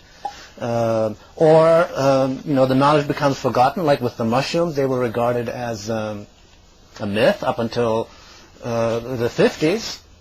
Still in the 20s and 30s, there were anthropological texts that referred to the magic mushroom as a myth. I mean, a fairy tale, in other words, a non-true story, a fantasy. And until the 50s, until Wasson rediscovered Maria Sabina up in the mountains of Oaxaca, brewing and doing the mushrooms velada, that was the belief. Or another way they become inaccessible, the Eleusis, ergot beverage was lost. And of course, it was suppressed. The Somar thing was suppressed, or lost, or both. And or they become another way they become inaccessible is by being made illegal, prohibited, as happened with LSD and all these others very, very quickly. See, becomes accessible. Same with MDMA. MDMA was used like LSD was for about 10 years by therapists and serious people wanting to use it to explore the potentials of the human mind. Then at a certain point, a certain threshold gets crossed, people start realizing the potential for making profit by distributing it to large numbers of people who otherwise wouldn't really have any interest in it. It's manufactured not for the purpose of helping people expand their consciousness, but for the purpose of making certain people rich. Then it becomes illegal immediately. And when it becomes illegal, then you've got the various maniacs, the perverts, the exploiters, the barbarians, the people like Manson, and who completely misuse it, pervert it for the opposite of what it was originally intended to be, and it becomes essentially inaccessible. It's interesting to try and understand how this kind of knowledge could ever be lost. I mean, like Soma is a good example. I mean, the whole of the Rig Veda, especially the 9th mandala of the Rig Veda, is just this ecstatic hymn to Soma, to some kind of intoxicating plant juice thing that was expressed in a series of pumps and grinders, that was the central mystery of this invading Indo-European civilization for a couple of thousand years. And then around 1000 BC, for inexplicable reasons, even the knowledge of what this plant was seemed to be lost. Well, how can such information that is so central to a full experiencing of human potential, once found, ever be forgotten? And I think that the only scenario that I've been able to come up with that would account for something like that is if you have a visionary plant and it's used by the population, but then you specialize and create a professional class that uses it, and then that professional class makes it illegal for all other classes. And then the professional class which is using this entheogen coincidentally is also the ruling class. Well, then when the lower echelons of society have had enough of being ruled, then there are slave revolts and popular uprisings, and the priestly class that held this secret as its own source of power is probably wiped out to the last bald-headed priest, and with them dies the information. So the holding close of the information is the first step toward losing it. Well, and I think the other aspect of that is the active suppression by the priest caste of the knowledge. They don't, and the same pattern exactly happened in Europe with all the witches, the herbs preserved by the witches. The ruling priests of the church, and in India I think something similar may have happened. The priests always want people, like Blake says, the priesthood abstracts the deities and says, we have a special relationship to this deity. And we are the ones, we're the experts, we'll intercede for you, we'll be the intermediary. You talk to the deities and they'll talk to you through us. We'll tell you what the gods say, because we have this superior connection to them, and you do what they say, and you pay us. You support us. That's the deal. And the people buy the deal, and part of the deal consists, and then you can't take the medicine, because the medicine would make the people communicate with the god directly. That's what the peyote Indians say. You know, the white man goes to the church and talks about God, and an Indian goes to the peyote teepee and takes peyote and talks with God. So the priesthood immediately, they don't want people to have mystical experiences, whether with mushrooms, soma, herbs, datura, no matter what it is. And then they want the power and the wealth. They control the power and the wealth anymore. Finally, they said they don't need to take the mushrooms themselves either. Because actually, if they continue to take the mushroom, they would, or the psychedelic, they would have to question their own power trip. So they rather want to maintain the power trip rather than constantly question it. So they suppress it. I think the only way soma could have been wiped out is by systematic suppression. It's like all the there in Genesis. I mean, basically the story of this struggle over access to a plant and the first prohibition. You know, you can do anything you want, but do not eat of the fruit of this plant. And then the tree of knowledge. The tree of knowledge. And the other source is saying, you know, you will become as him. You will know your true condition in the cosmos. Well, is it that you will know your true condition in the cosmos, or is it that you will be cast down into an unending and eternal hell unto the 1000th generation? This is essentially Nancy Reagan's position. So the issue is knowledge. The true, you know, if you look for an archetype of the shaman in the Western pantheon, the archetype of the psychedelic user, it has to be Prometheus. It is Prometheus who steals the fire from divinity and carries illumination down to the human species. In a fennel stalk. And for that, must suffer the most outlandish torture and indignity ever dreamed up by the Western imagination. I have a story. Okay, and then we'll break. Get your mic and do your thing. Okay, so I want to change from the image of the primordial man, the sort of primitive man of nature, who is the other half of ourselves, to the primordial man in the sense of the wizard or the genie or the excellence. The immortal. The immortal one in us. And in this story, his name is Khizr, who is a Muslim figure who kind of runs around on the edge of reality, rather like Elijah for the Jews. Elijah was taken up in a chariot of fire and never died. And and so he's always present, and he can come to the rabbis and sit after midnight and stand in front of their desk and teach sharp little pieces of scripture to them. And so Khizr comes to people in their dreams or in vision, and in the Hindu tradition, Babaji is this man. So the story starts with an ordinary man living in a small village on the frontier of Afghanistan and southern Russia there. And he's the official in charge of collecting taxes, the weights and measures. So people who come through, they go through him. And he has a perfectly nice life with a wife and a child and so on. And one night, in the middle of the night, comes to the foot of his bed this figure, Khizr Nabi. And he's dressed in an emerald green cloak with an emerald green pointed hat. And they have gold and silver stars and sickle moons embroidered upon the cloak and the hat. And he has a long pointed grey beard and piercing green eyes, and his eyebrows curl up at the edge. And he says to the little man, meet me at the river in 3 days at sunset. And the little man is totally trembling, and he wakes up in the morning and goes to his little tax office, and he tells the big boss who's in charge of him, excuse me, but in 3 days' time I have to leave and I'm quitting the job now and I can't do anything about it. And they say, and the rumor spreads through the village immediately, he's gone mad. He's gone crazy.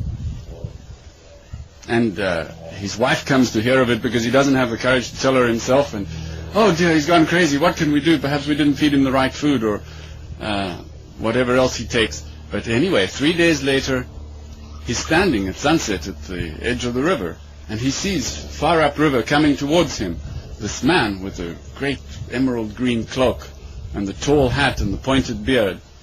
And they meet and they acknowledge each other, and Khizr says, jump in the river. So, shall I continue? Yes. Oh. So he jumps in the river.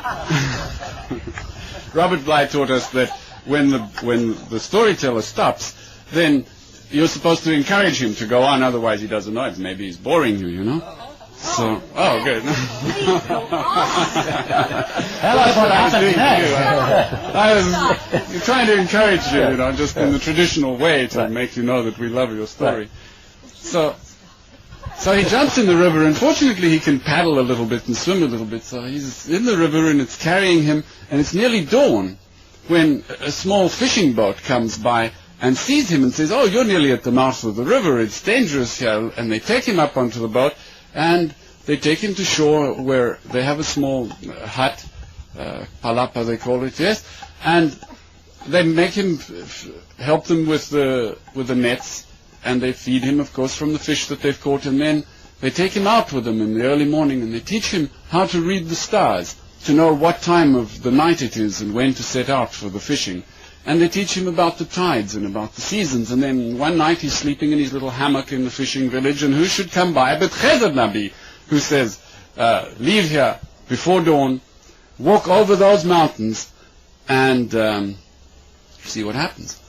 Shall I continue? Yes, continue. He comes to a green valley over the mountains, and he sees some men harvesting and putting the wheat up on a cart and carrying it to the farmhouse and coming back for more, and he stands by the road watching them, and they call him and they say, "Hey, it's the harvest time, come and help us."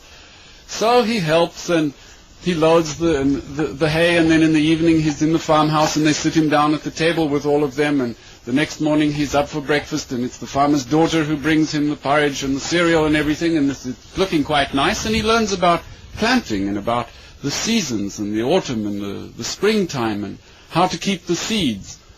And he's quite interested in the farmer's daughter after all, and life is not so bad, and there's cream and there's honey. And then who should come in the middle of the night but Chezer, and says, without saying goodbye to these people because you like them, before the dawn comes, leave and go to that far city and become a dealer in furs and skins. Go on.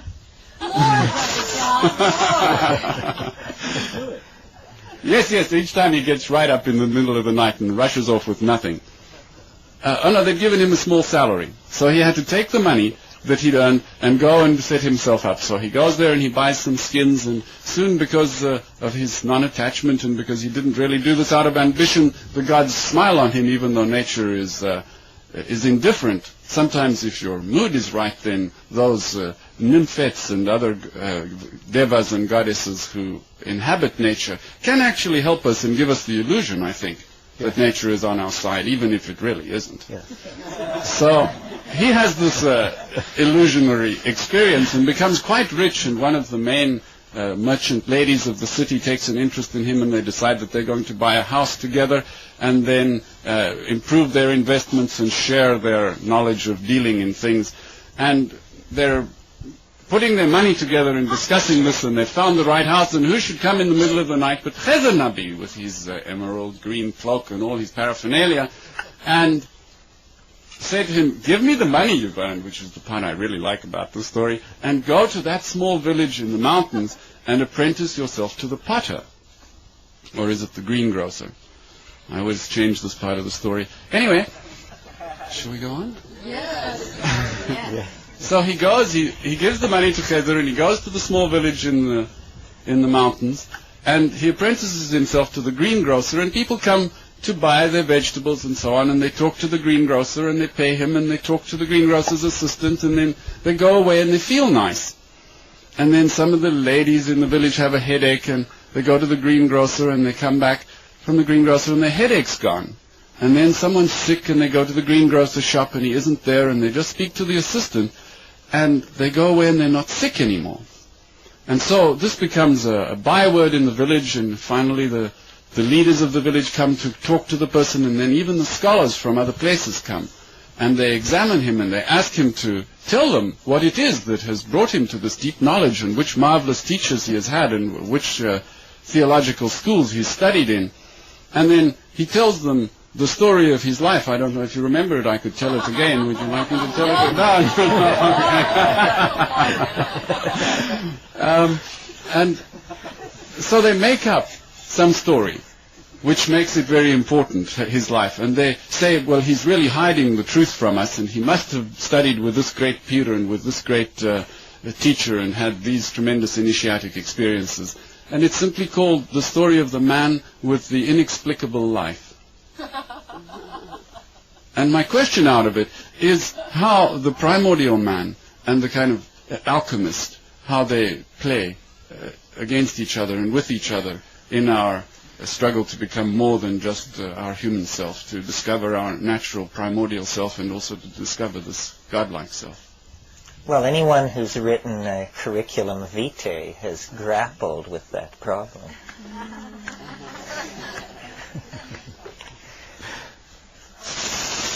Okay, gang. Oh. That's it. We'll meet here at 3. One small announcement. So it is not a metaphor that we are in a state of symbiotic abandonment to our mother. It isn't a symbolic statement at all. It is simply a true statement that we are so far out into the history game that we don't understand this, that our ennui, our existential angst is all because we don't know jack shit about what's going on. And the reason we don't is because we have accepted prohibitions against finding out what's going on. We are infantile, as a matter of fact. Our whole spiritual engine of transcendence is infantile. It rests on the daddy figure, who is the priest, the guru, the wise man, some beady-eyed character from Bengal or elsewhere who's going to just straighten us all out. There is a complete kind of wrong-headedness that we have inherited as part of our historical legacy. It's that we do not value direct experience. We do not trust ourselves. We do not pay attention to the immediate input from the living world. We are always casting away from ourselves. What do the experts say? What did Buddha say? What did Plato say? What did somebody on the other side of the world? What are they saying now? We give ourselves away. And the reason is because we are bereft. You know that phenomenon of the 40-year-old guy with the sports car and 3 marriages behind him? This guy is desperate. He is bereft. I always think of that amazing phrase in Lady Chatterley's Lover, where Constance Chatterley faces the fact that she is, as she says in the book, to be had for the taking. And to some degree, we all have reached such a state of spiritual bereavement and abandonment that we are to be had for the taking. And this makes us susceptible. It makes us marks, to use a word that's dear to William Burroughs. Shamanism is an effort to get outside the carny midway, to actually walk between the tents and to discover the cool night that is going on away from the sound of the change makers and the barkers. And this, it has to do, I maintain, and I become less and less tolerant of any other view, which is either a sign that I'm slowly losing my mind, or I'm slowly just, eventually I'll just be like John Lilly, I just won't give a shit, you know, really say what I think. But I really believe that authentic shamanism is psychedelic shamanism. And then people say, and nobody's said it yet, but it's okay to say it, can't you get there some other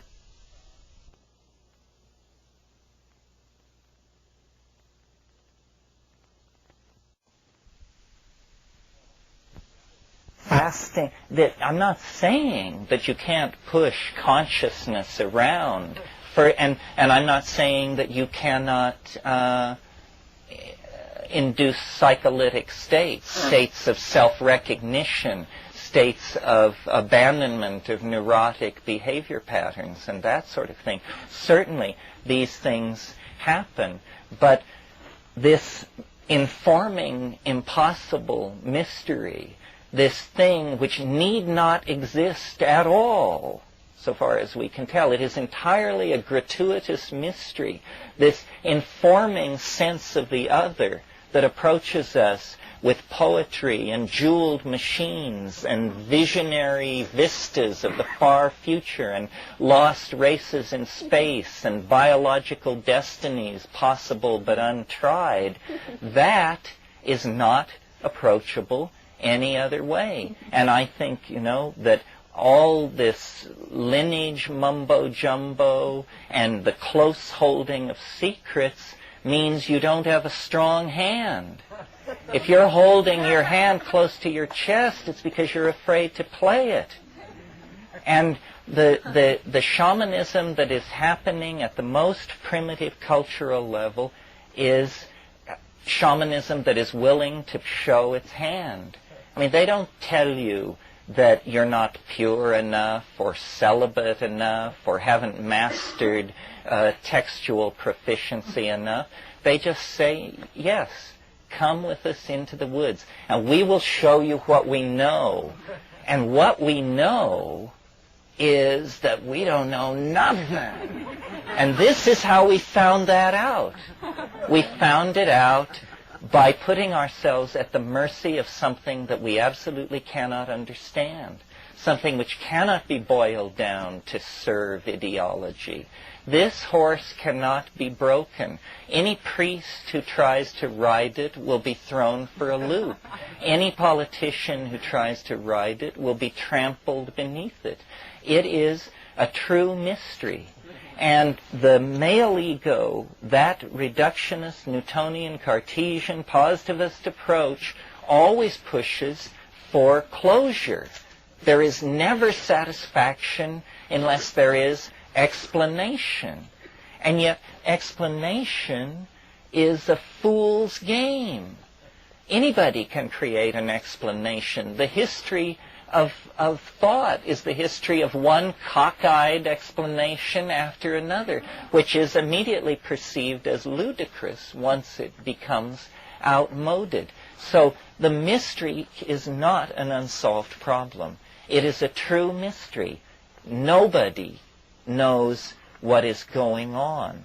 I don't think any tradition has taken the measure of this or operates in the light of it. The people who actually handle the molten alchemical ore that pours out of the furnaces of hyperspace have very little to say about it, have no interpretation to offer. It's the public relations people and the priestcraft people and the people who have a book they're selling. They are just full of information, explanation, denunciation, adoration, so forth and so on. But the people who stand close to the mystery are silent. And what I would like to put across, and what I'm always trying to put across, and what is very hard to put across even though we say it over and over again, is how real what we're talking about is. It is real. It can just shake your teeth out. It is very fine to sit under the teaching tree and talk about psychedelic drugs. Do you know how much this is like being smashed on a psychedelic drug? Not at all. Not one iota. Because what is required in the actual confrontation of the thing is that all this theory, all this tradition, all this self-examination is brought in to the focus of the moment. It is existentially real. You are being tried and you are being tested by a thing and an agency that you cannot know. And this is very different from getting a laugh from an audience or a paycheck from an institution or your book reviewed in the newspaper. That is all dross. and foolishness, because we all know that there are weasels everywhere, and that your position in human society is no indication of your existential validity. But if you can pass through the fire of the psychedelic experience, and it is a fire, the hexagram Li, the clinging, is the sign of the psychedelic experience. It is the noetic fire. It's the fire that descended on Pentecost and gave language to the apostles. If you can pass through that fire, then you have made a pact outside of history, outside of the validations and value systems of men and women. You have found authentic being. And it's a great challenge, a great controversy. People, react differently. They want to preserve this particular tradition which mitigates against it, that particular tradition which mitigates against it. The fact is, we can only say what we know. And I diligently sought existential validity in the various rumored Sophic oases in the landscape of human aspirations, such as yoga, such as sitting, such as, and it's just a matter of shopping around, and finding out what actually sets your knees knocking, what actually makes tears of joy run down your face spontaneously, what actually can make you grovel and plead for mercy. And it is this force, this real invocation of real spirit. It is a dark night of the soul. It is an ecstasy, apotheosis, apokatastasis. It even happens outside of Greek. It is pure challenge met and overcome, pure self-authentication. And in a world where we are just buffeted, used, set against one another, misled, misconstrued, lied to, and controlled, nevertheless, you can just push between the tents of Carnival Row and walk out into the woods, and there you find the spiritual life waiting. There you find the limpid Sophic waters of the Tao that were always there. And it's a matter of courage, not of finding the guru, not of seeking the answer. Anybody who is seeking the answer is in flight from the answer, because the answer is not sought, it is faced. You know what it is. You just have to face the demands that it will make upon you, because it isn't easy. Somebody isn't going to pass by your prostrate form and touch you on the head and tell you you're enlightened. It's going to be burned out of you the way the dross is burned away from the precious metal in the alchemical furnace. It takes courage and commitment and a willingness to make what Plotinus called the flight of the alone to the alone. This is what shamanism is about. We do have a good time with each other. We do have a good time with all these drugs and copulating furiously upon them and making metaphors with them. But the truth is that it is the narrow neck that challenges us, and the narrow neck that authenticates us. And when you pass through it, each time you come to the other side, you've taken a step along the path of knowledge that is irrevocable. You are not set back. Nature loves courage. Nature is an infinitude of doorways, opening into authentic being, calling to us with the voice of our ancestors, the spirits of the planet, the time travelers that rove the centuries ahead of us, and who knows what else. The whole fact of being is a palpable, ongoing, continuous miracle. And we know this. We feel it. But we are the programmed victims of of a death-dealing society. So our task becomes, I think, to use the empowerment that these kind of gatherings give us, and to use the self-recognition that we can each have here, that we are not alone. That, I'm saying this because I'm glib, but we all know it. That's how I'm able to say it. It is elicited from the group mind. If it weren't in you, I would be incomprehensible. So we form then an understanding, and then we each are strengthened in the private trials of our souls when we go to meet these things, when we try to hammer out a relationship to the ally, when we try to hammer out a relationship to the denizens of our own unconscious. This is life authentically lived.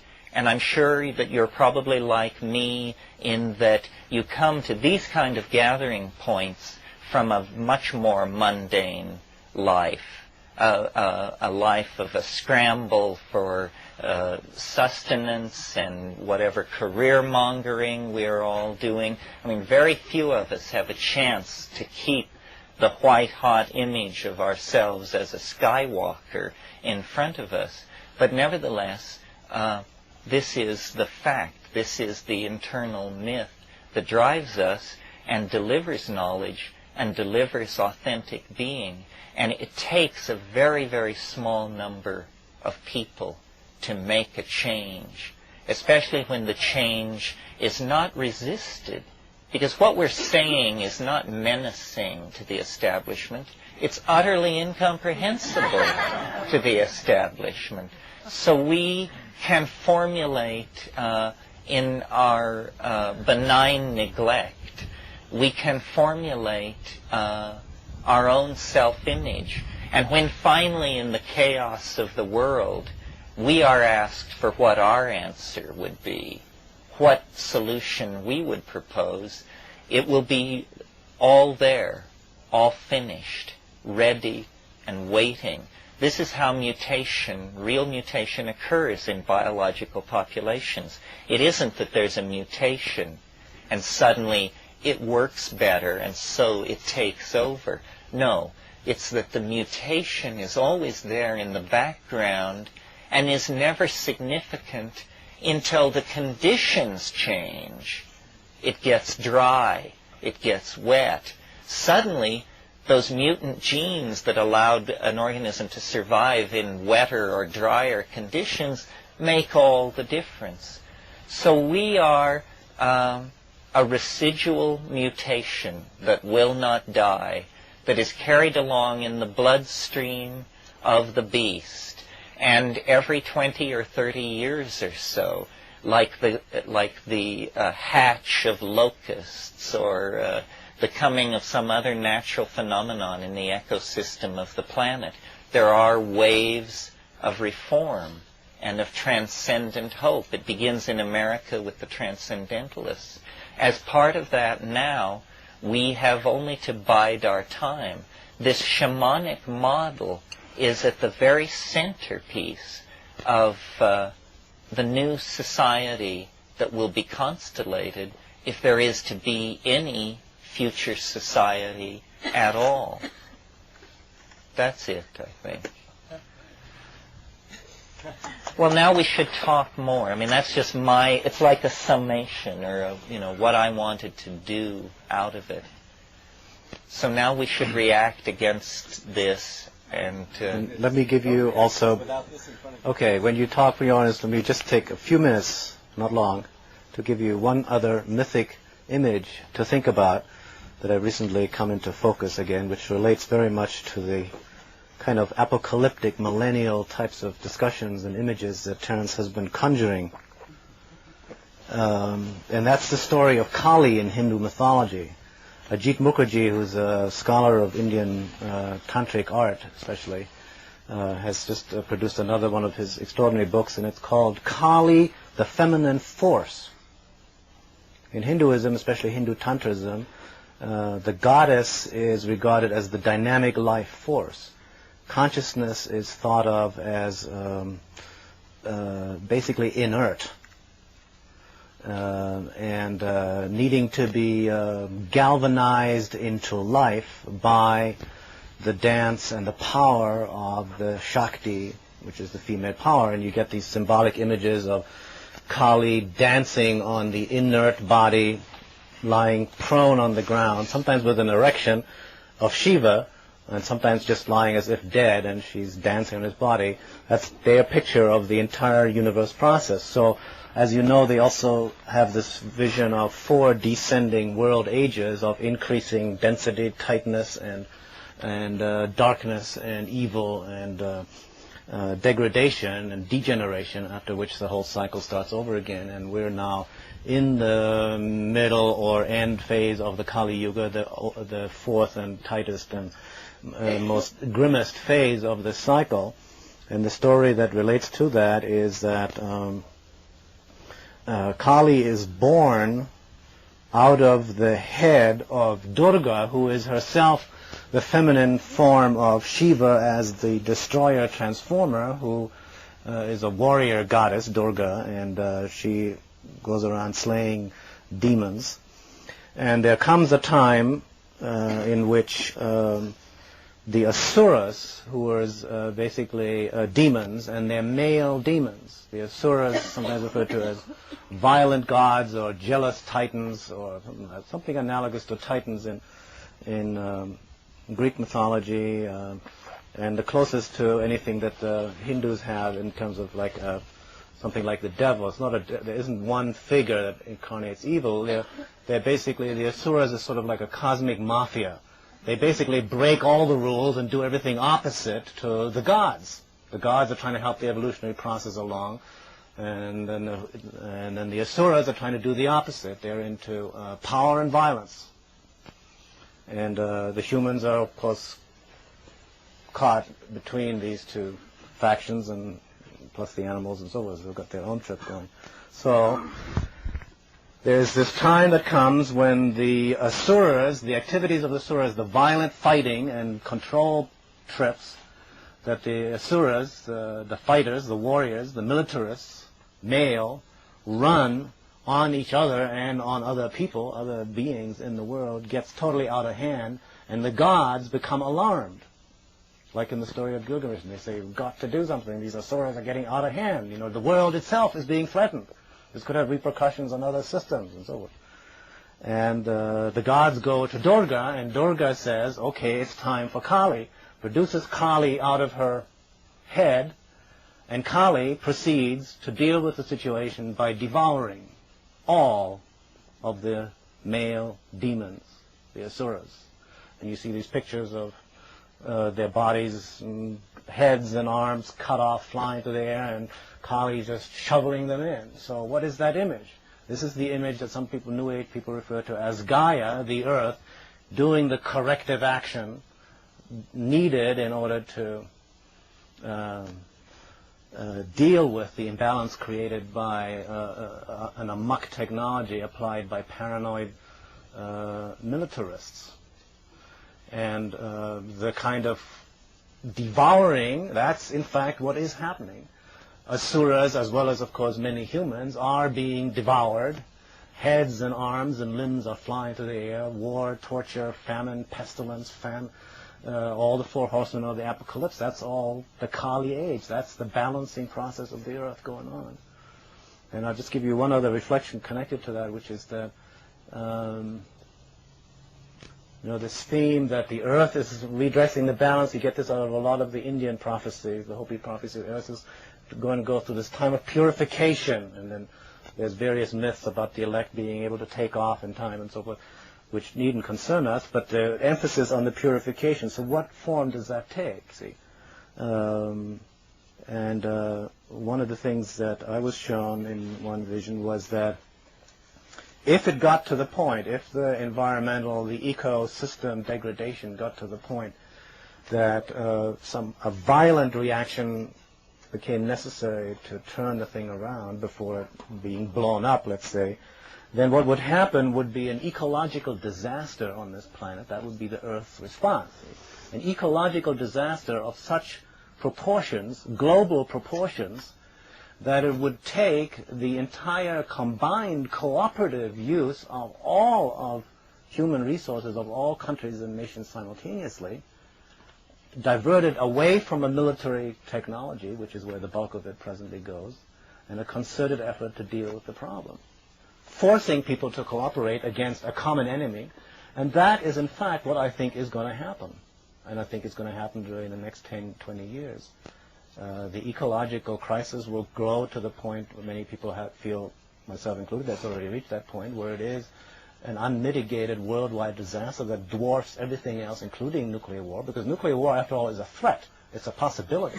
It may never happen. The eco-disaster is already happening. It's in full swing. The greenhouse effect and the population explosion are only the two last factors that are gradually dawning into people's consciousness as adding and multiplying the factor even far beyond everything else. The greenhouse effect, which is really misnamed because greenhouse suggests something positive that promotes growth, the greenhouse effect is actually a heat trap, a planetary heat trap or fever condition of the planet that we're in and that we have no way of stopping. The best we can do now, according to the latest computer projections, is to slow it down, to slow the inevitable rise of at least 1 degree overall global temperature, which could result in major disasters worldwide, including the desertification of the entire American Midwest grain basket, will either take 20 years or 15 years or 25 years, depending on the kind of action we take. So, this is the significance of the Kali, the myth of Kali, which is Gaia, which is the earth correcting herself and redressing the balance, purifying herself, doing a corrective action. So I wanted to share that with you for further reflection.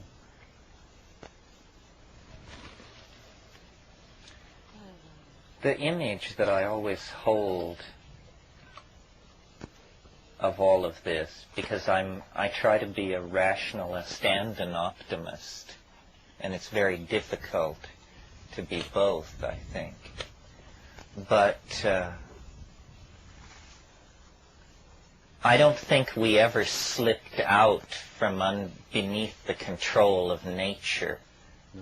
That man is not some kind of abomination run amok inside what would otherwise be a very ordered and pleasant situation. It's that the planet itself is destabilizing. The last 10 million years have been more unstable, with more glaciations than the previous 100 million years. And the appearance of human populations is simply to the present moment, the most extreme example of the destabilizing forces loose on the planet.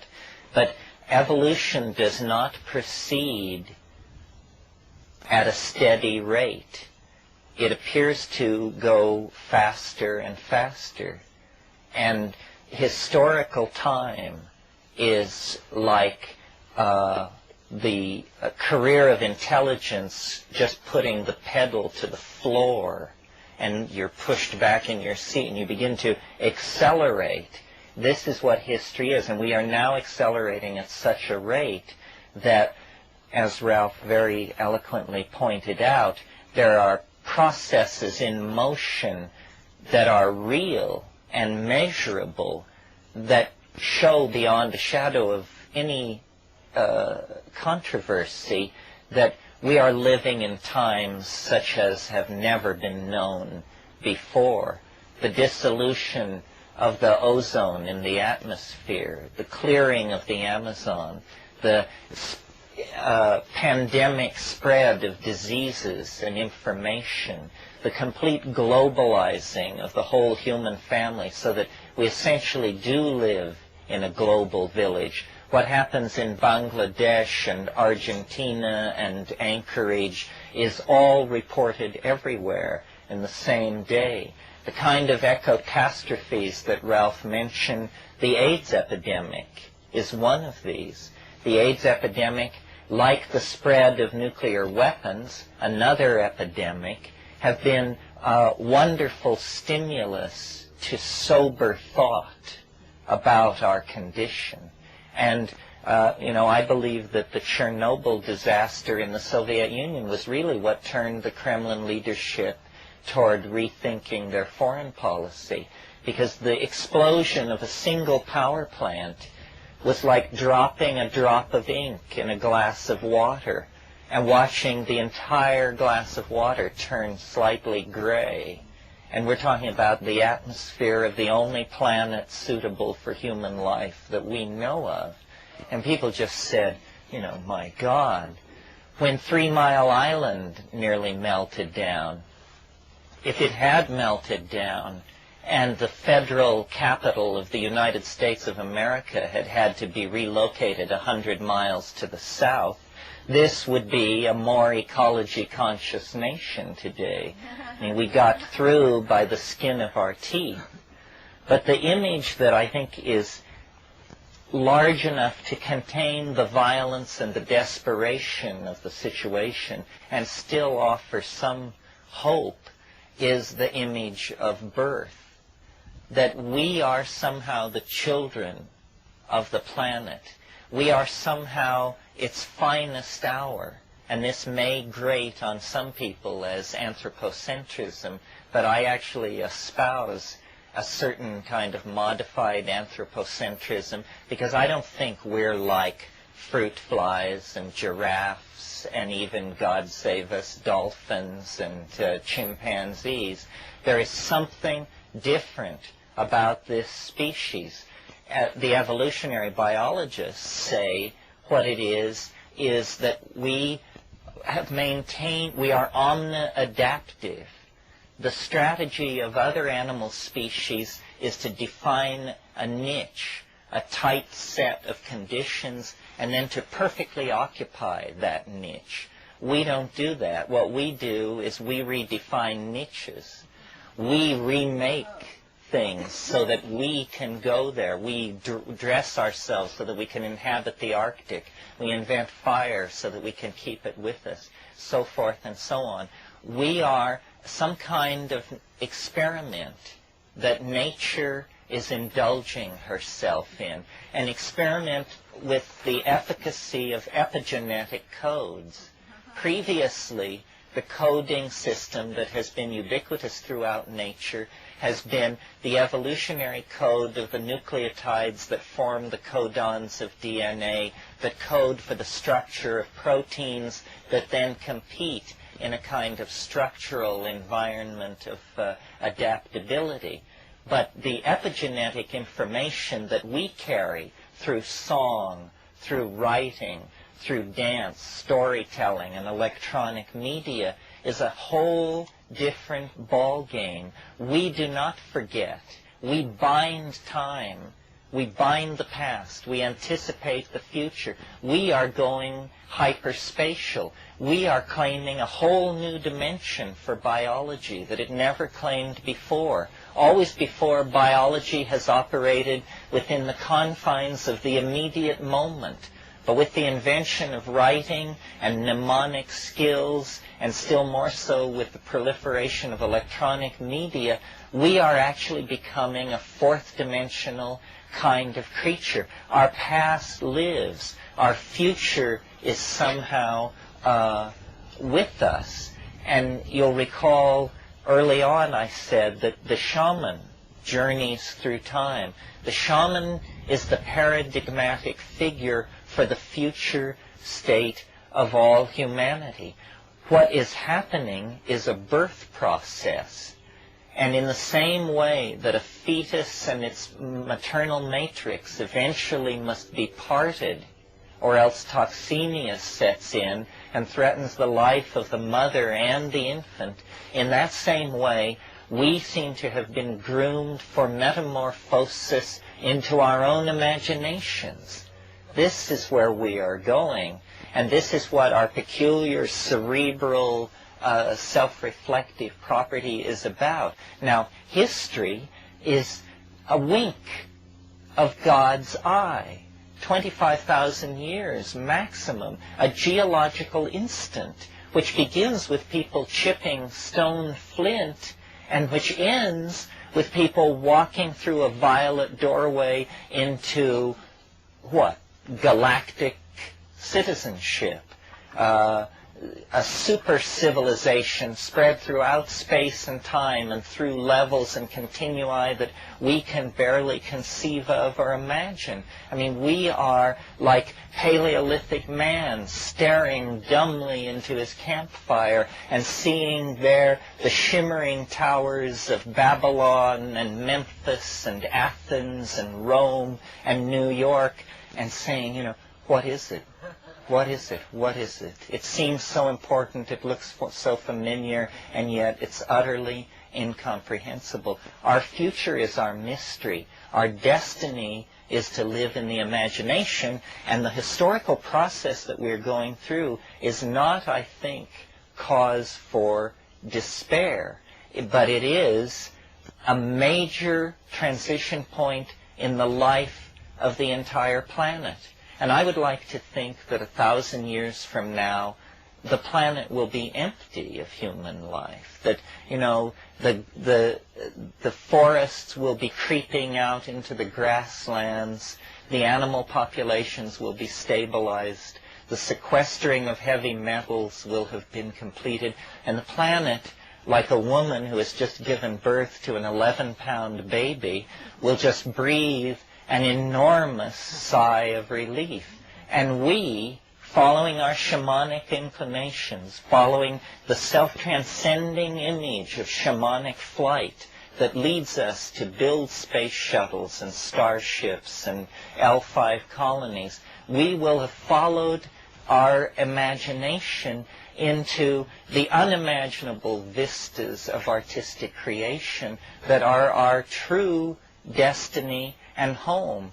And we are now in transition, the most difficult part of any birth process. Blood is being shed, there's screaming and groveling and waves of tension sweeping through the planet, sweeping through the human population. But it is an anticipation of a higher, wider, freer, kinder kind of being that we have always held up as an ideal for ourselves with the notion of the shaman, the superman or woman who knows the secrets of the animals, moves with the subtlety of the wind, is always capable of appropriate behavior, is at home everywhere, and leaves no mark. It's our aspiration, it's our guiding image. What we need to do, I think, is articulate. Leaves works of art. Yes, it sheds works of Leaves art. records. We excrete ideas. We leave a contrail of artifacts as we move through time. And they, you know, they're rotting in the jungles of Belize and Guatemala. They're parched on the sands of Egypt and Iran. And there are more artifacts ahead of us. An endless shedding of our architectonic and imaginary dreams as we move toward the quintessence, which is the self, which is this transcendent object at the end of time that has cast this vast shadow over our dreams, our poetry, our aspirations, our art, our self-image. And we can each know this here and now. The psychedelics put you in on the joke. You no longer are caught in the unfolding drama. You have seen the end. You have acted as a go-between. You have discovered the way in which the world actually works. Well, now I'd like to hear from some of you, if we can tie this up for people. Sure. This gentleman. Oh, yes, microphone.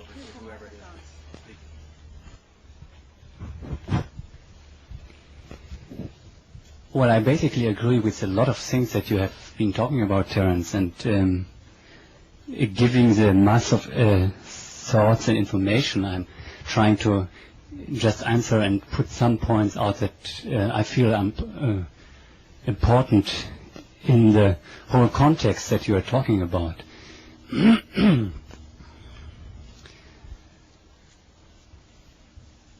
One is just a simple thing in the beginning. You're talking about psychedelics. I didn't quite get whether you make a distinction between synthetic psychedelics and organically grown. No, I make a definite... Yes, I know that you make the difference, but within your talk you mentioned LSD at several times in a way that I got the impression that you look at LSD as something that is not synthetic. Well, LSD is kind of a borderline case. I'm probably under the spell of Albert Hoffman's recent visit. LSD-like compounds occur in morning glories and were the basis for certain hallucinogenic rites among the Mayans and the Toltecs. LSD is a sort of a hybrid. Ultimately, I suppose I would be sort of anti-LSD because the problem with LSD is it's so easy to make 1 million hits. And 1 million hits is not a party. 1 million hits is a governmental problem. And that's what undid LSD, was the fact that it was so easy to manufacture truly society-disrupting amounts of it. That was its main function. Most likely. Well, but don't you think a burrowing from within strategy might have gotten further? Like, I believe that the reason Leary decided to use LSD in the Harvard experiments was because Michael Hollingshead made the case to him that they could manufacture so much of it. Leary's original inspiration was psilocybin, but there were physical constraints on its manufacture. Oh yeah, the facts are, I just think that, I might not have done it that way, but that's the way it happened, and that seems to have been what the historical process came up with. Something that could be manufactured could be in large amounts, giving hundreds of thousands of people access to an experience that before only a few had had. So reaching that kind of 100th monkey mass quantum mass action threshold. I mean, thinking in these quantitative terms is a very male thing, and I just wanted to put this question because my experience with my own experience, as well as what I have seen in many other cases where other people taking LSD, is that it is extremely affecting your body, and that it is creating confusion, possibly, and that you should at least take into consideration that it is developed by a Swiss company, and even Albert Hoffman, who I really appreciate as a wise, nice old man, is a man still, and it is done in the whole context of patriarchal chemical work. Sandoz is destroying the River Rhine, and besides all these things, they have developed LSD. Yes, well, okay. I tried I just wanted to mention that that very briefly. It's not the main point that I wanted to come to. Can I answer it anyway? Sure. Basically, I agree with you. I bend over backwards to be liberal because Ralph once accused me of being the most conservative person he knew. But I think you're right, that the fact that it can be manufactured means it can be manufactured badly. And what you want when you take a psychedelic is something that you know where it came from, you know what it is, and you don't have to worry about, were people orphaned, or did evil people manufacture this, or is the money being used to hold down black South Africans, so I think plants. My advice to someone who takes it seriously, who wants to get right on this issue, is grow your own mushrooms. You should grow your own mushrooms for several different reasons. First of all, if you can successfully grow mushrooms, you probably can take them, because in the process of growing them, it has taught you cleanliness, punctuality, attention to detail, all these traits which are very useful then when you take it. And then you know what you have. You've watched grain rye, a human food, turn into pure psilocybin, and it all happened in your own basement. So no middlemen, no question of sources, no question of international chemical companies, so forth and so on. No, I think you're right to be very sensitive to this issue of synthesis, origins, and the karma of these things. But now go on. Well, your answer is even an answer to my next point, which is that we have been talking a lot about whether or not taking drugs, which is, from my impression, not even a serious question for most of the people here. But the more important question that I found was not dealt with enough is the question how we take it. We live in a culture where we have not many tools or transmissions of knowledge how to use properly plants. And what you're just saying about mushrooms is a very good point, how we can learn to deal with something properly instead of just buying it and consuming it. And the last remark to this question of how, where I would like to hear maybe a few sentences from both of you, is the point that, because I think Ralph mentioned the mysteries of Eloises at a certain point, and what I know, or one point that I remember, is that people were only allowed once in their life to get this visionary experience. And you pointing out that the visionary experience is maybe the most important, I would say, I mean, in shamanic cultures, quite often it was just the shaman who would go for the visionary experience and then had the challenge to share that with his people, and not everybody was just going for a visionary experience. And what happened in the psychedelic movement was that everybody was going for visionary experience again and again and again and again, without, or even by doing that, losing his motivation of bringing his vision back to his life and to his people. Well, people don't know how to do it, you're right. And so maybe it's useful. I mean, this is certainly tying up loose ends. I feel like this is where we really soar out toward the edge and stretch the envelope of the institution. But you must know how to do it, right? And so how you do it, in my humble opinion, but based on experience, is you, first of all, you take a committed dose. You don't take some namby-pamby, piddling, testing it out, toe in the water kind of dose.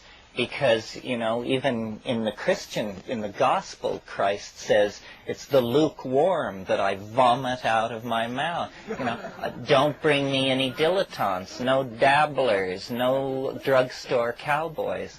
So you take a committed dose. What is a committed dose? A dose that when you think about taking it, you feel fear. That's a committed dose. So you take a committed dose. And then you take it on an empty stomach. And then you take it in silent darkness. Leave your Walkman alone.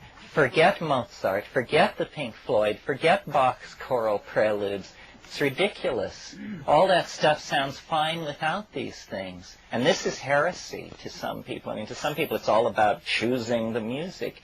Again, this selling out, you know, what the hell? You can't illuminate your mind without having a synthesizer diddling in the background. So, silent darkness, committed dose, empty stomach, and then it's very simple. You lay down, you shut up, you close your eyes, and you look at the back of your eyelids with the expectation that you may see something. Now, people have in describing this back to me, people have called that the Mckenna method, which seems to me just, you know, you must be nuts to think of it that way. Because I talked to someone, I won't name him, but a great researcher, widely published researcher in psilocybin, and he'd done 80 trips and given it to 25,000 people and so forth. And I said, well, what did you make of the hallucinations?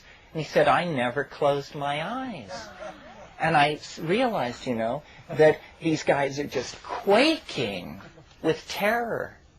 A committed dose in a shamanic situation. And now I'm not advising this. This I do not advise, but this is how I do it.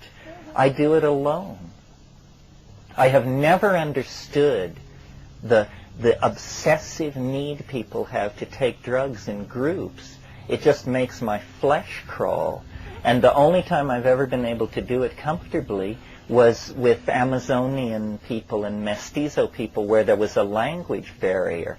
But if I take a psychedelic with somebody, then I listen to them breathing, and I hope they're all right, and I get all tangled up with, are they all right, and should I say something, should I not say something, and this, and it just turns into this mother-hen thing that I can't stand. And often when I take psychedelics alone, I pass through a place where I say to myself, boy, I'm sure glad there's nobody else here, because I think this would really alarm them. At this point, people would be reaching for 411, and since I can't, it's not going to turn into an embarrassment for me.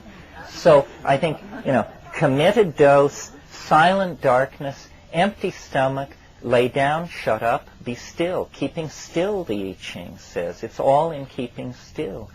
Okay, so far to set and setting.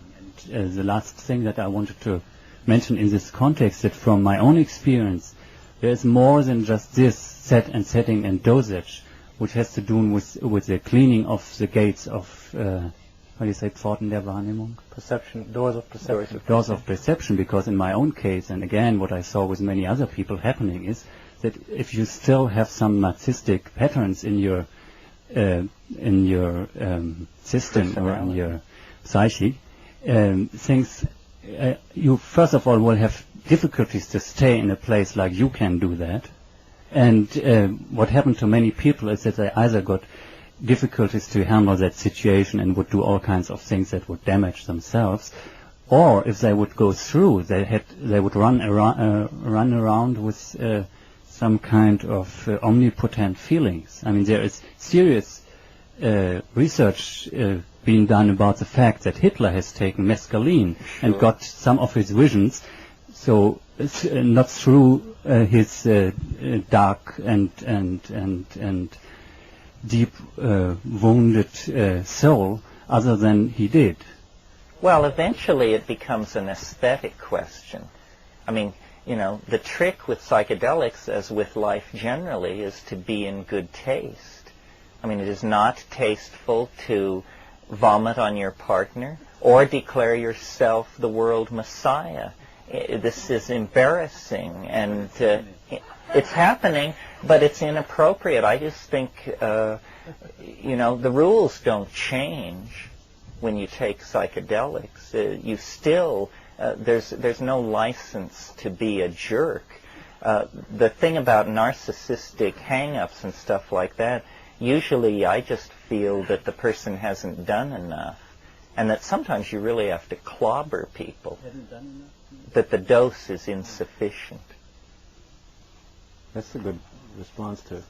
But let me just briefly ask, in terms of your basic question on how, to Terence's suggestion, which centered mostly on dosage and setting factors, practical, down-to-earth physical factors. I would emphasize the factor of intention, i.e. set, more than he has.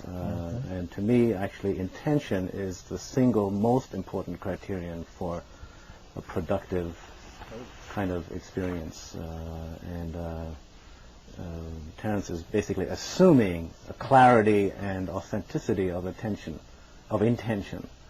And many people who experiment and dabble in psychedelic drugs, as he was saying, do it for all kinds of reasons, such as being able to say that they've taken it once, or because their friends suggested it, or because they want to be less insecure about their sexual hang-ups, or whatever it may be.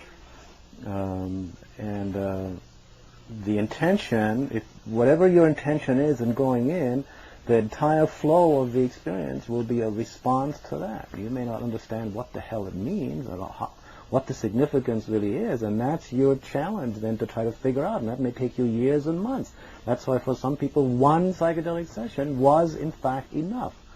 Not because they were afraid to repeat it, quite the contrary. That was the thing that connected them to their source of They got their instructions, and they can live with that the rest of their lives. Other people make a specialty of exploring various other areas and exploring the possibilities of tools and applying them in various contexts, such as healing or creativity.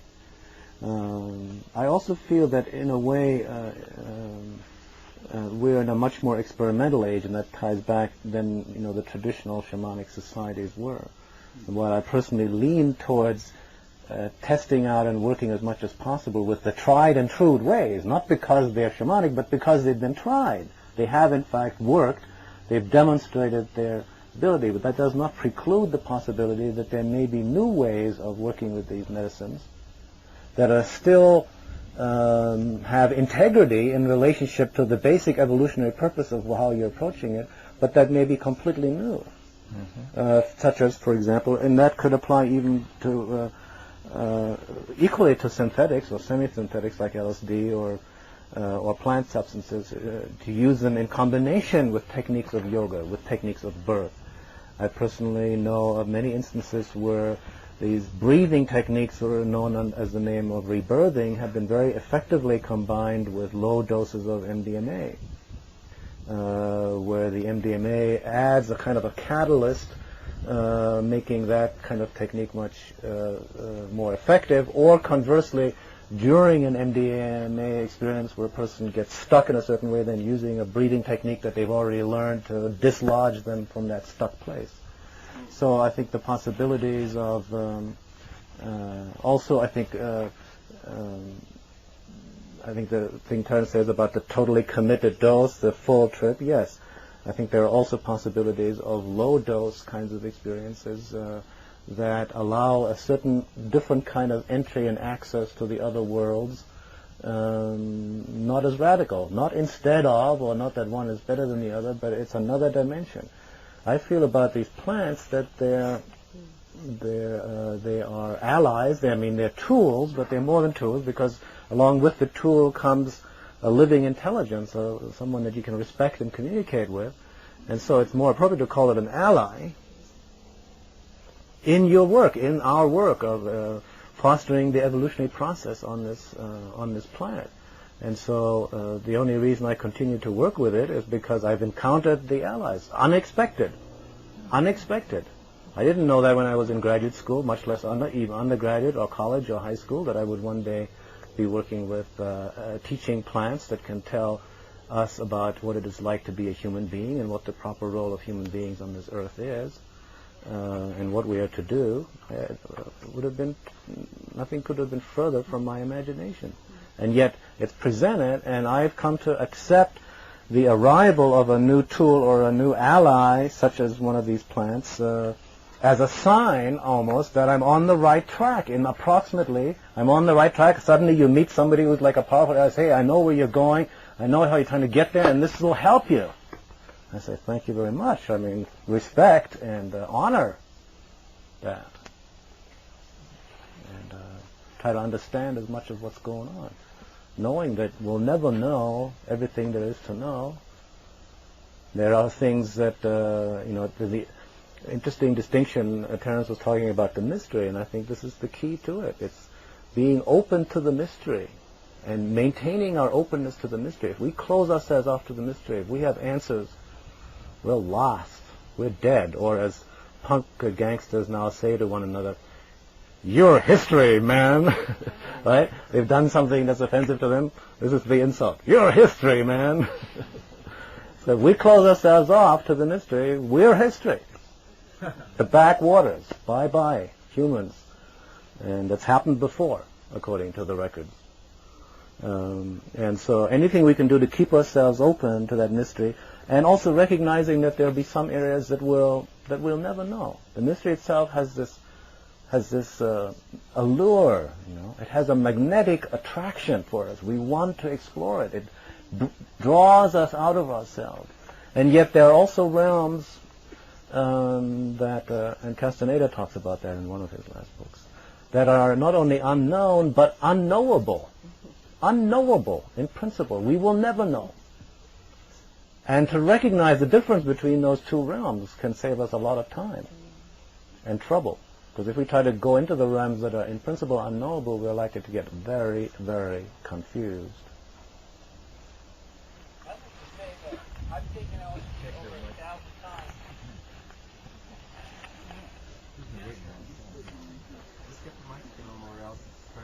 I'd like to say something or ask directly about the subject of how to, which you've been discussing. And I'll say it in as quickly a way as possible so you can put your answer together the way you want. Potential problems in taking this. I've said to people, have you taken a lot? Have you ever seen this stuff? And they haven't quite been in the dark. I've gone out, and it's hard to find a place that's dark.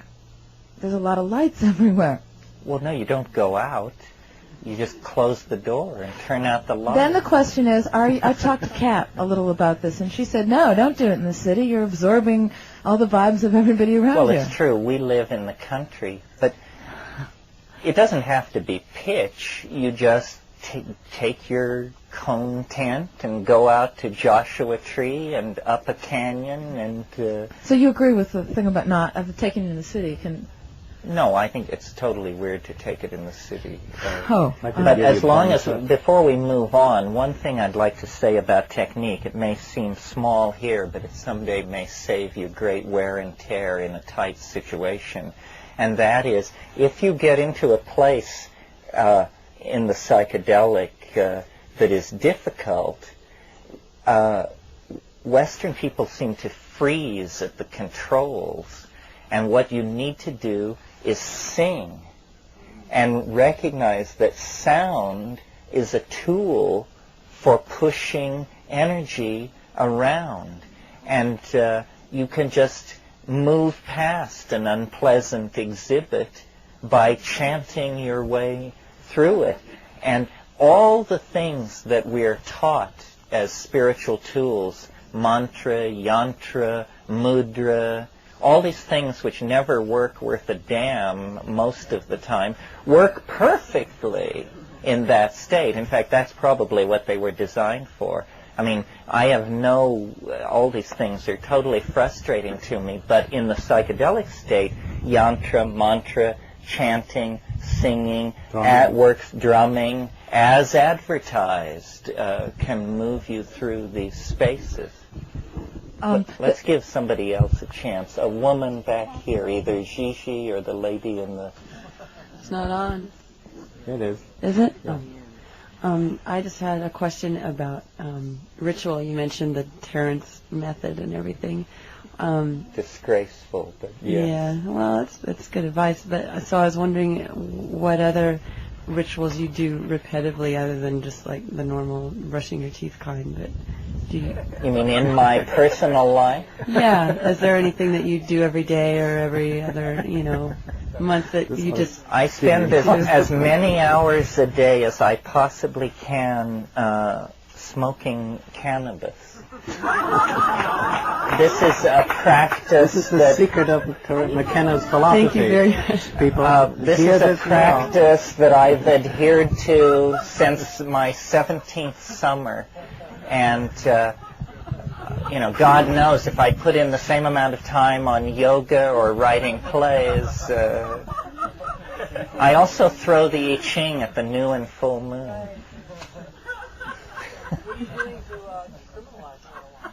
What am I doing to decriminalize it?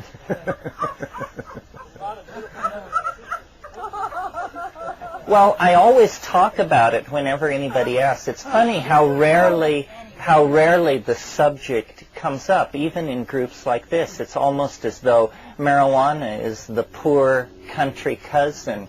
We're all here talking about 5-methoxy, hydroxy, this and that.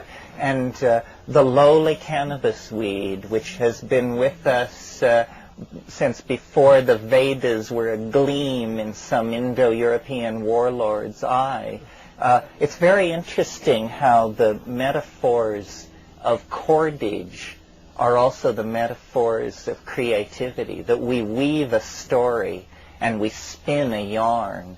And all the connection between fibers and cognitive processes has always been well understood. I think cannabis has a bum rap. what I'm doing to decriminalize it is being fairly out front about my devotion to it. I just think it's trivial and silly, and it's like trying to outlaw masturbation or something. It has to do with having a torqued notion of human nature. These things exist. I'm not recommending that for everyone, but when I was young, I was what's called a nervous child. And the first time I had a hit of cannabis, I realized that I could self-medicate myself to normalcy and be just like everybody else. And so I did that, and I don't know if it's the proper place to tell it, but once I became concerned that I did too much smoking, and so I decided I would quit. First of all, I wanted to see if I could quit, and then I wanted to see how much of my interior life was actually riding on this ocean of cannabis ingestion. So it so happened that the conditions for the experiment were perfect, because I was arriving on a small desert island in the Seychelles group in the Indian Ocean, and had rented a house on this island in order to write a book. So I had this Mombassan bomber weed and a lid of it, and I just rolled it up and nailed it above my kitchen door and decided that I would not smoke until I had finished writing this book. And was relieved to learn that I had enough self-control that this was possible. I didn't sleep a wink for 8 nights, but I did not resort to breaking my pledge, and I slowly realized it was all right. What it seemed to do was I spent a lot more time reading and had much more interesting dreams, and otherwise it didn't seem to be any big deal. And I wrote this book then, and it took me about 6 weeks, and I promised myself that when the book was finished, I would then allow myself to smoke up this lid of weed before I left this island.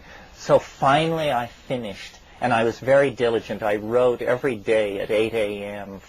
till noon. I typed, and then I would take my dogs and explore this island. I had this very set regimen. And finally the book was finished, and I rolled these huge bombers and dragged my lawn chair out under the coconut palms and waited for the sunset to get really going, and then I just flared and consumed about 3 of these things in about 5 minutes. And I was just waiting for this sense of relief and accomplishment and clarity to sweep over me, and this thing began to happen, and I pushed it away, and then it came back, and I pushed it away, and finally I realized I had to look at what this was, that it was just becoming overwhelming. And then I looked at it, and what it was the incontrovertible, instantaneous, deep, unarguable realization that this book I had written was dog shit. And I was just frozen just sitting in this chair, quaking with this realization. And up to a half an hour ago, I had this vision of myself returning triumphantly to Berkeley like Lenin entering Moscow with the tome raised high. Don't worry, brothers and sisters, it's all figured out. And I realized, that it was a catastrophe, an abortion, a monstrosity. So I just was, really set back. So then I just shrugged my shoulders and said, oh, okay, I will smoke day and night until I can try and save this thing, if it can be saved. And I did. I did smoke day and night, and I did struggle with this thing. And it was not possible to breathe life into that corpse. This book, I'll just tell you the title in order to convince you that this thing should have died a borning. It was called, I blush to tell you, it was called Crypto Rap, Meta-Electrical Speculations on Culture. Terrible, terrible. So I realized then, at that point, that I was a fool to try to navigate life without cannabis, and that it would just get me in terrific trouble, and that I lost my way and couldn't make judgments and had no discrimination and so forth and so on. Anybody? Yes, sir, you've been struggling mightily to be heard. Next.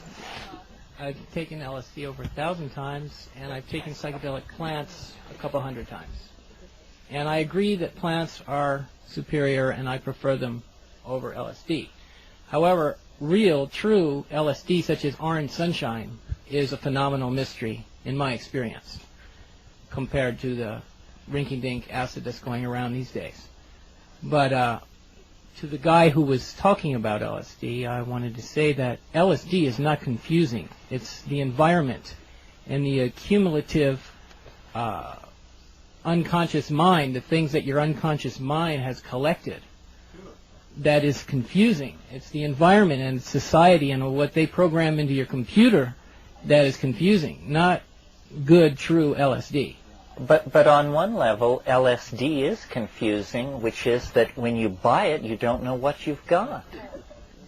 That's truly confusing. If you buy it from people who don't chant mantras and aren't into a high state of spiritual awareness and vegetarianism, I get it from people. And I know weasels who chant mantras every day. And they have to know chemistry. I know where I get it. I know where I get it from. But see, that's too much to ask of most people. I recall a conversation I had once with a psychotherapist about MDMA. And he said, it doesn't matter that it's toxic at twice the ordinary dose, because I would never give somebody twice the ordinary dose. I said, but X, you don't understand. People pop this stuff like pretzels down on Sunset Strip. So you have to think of the fool. The fool is always with us. And, No. Well, maybe the fool is not always with us with an attitude like that. No, but it is, the thing about LSD that's confusing is the difficulty to tell what you've got until you're out in it. Shishi, what was your point? Ba ba ba ba ba.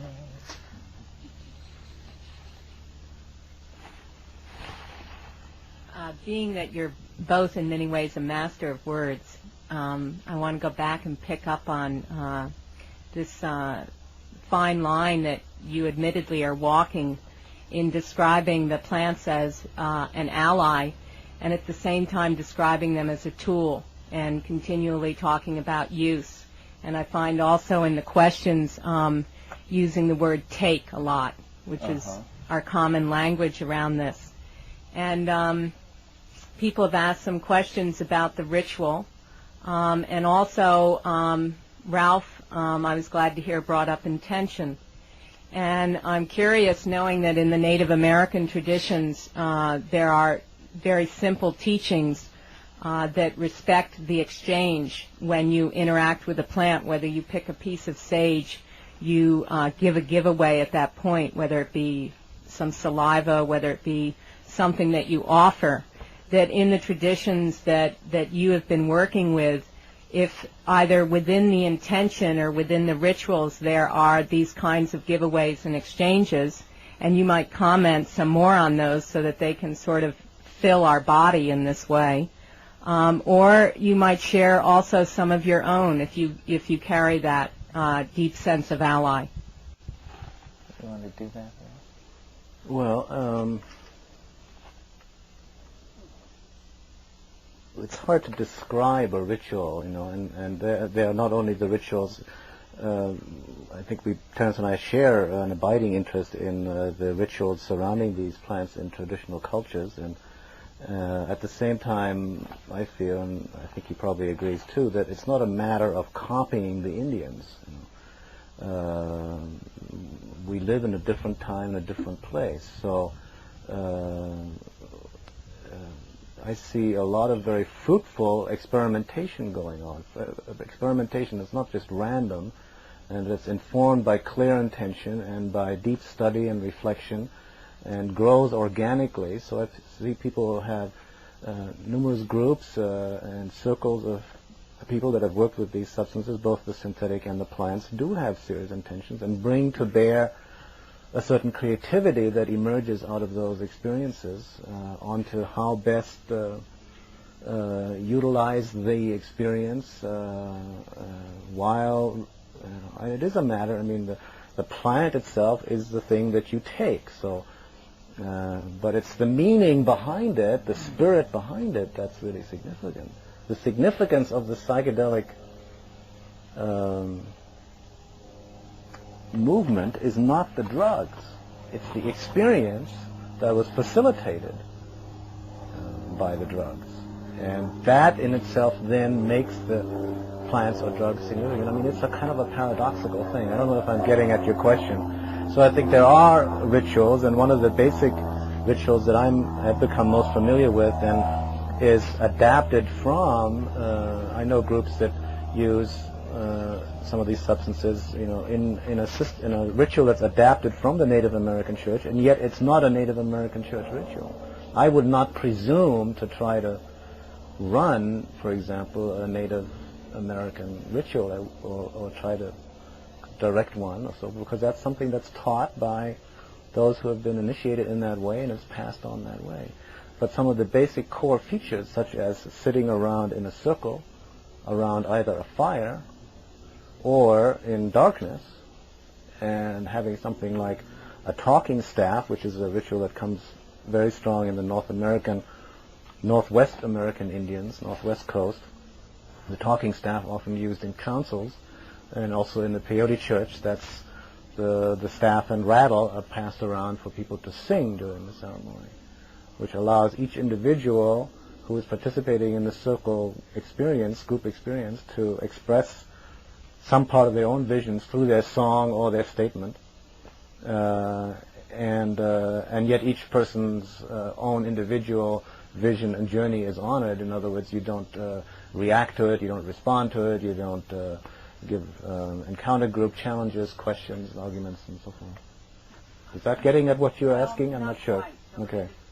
Two things about it. I'm not looking for a description, of the whole ritual per se, as much as I'm tracking what you brought up earlier in the week about, the weekend, about this memory that was way before, that there's some relationship with the plants that in our modern time and even in the traditional societies perhaps has been overlooked or forgotten or shifted. And I'm curious about the experience of giveaway, the experience of exchange, which is part of this relationship with plants, which very quickly gets lost in our language and in some of our modern usage of them as tools. So I was looking for any sort of traces of that in your own sort of use, relationship with them, and also curious because this topic has come up in terms of the cultures in which these plants are culled from or visited, that these are also the cultures which seemingly are having a great deal of difficulty holding on to their plants. In other words, the destruction of the rainforests, etc. And what is that all about in terms of this allyship? Right. I'll just say briefly, and then go ahead. Then I'll say something. What I get from that was that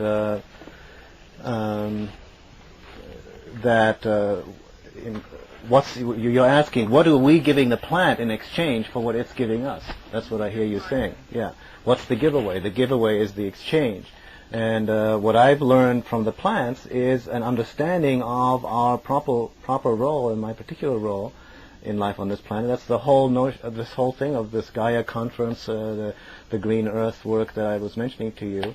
That's what I learned from the plants. That's what was emphasized, and that's what I've learned from previous non-drug, non-plant involved shamanic kinds of experiences, vision quest, or however induced.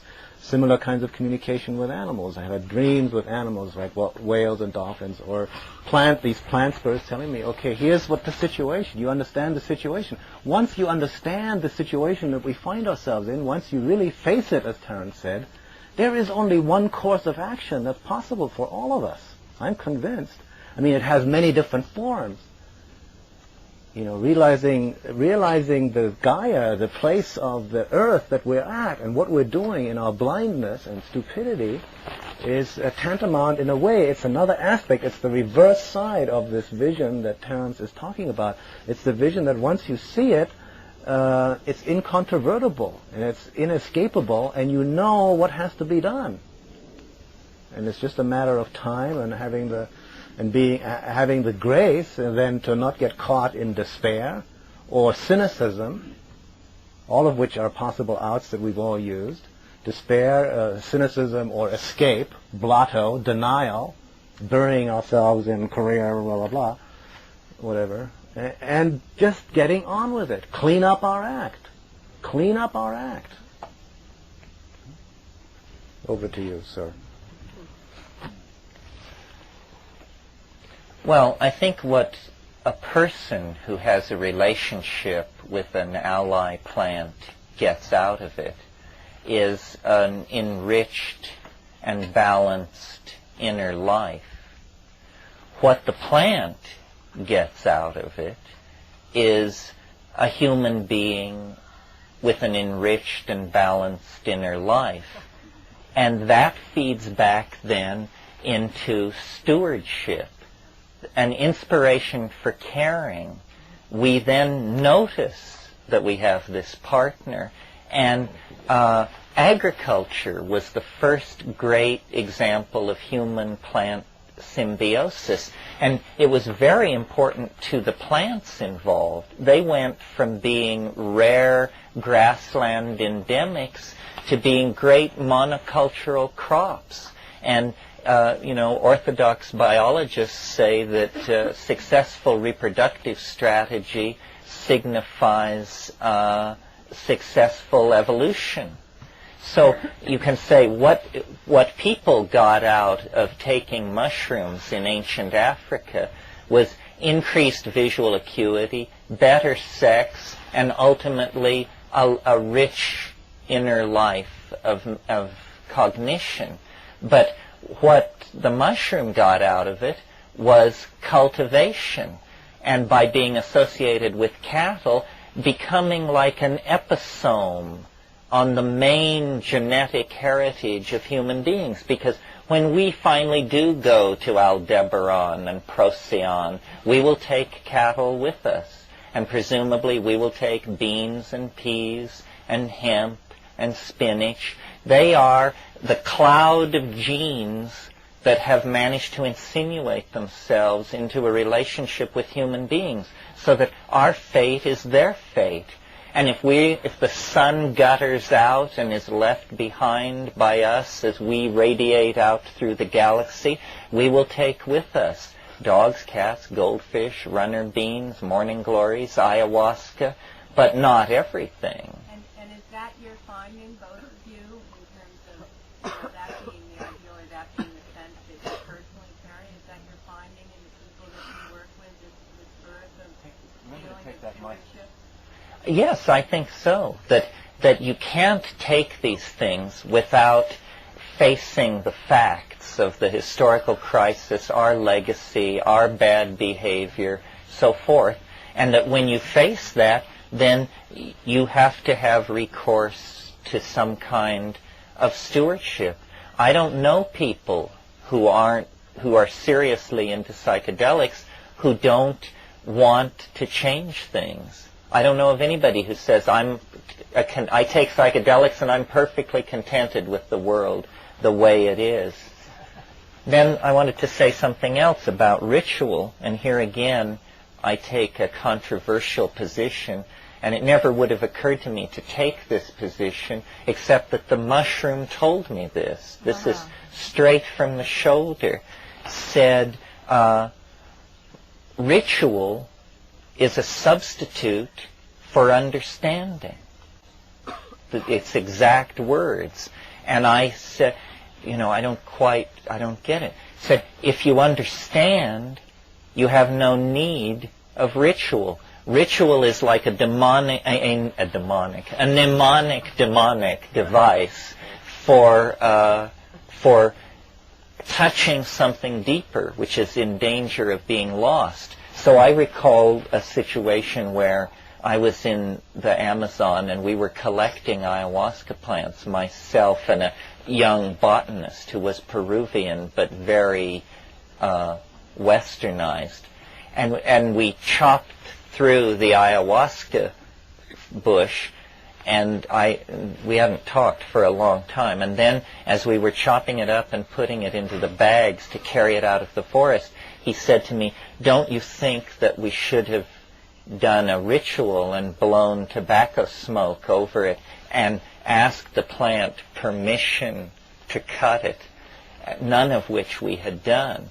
But as we had cut the plant, this had all been going through my mind, and I felt that the moment was so intense that ritual would have been a trivializing of it.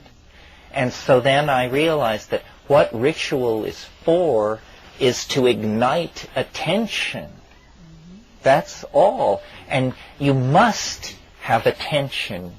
And Ralph was very good to bring up intentionality, which is a state of attention to what you're doing. And when you incinerate a bud of cannabis or cut an ayahuasca plant or gather mushrooms, it's not necessary to perform a ritual, but it's an abomination to have an empty head at that moment.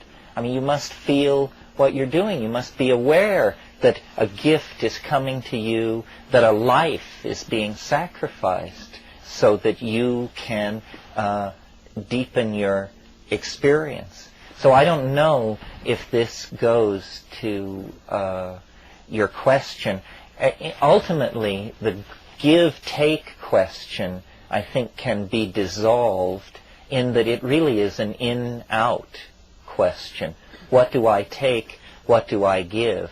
The planet is a gene swarm, and there is only one destiny for life on this planet. It is the destiny of all of it. And when we take these plants, we are synergized to higher states of intellectual activity. This creates redistributions in the patterns of propagation and growth of the plants. We are inside some kind of huge natural control mechanism. We cannot fail to be in Tao, but we can fail to recognize that we're in Tao.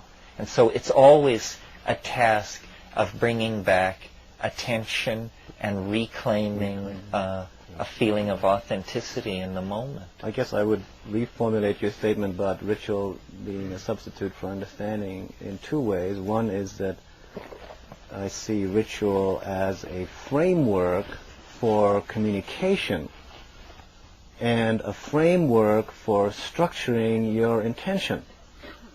The kind of ritual you perform comes out of your intention. So if your ritual is empty, a ritual empty of intention or consciousness is just that, an empty substitute for the real thing. And I also realize that, especially if you're alone, going through that kind of an experience, as long as you are clear about your intention and you're going about what you're doing with the maximum of consciousness that you can, you are in fact doing a ritual. You're doing the essence of ritual. And when you're out in the wilderness and you do everything with as much consciousness as you can, every morsel that you eat, when you take a shit, everything, when you breathe, when you brush your face, brush your teeth, or sweep your campsite, everything becomes a ritual, which means simply that you have clear intention and clear maximal awareness. Your attention follows your intention. If you think about it. What your intention determines what you're going to attend to. And so I think the ritual has its place, And it has to be recognized for what it is, and it has to be imbued with your awareness and your intention so that it doesn't become empty. We all know numerous empty rituals. The churches, the organized religions are full of them. And they're harmless or not so harmless diversions. Other considerations? Yeah. Oh, take the mic, please.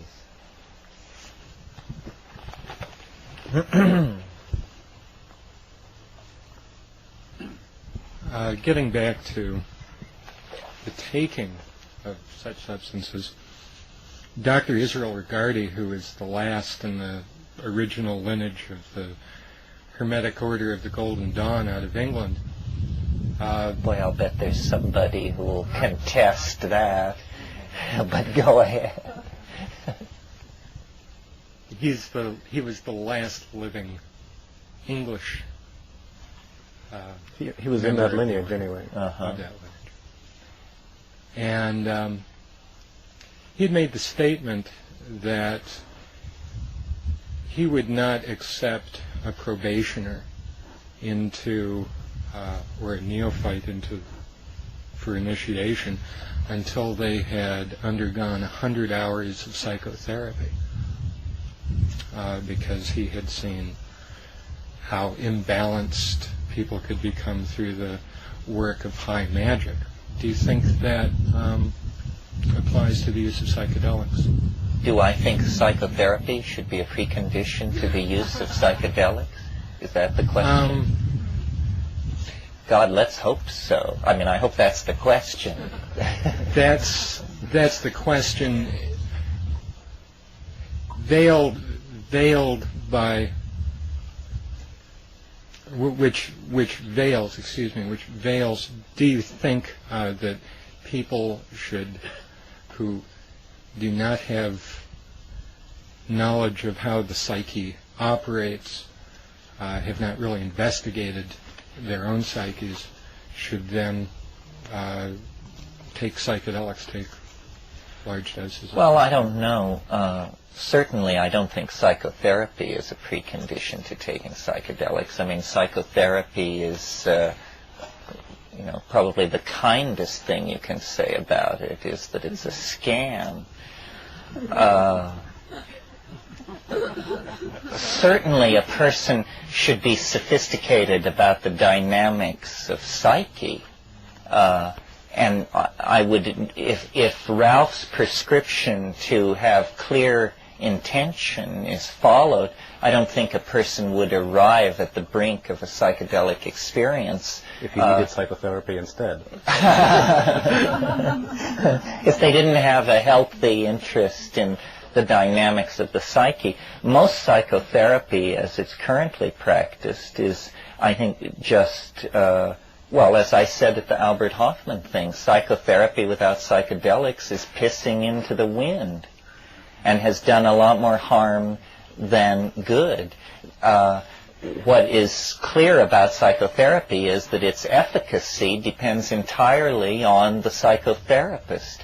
Freudians, Jungians, Reichians, and what have you-ites all get the same results, which are 1/3 get better, 1/3 get worse, 1/3 stay the same.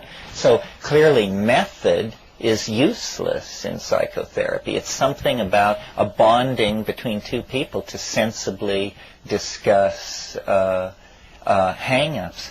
What I think is generally felt to be true among psychedelic researchers is that early psychedelic trips tend to have a personalistic cast to them, tend to address one's hang-ups, problems in relationships, difficulty in coming to terms with parents and loved ones and so forth. But that people who persist with psychedelic experimentation quickly burn through that. One of the objections that I always sort of had to LSD was that I call it abrasively psychoanalytic. This seems to be a compound that only wants to talk about what are basically therapy issues.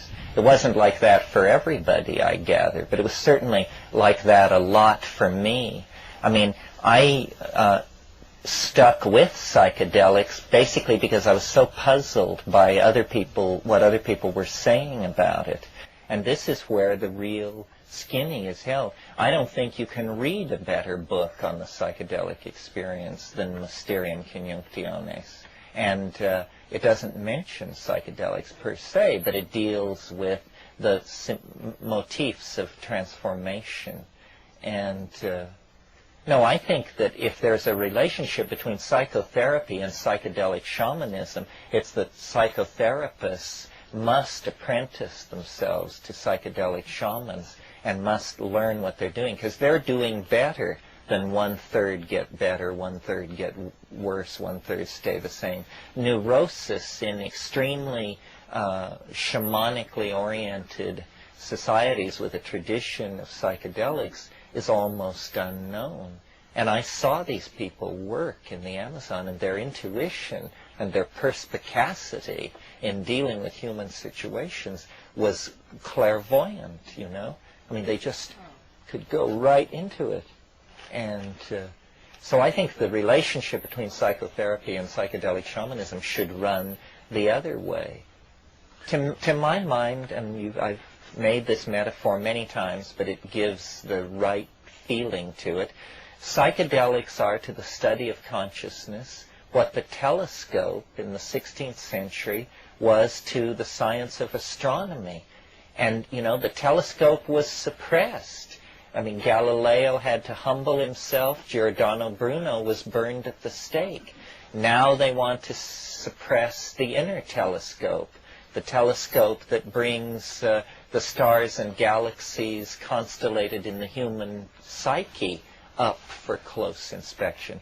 Well, I suspect they shall have the same fate as they had with the suppression of the telescope. They will just be looked at as pedestrian, plebeian Philistines, and the people who had the good sense to advocate this, people like Ralph Metzner, will be hailed as forward-looking visionaries. The only thing I would add to that analogy, I think, that of the telescope is that because the telescope, after all, is used by astronomers, or rather select elite group of people. The average man probably never in his lifetime looks through a telescope. The significance of the psychedelic drug in terms of enhancing our perception, expanding our consciousness, in addition to that, it does it has a potential for doing it for anybody, not everybody, but anybody who wants and needs it, who feels drawn to it. And so it's a tool that's unique, and this ties back to the theme I mentioned at the beginning. You know, the age of shamanic experts is over. That was the old age. I mean, there will be experts, of course. There are people who are more practiced and skilled and experienced at it. The elders, the ones who've done it the longest time, are the ones you go through for guidance and training and so forth. But it's everyone has to make their own discoveries. Everyone has to explore their own psyche. Nobody else can do that for you. I wanted to say one other thing in relationship to your question, and I don't want you to take this in any way critical of your asking of the question, but I wanted to actually have you think about the assumption, the presupposition that underlies that question. Because you're asking us, in a way, you ask something like, should people who take psychedelics be required to undergo therapy? That's asking a question about who should or should not ingest certain substances. It's a control question. And I understand your intention is, protection of people flipping out and all of that. And but we shouldn't be asking anybody that question. We shouldn't be asking ourselves, basically, or anyone else that question, looking for those kind of criteria. We should take responsibility for our own path, and that will serve as an example to other people. Everyone has to find their own way. Psychedelics is not the way for everybody. There are many people who never should, in quotes, use it, and who never will, and who don't need to, and who will get quite possibly to the same spaces as we get without that way. And my always standard answer when people start asking questions about, how do I actually get there? How do I actually make that connection? Well, okay, so Terence has given you an actual practical hint. Grow your own mushrooms. That's certainly a way to go. I tend to give a more evasive answer, which I really mean in all sincerity, which is that if the psychedelic visionary plants is going to be a part of your way, your path, you will find your way to them at the appropriate time, when needed, no sooner and no later. If your intention about it is clear and good, and that's not to say you may not make false starts and you may have some trips and decide it's not for you. That's okay too. There's no requirement.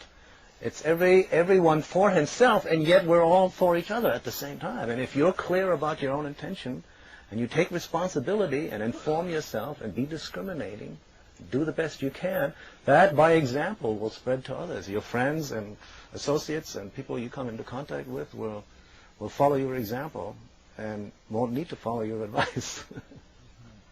Before we leave it, I have to tell a wonderful story about the telescope, which relates to what we've been talking about. The telescope seems to be a good metaphor for psychedelics. When Galileo discovered the telescope, he was not immediately slapped down by the church. It took a few months for them to even sort out what the issue was here. And then, of course, eventually he had to recant. But in the year preceding his trial, Galileo was, of course, before the invention of the telescope, well known in influential circles in Rome as an inventor and scientist, natural scientist. So in his apartment on the rooftop, he set up his telescope and would hold small garden parties for influential Roman citizens, among them great cardinals and princes of the church who were involved in deciding the issue of whether or not he was dabbling in heretical material. So one evening he had Cardinal Roncalli of the Holy Office, which is the keepers of the doctrine of the faith, and had him to dinner and said, Excellency, would you care to look through my telescope? And the cardinal allowed as how he would like to look through the telescope, and so Galileo pointed it at the full moon, which was rising over the city, and the cardinal peered into the telescope, and Galileo said, and so, Excellency, as you see, there appear to be oceans and range of mountains on our sister world. And the cardinal looked for a long time and said, yes, but Signor, surely we can agree among ourselves that this is only a hallucination.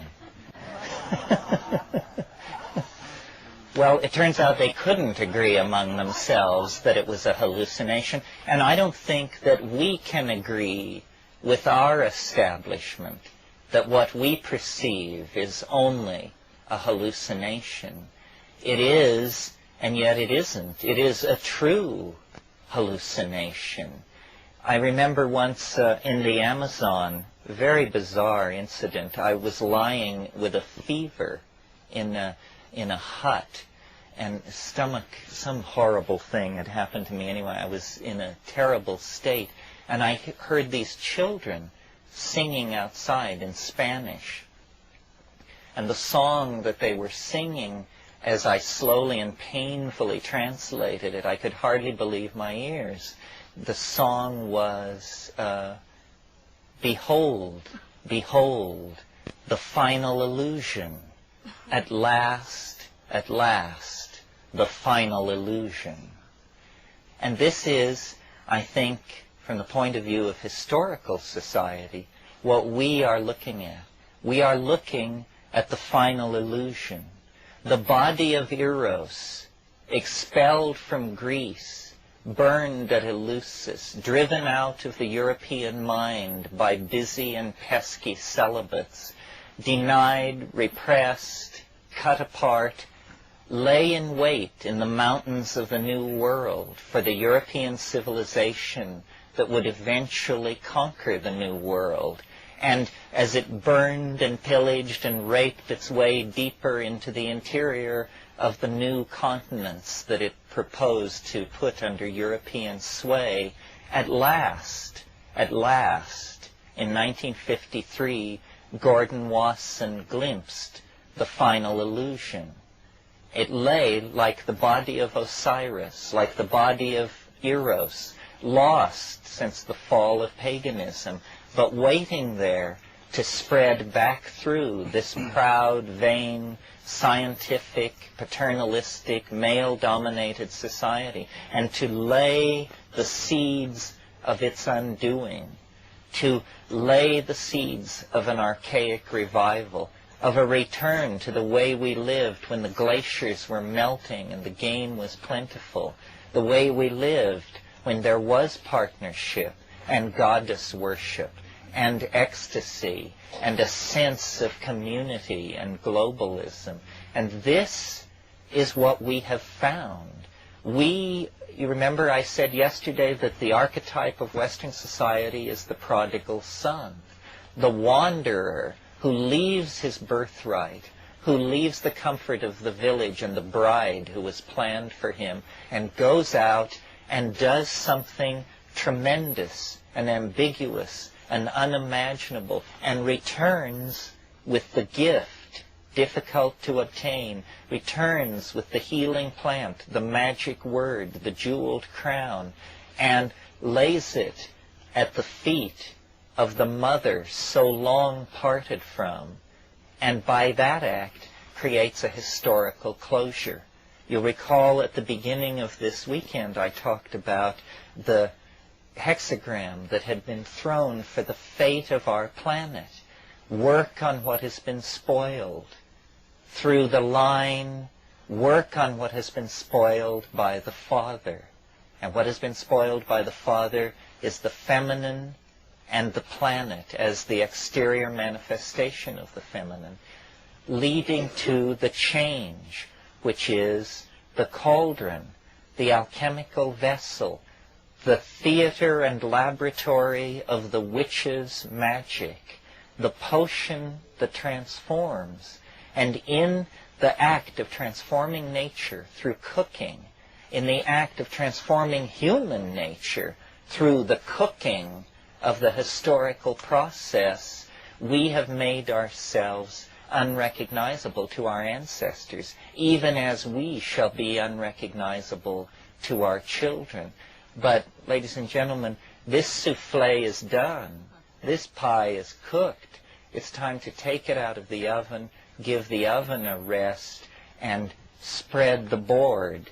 You know, with the passing of the patriarchy, I recall that wonderful line in Finnegan's Wake where Joyce says, "Grandpappus has fallen down, but Grinny spreads the board, sunny side up with care. If you want to be parked, if you want to be phoenixed, come and be parked. Because up Nayent, prospector, you're going to sprout all your worth and woof your wings." And so that's what I invite you to do. To woof your wings. Woof your wings. Woof, woof.